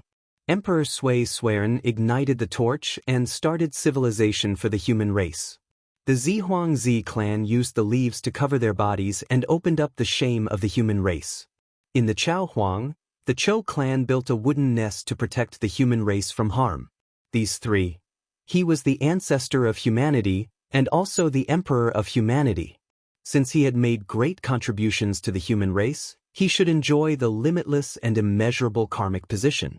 One day, in the human territory, beside the Jishui River, the silhouette of a divine dragon floated in the air, creating a shocking phenomenon. It was also on this day that Xianyuan was born. Xianyuan was the son of Xiaodian. His surname was Gongsun, and his name was Xianyuan. He was born as a god. He was weak and eloquent. He was young and strong. He was smart and smart. He was known as a peerless genius. Xianyuan was born less than 1,000 years ago. He had cultivated to the realm of Tai Jingxian and transformed into a connate god-fiend. He was known as the #1 genius of the human race. Xinnong cherished his talent and recruited him to teach him personally. It was as if he was training Xianyuan as his successor. When the younger generation of the myriad races saw this, they were all jealous. Therefore, they all came to the human race and challenged Xianyuan to see what he had to be chosen as the successor by His Majesty, the Emperor of Earth. In response to this, Xinnong did not stop them and allowed the younger generation experts to challenge Xianyuan. He wanted to use everyone's hands to sharpen Xianyuan. In the tens of thousands of years that followed, Xianyuan spent almost all his time in battle. From the younger generation to the middle-aged generation, as well as the older generation, he fought all of them. Even in the heaven realm and the nether realm, there were geniuses who heard of Xinnong's name and came to the untainted land to fight Xianyuan. Xianyuan was the reincarnation of Daluo Jingxian. He was also protected by the imperial purple chi. In addition, he was nurtured by the human race. It could be said that his foundation was extremely deep. Therefore, after countless battles, not only did he not taste defeat, but he became braver and braver. He was vaguely known as the #1 of Tai Jingxian. In the year 920,000 of the Emperor of Earth's calendar, Nuwa sent a decree from the heavens to arrange a marriage for Xinnong. The woman was Fairy Golden Phoenix of Palace Wa. This was a relationship that Suiren had formed when he was cultivating in Palace Wa. In the year 930,000 of the Emperor of Earth's calendar, Golden Phoenix gave birth to a daughter for Xinnong. In the year 95th of the Emperor of Earth's calendar, in order to prove the Tao of Daluo Jingxian, the Empress Princess and Xianyuan traveled to Donghuang together to try their own opportunities. It was also at this time that Feng Zichen, who was in seclusion on the Emperor Star, suddenly had an ominous feeling in his heart. He saw a huge black hand suddenly appear in front of him, emitting an ominous aura that covered everything. Sudden inspiration. A long-awaited sudden inspiration. Compared to any of the previous times, it was a stronger impulse. It had already evolved into a vision in his heart. How could it not be strong? What? The sudden change caused Feng Zichen to wake up from his enlightenment. Black hand? Black hand behind the scenes? Is someone plotting against the human race? After coming back to his senses, Feng Zichen thought to himself. The shadow of the black hand appeared in his heart. These signs were already very obvious. Someone was plotting against the human race behind the scenes. This is troublesome. Rubbing his head, Feng Zichen had to end his seclusion early to focus on finding the identity of the black hand behind the scenes. It's also strange. Now that the human race is prospering and has the potential to crush everything, it's the time when their luck is at its peak. Aren't they afraid of the backlash of their luck to plot against the human race at this time? Curious about the plan of the Black Hand behind the scenes, Feng Zichen followed the feeling in his heart and began to use the Great Yen Divine Technique to deduce with all his might, trying to figure out the identity of the Black Hand behind the scenes. In the end, of course, there was no surprise. He didn't deduce anything. That's right. If it was so easy to deduce, there would be no need for Feng Zichen to do it himself. Forget it. If I can't deduce it, then I won't deduce it for now. Let me see the changes in the human race first. With a thought, Feng Zichen cast a gaze in the direction of the human race. In an instant, a gaze pierced through the air, piercing through endless space and time. It set off waves of ripples and landed on the human race's torch. Buzz. The torch swayed quietly, and endless information flew out from it, following Feng Zichen's gaze and entering his mind. In just an instant, Feng Zichen understood the changes in the human race over the years. The signs of great prosperity. Overall, Feng Zichen was quite satisfied with the changes in the human race over the years. From the current spirit of the human race, he could already see the signs of dominating the primordial world. How could he not be satisfied? It was just that, the girl went to the East Sea. Is this the legendary Jing Wei filling the sea? When he learned that the girl and Xianyuan were going to the East Sea, Feng Zichen felt his heart palpitate, as if he had a bad feeling. After connecting it to the myths of later generations, how could he not understand what was going to happen? However, there was one thing that he was very puzzled about. The current human race was no longer the human race in Feng Zichen's impression. It was the same for the dragon race. History had long changed. The dragon race and the human race were unbreakable allies. In this way, why would the crown prince of the dragon race attack the daughter of the human emperor? Moreover, not to mention why the crown prince of the dragon race would attack, even the current girl was very different from the legends of later generations. Her father was the human emperor, Shenong, and his cultivation was unfathomable. Her mother was the first golden phoenix of the primordial world, and her cultivation was at least in the realm of sage-to-be. As their descendant, the girl could be said to be blessed by heaven. She was born as a connate god-fiend with the cultivation of a golden immortal. And now, after tens of thousands of years of cultivation, the girl's realm had reached the peak of Tai Jingxian and was about to break through the realm of Daluo Jingxian. In addition, by her side, there was Xianyuan, a half-step Daluo Jingxian existence. Therefore, if they wanted to plot against the girl, they would at least have to send out an expert at the level of Daluo. However, Feng Zichen didn't think that the dragon race would send out a dragon at the level of Daluo Jingxian to deal with the girl. This didn't make sense at all. The dragon race had no reason to attack their allies. Even if the dragon race wanted to tear up the agreement with the human race, it would have to be the ancestral dragon himself. The other dragons didn't have the right to do so. However, no matter how much Feng Zichen didn't believe it in his heart, the results of his several deductions were telling him that the girl was indeed in danger of dying. I'm afraid there's something fishy about this. Could it be that someone wants to use this to destroy the relationship between the human race and the dragon race? With that thought, Feng Zichen had a guess in his heart. No matter what, as long as the girl died at the hands of the dragon race, it would definitely cause a huge rift in the relationship between the human race and the dragon race. The girl was the daughter of the human emperor. If she died at the hands of the dragon race, then the human race would have to ask the dragon race for an explanation no matter what. The dragon race would have to give this explanation even if they didn't want to. If it was the dragon clan that killed the girl, their status would also be extremely noble. Then, the dragon race, who had always been protective, might not let him pay with his life. And this would become the fuse that would break the relationship between the human race and the dragon race. The person behind the scenes might have such a plan. Moreover, according to his plan, if nothing unexpected happens, the chances of this person's plan succeeding are very high. However, he didn't know about my existence, so there was a huge mistake. Secretly, Feng Zichen followed his own guess and used the power of Hongmeng Daozhong and the Jade Disc of Good Fortune to deduce the plan of the person behind the scenes. What a good scheme. If he really succeeds, then the human race will be in big trouble. However, judging from the method of the person behind the scenes to conceal the secrets of heaven, even if his cultivation hasn't stepped into the realm of primordial chaos, he's not far away. A person with such a cultivation level doesn't cultivate properly to achieve the great path, but comes out to plot against the human race. What is he planning? After learning about the other party's plan, Feng Zichen didn't feel relieved.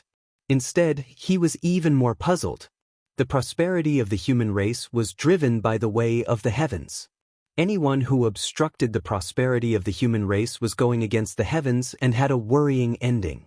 This person's cultivation level was so high that he could not understand this. But even so, he still put the plan to obstruct the human race into action. How should he put it? This person either had some amazing plan or had some irreconcilable hatred for the human race. It's really strange. Where did this bastard come from?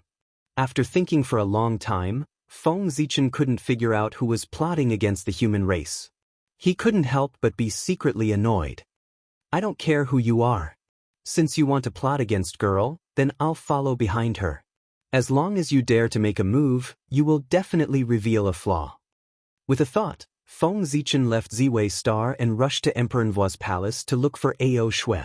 It was related to the dragon race. It was better to bring Ao Shui along. Besides, he and Ao Shui hadn't traveled to the East Sea for many years. They could take advantage of this opportunity to visit their old home. Rumble. On this day, violent fluctuations suddenly erupted in the East Sea. It was as if there were primordial chaos experts fighting. A terrifying power swept out, making everyone breathless. On the other hand, the primordial world was not affected because of the suppression of the 12 shrines. The East Sea was suspected to be a battle between primordial chaos experts. Naturally, it attracted the attention of the primordial chaos experts immediately. Swish, swish, swish, almost instantly, terrifying gazes looked towards the East Sea. There were two extremely blurry figures that were constantly intertwining. Is it Great Emperor Ziwei? Then, who is the other person? Feng Zichen didn't hide his identity, so everyone could recognize him. However, unlike Feng Zichen, the other person seemed to be a little secretive. His entire body was enveloped by an inexplicable Dao rune, making it impossible for people to recognize his origin. Die.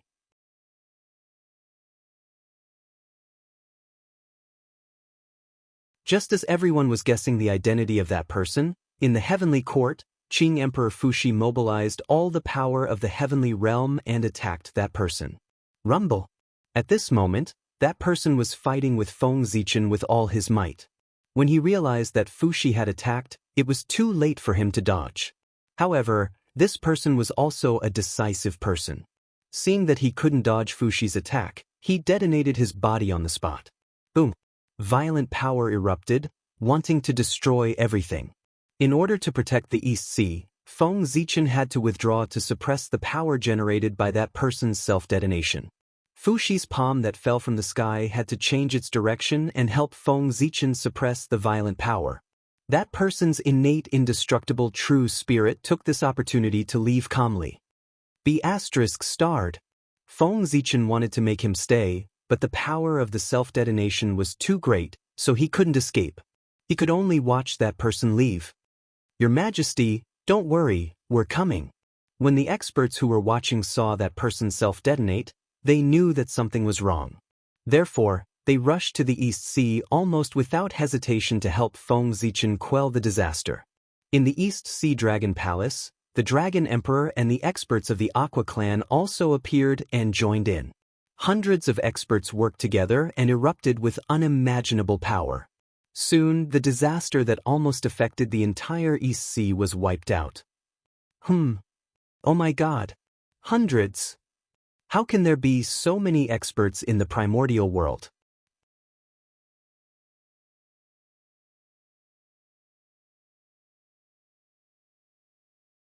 Chapter 6:15. After the calamity subsided, Feng Zichen glanced around and found that there were hundreds of top-notch great mediums around him. This really gave him a fright. When did so many experts appear in the primordial world?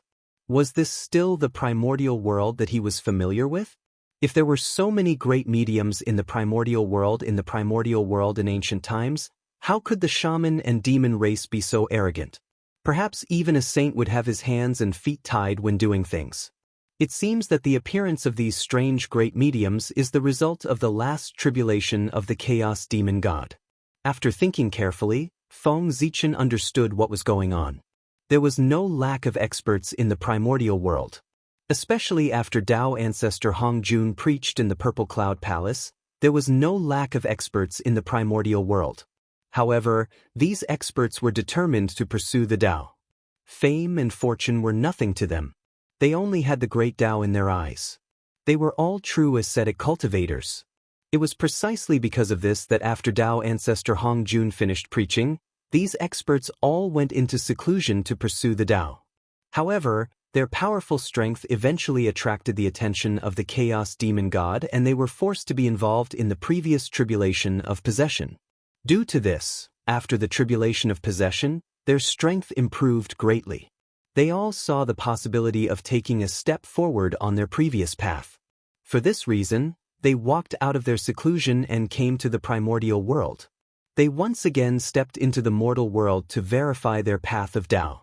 And that was the reason why a large number of great mediums suddenly appeared in the primordial world.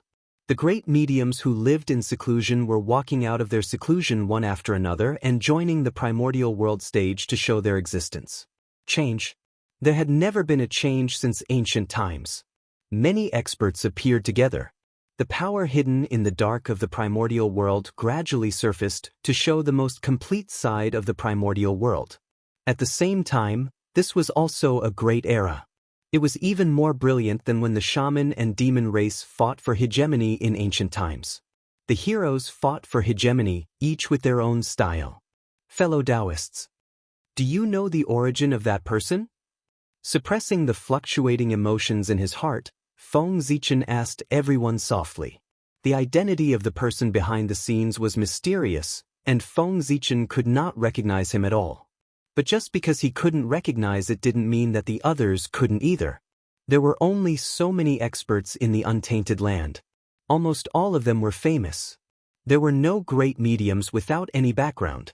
Feng Zichen was young, so he didn't know much about the experts from the ancient, and immemorial era.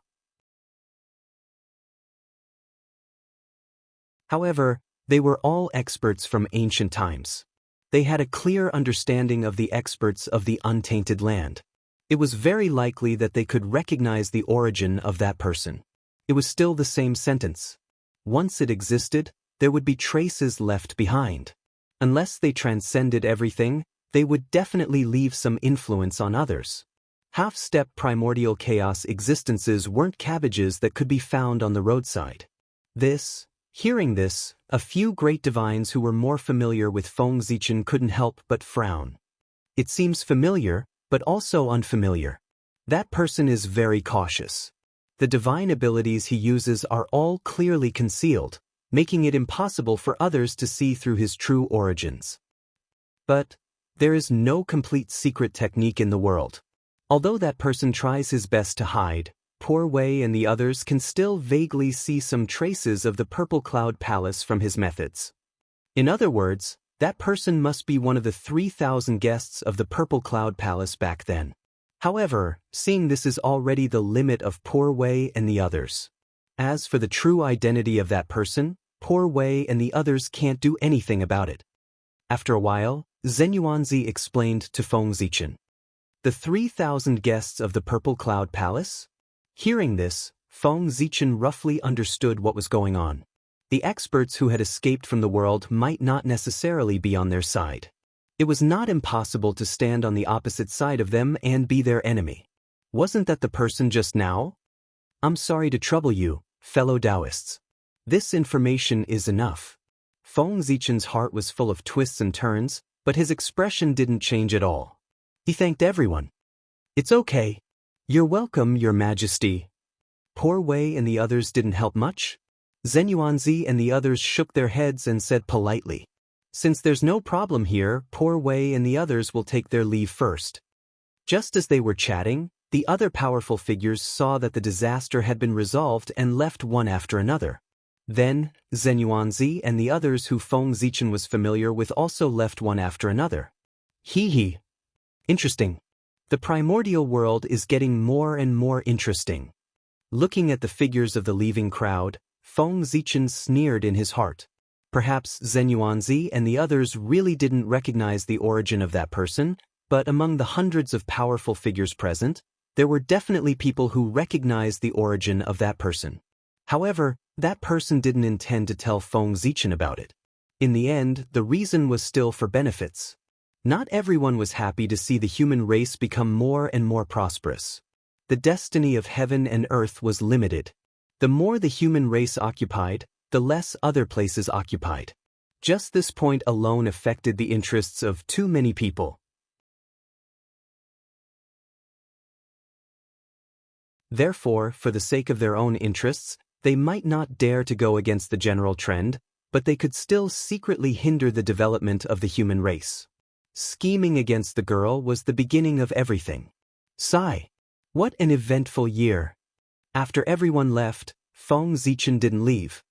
He stood above the East Sea with his hands behind his back, as if he was thinking about something.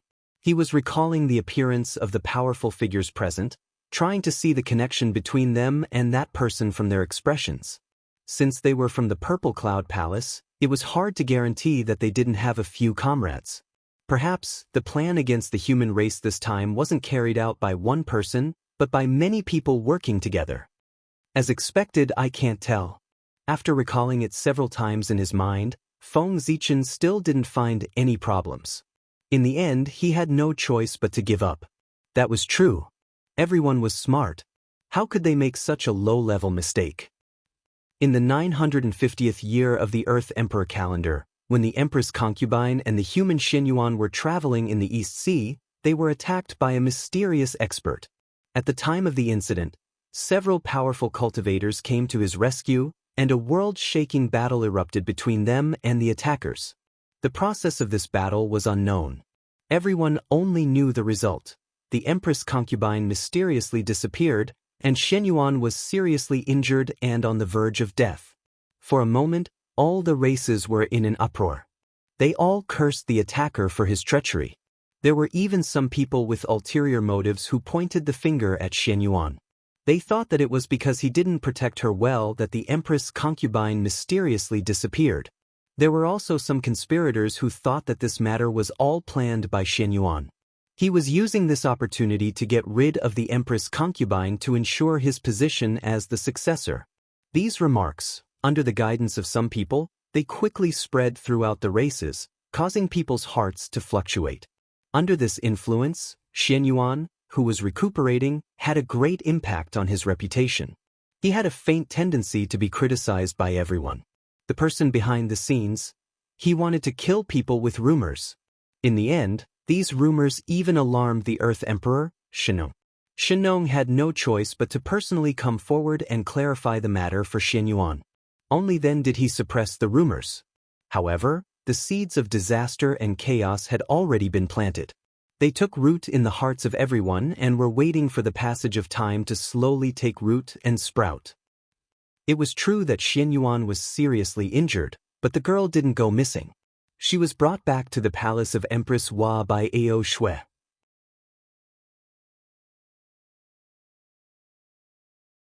Now that the situation in the primordial world was unpredictable, it was inevitable that the girl would become the target of the person behind the scenes if she continued to stay in the human race.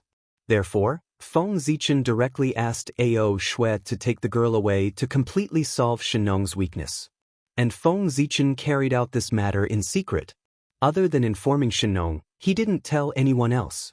In fact, even the news of the girl's mysterious disappearance, it was all released by Feng Zichen. In order to make things more realistic, he even personally forged the secrets of heaven and confirmed the mysterious disappearance of the girl. Now, anyone who tried to deduce the whereabouts of the girl could only get the answer that Feng Zichen wanted them to know. This was also the reason why the myriad races didn't suspect the authenticity of the girl's disappearance. In their deduction, the girl was secretly exiled by a mysterious attacker. That's right. From a certain perspective, the situation that Xianyuan was facing now, a large part of the reason was Feng Zichen. This was fishing. Feng Zichen wanted to use this matter to fish out all the undercurrents hidden in the human race. Then, Xianyuan would come forward and wipe them out one by one. And this was Xuanyuan's contribution. Wipe out the myriad races and unify the primordial world. This is the hidden danger of the human race. What a headache. It's the most heart-wrenching to fight against one's own family. On the Emperor's Star, Feng Zichen silently watched the primordial world and saw everything. Naturally, everything that was happening to the human race couldn't be hidden from him. Not only that, but he also saw the secret plans of the myriad races. This was the benefit of being powerful. He could see through people's hearts, understand karma, foresee danger in advance, and so on. It was almost impossible for there to be any conspiracy that could hurt them. Often, as soon as the living beings had bad thoughts, they would immediately be sensed by the powerful beings and be on guard. Now, Feng Zichen was personally supervising the myriad races. No matter how tightly they hid, they would never be able to hide from Feng Zichen. The battle between the mutants and the pure-blooded humans? Under Feng Zichen's gaze, the plans of the myriad races gradually surfaced. That was to provoke a conflict between the mutants and the pure-blooded humans. Under the pressure of the 2 generations of human emperors, the myriad races gradually lost their ambition to compete with the human race. But under the drive of interest, they also had other thoughts. For example, they supported the human race, who had the bloodline of their own race, to ascend to the position of human emperor. In this way, the new human emperor would naturally be biased towards them, causing their status to rise. If Xianyuan ascended to the position of human emperor, then Xianyuan, who was a pure-blooded human, would never have any bias towards the myriad races. Not to mention benefiting from it, it would be good enough if he didn't suppress them. Therefore, the myriad races definitely didn't want Xianyuan to become the successor of Shenong. They had to think of a way to get Xianyuan down to support the person they chose.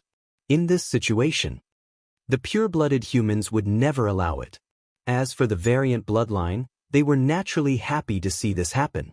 As the latest powerful force to rise within the human race, they had long desired the power of the human race.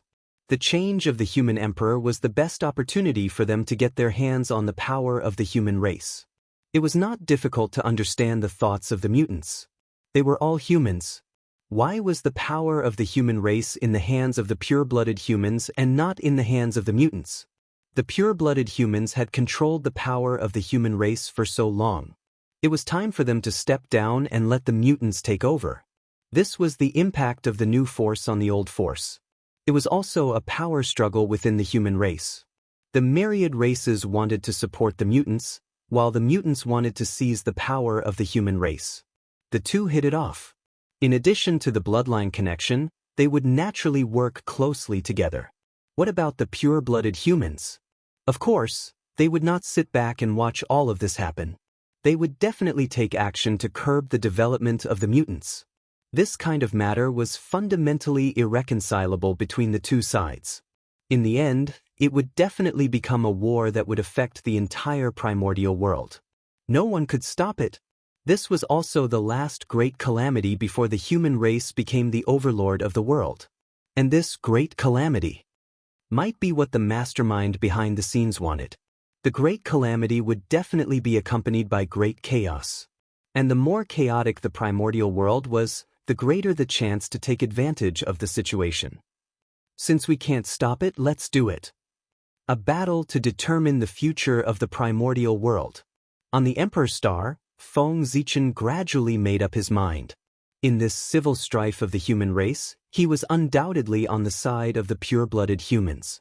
It was not that he had any opinions about the mutants.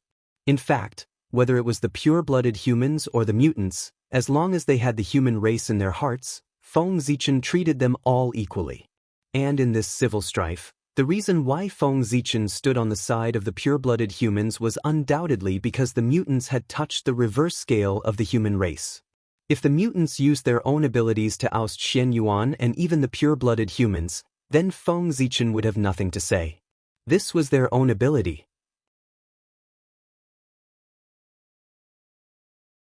With their own powerful strength, they had won everything for themselves.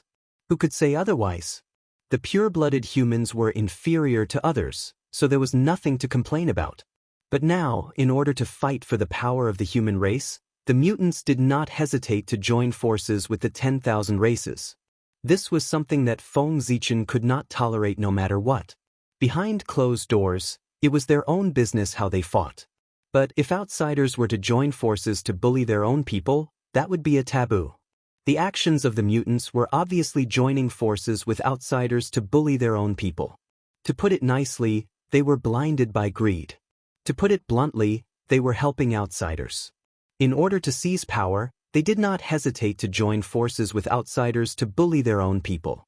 How could Feng Zichen dare to let them steal the power of the human race and control the right to speak of the human race? The mutants were also brainless. If they attracted the 10,000 races today, weren't they afraid that they would not be able to get rid of them in the future? Moreover, from the attitude of the mutants towards the 10,000 races, if they were to gain power in the future, they would definitely be close to the 10,000 races and stay away from the pure-blooded humans. This was the rhythm of dividing the human race. They already believed in their hearts that they were different from the pure-blooded humans.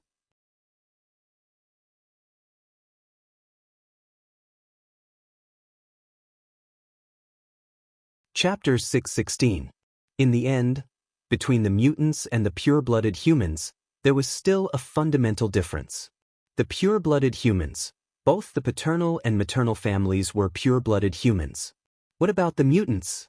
Other than the paternal pure-blooded human bloodline, they also had the strength of the maternal bloodline. That was the most fundamental difference. Sigh. Since you intend to use external forces to interfere with the change of power of the human race, don't blame me for being ruthless. I hope that this time, I can teach you a lesson. Strength, only when it belongs to oneself can one be completely at ease. Sighing softly, Feng Zichen already had a comprehensive plan in his heart.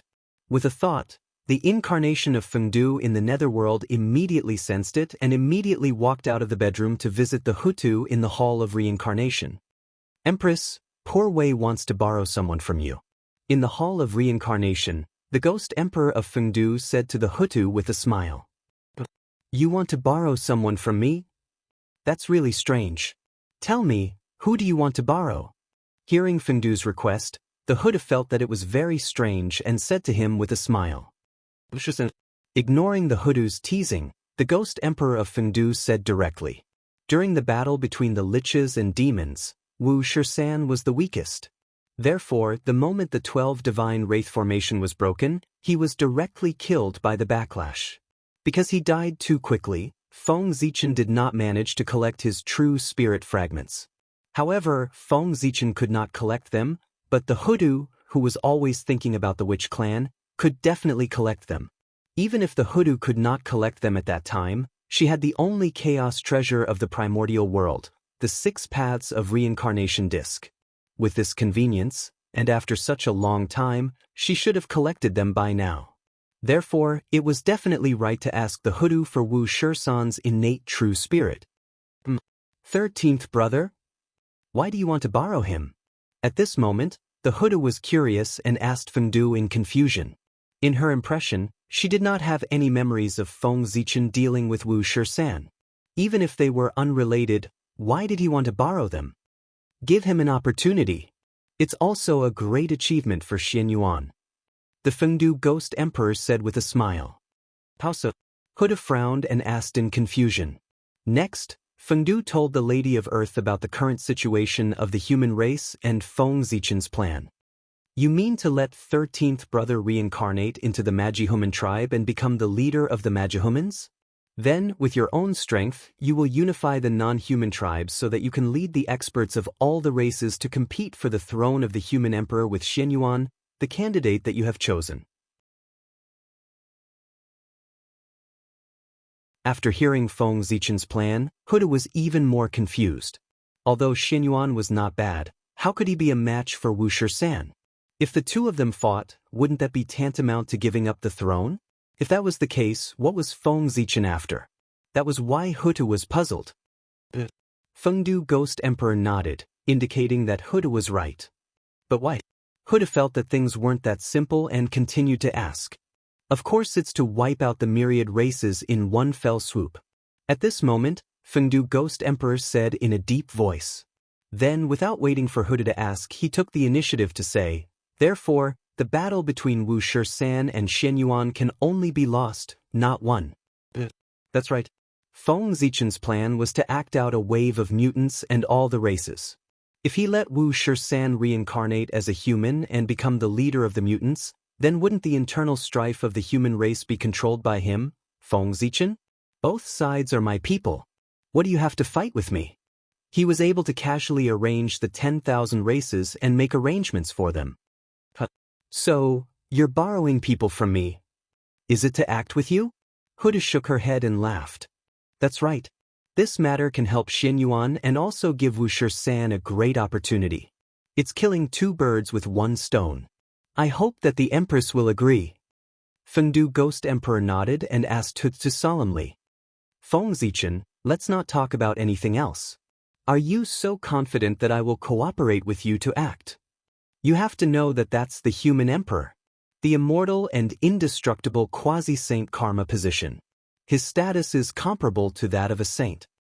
Aren't you afraid that I'll make the act real and let Shisan snatch the position of the human emperor from Xianyuan? Huda seemed to find it interesting. She looked straight into Fengdu Ghost Emperor's eyes and said word by word. The atmosphere suddenly became tense. If the Empress has such an intention, I naturally won't refuse. I'm even happy to fulfill it. Wu Shisan has a noble status. If he becomes the human emperor, it will definitely increase the foundation of the human race. What reason do I have to refuse? It's just that, I can agree. But the Empress, are you willing? Suddenly, Fengdu Ghost Emperor laughed loudly and said in a clear voice. Wu Shisan was formed from the essence blood of the 12 witches. He was the top innate god fiend with the potential of the primordial chaos. If such a person was given enough time, his future could be said to be limitless. If such a person became the human emperor, Feng Zichen really had no reason to refuse. One had to know that the human emperor was different from other humans. This was the karmic position of heaven and earth that was specially created by the heavenly Tao in order to prosper the human race. In other words, those who obtained this karmic position were bound to do their best for the human race and could not betray them in the slightest.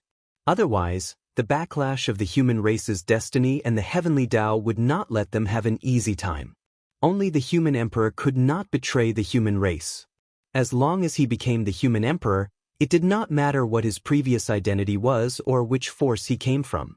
He could only be a human. So, if Wu Shisan really wanted to join the human race, Feng Zichen naturally raised his hands in agreement. But just as Feng Zichen said, if he could agree, how could Huda be willing? This kind of existence that was destined to become the primordial chaos Daluo Jingxian was a treasure in any race. They wanted to worship him, so how could they easily give him to an outsider? Was there something wrong with her brain? It was the same for all races, and so was the witch race. Therefore, Feng Zichen was not worried about what Hutu said at all. Because he could not bear to. Yes. I can't bear to. I agree to this matter. I hope you don't forget what you said and give 13th brother a great opportunity. Wizard. Huda sighed in disappointment, as if she was recalling the glory of the witch race in the past, and said in a low mood. Then, she waved her hand and put the true spirit fragments of Wu Shisan that she had collected over the years into the 6 paths of reincarnation to let him reincarnate. To be honest, Huda's method of reincarnation was much better than Feng Zichen's. After all, her identity was there. Thank you, Empress. Zichen will never forget what I promised Empress. Fengdu bowed respectfully to Hutu and slowly left.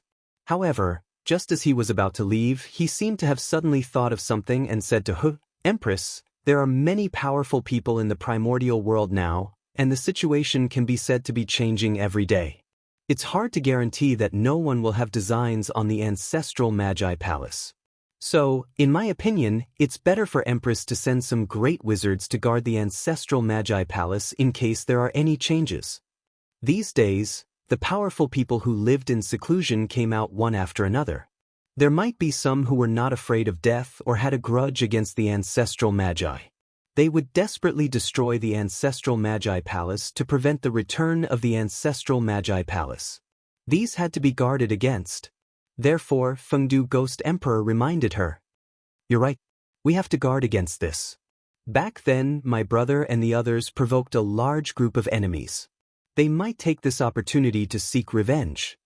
I'll send Xing Tian and the others to guard the ancestral Magi Palace later. Huda couldn't help but worry after hearing Fengdu's words. She hurriedly sent the few remaining great wizards to guard the ancestral Magi Palace. In the 960,000th year of the Earth Emperor's calendar, Wu Shisan reincarnated as a human and was born in the wizard tribe. His name was Qiyu. In the same year, under the secret instructions of Feng Zichen, some of the clansmen of the 5 primordial clans whose paths of cultivation were cut off escaped from their true spirits and reincarnated into the human race. They either assisted Xinyuan or Qiyu. When Qiyu was born, a shadow appeared.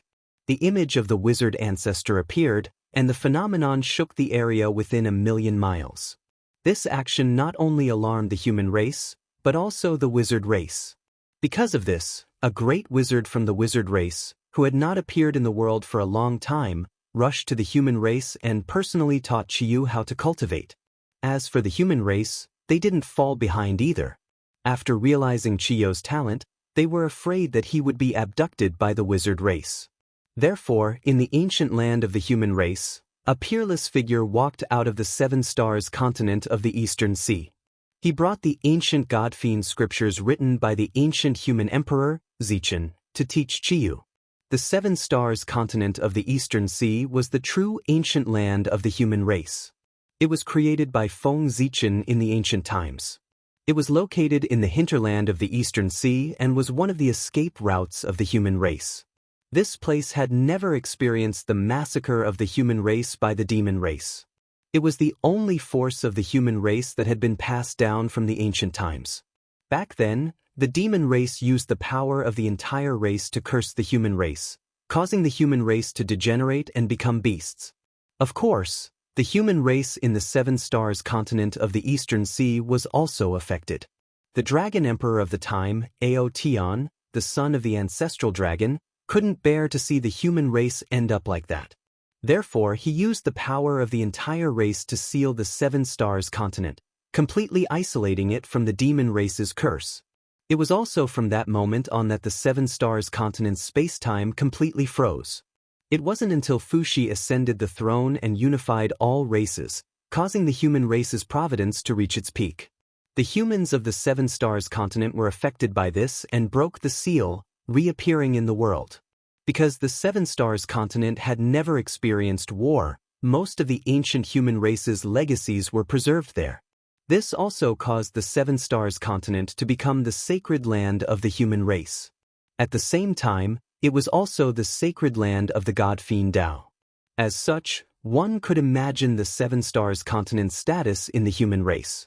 Most people who were successful in cultivating the god-fiend Tao would head to the 7 stars continent to comprehend the god-fiend Tao ancestors' aura and leave behind some of their legacies.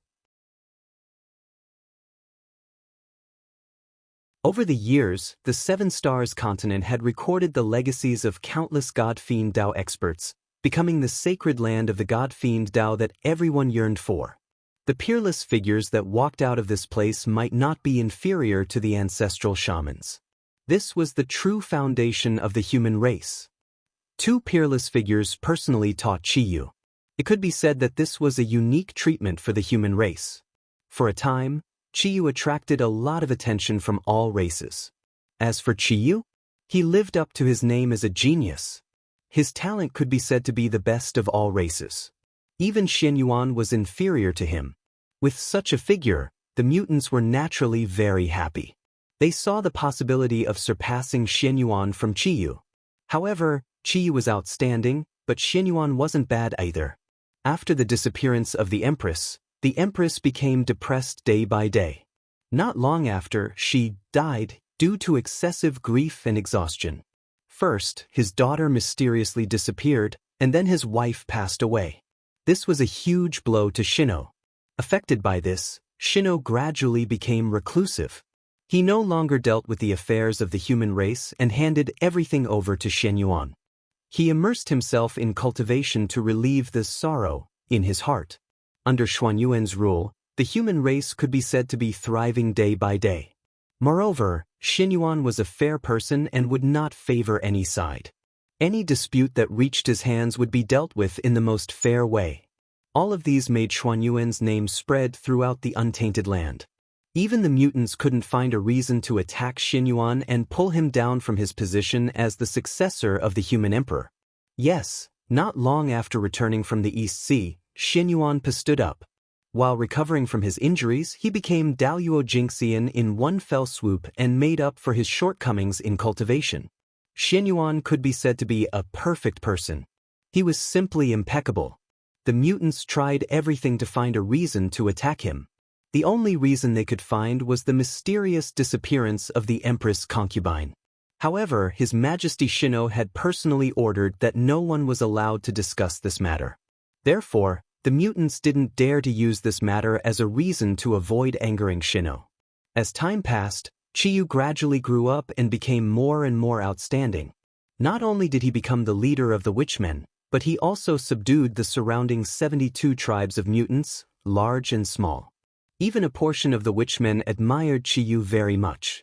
They didn't hesitate to leave the Witchmen and come to the human race to seek refuge with him. This also made Qiyu's name more and more resounding. He was vaguely known as the #1 person of the younger generation of the myriad races. But even so, Qiyu couldn't be compared to Xianyuan. This was because Qiyu was still making contributions, while Xianyuan had already made a name for himself. He was currently gradually taking over the power of the human race. Every decision he made could affect the current situation of the myriad races. Just this point alone was far from being comparable to Xianyuan. In the eyes of everyone, Qiyu was just a junior, a child. And Xianyuan was already an adult. The two were far from comparable. It was precisely because of this that the leaders of the mutants were very depressed. Especially the more outstanding Qiyu's performance, the more depressed they were. Xianyuan had no fault, so they had no reason to oust him. Shino wouldn't replace Xianyuan just because Qiyu was better than Xianyuan. In this way, wouldn't it be a mess? Changing the successor for no reason was a big taboo and the source of chaos. Since Xianyuan couldn't be replaced, so what if Qiyu performed well? They only hated that Qiyu was born 30,000 years later. This was the sigh of the mutant leaders. You're tuning in to the Passion Pages YouTube channel. We're so grateful for your support, and don't forget to subscribe to join us on this incredible journey through captivating stories. Your generosity through donations truly makes a world of difference, as it's the primary source of revenue that allows me to expand and enhance this channel for you. Thank you from the bottom of my heart for being a part of this adventure.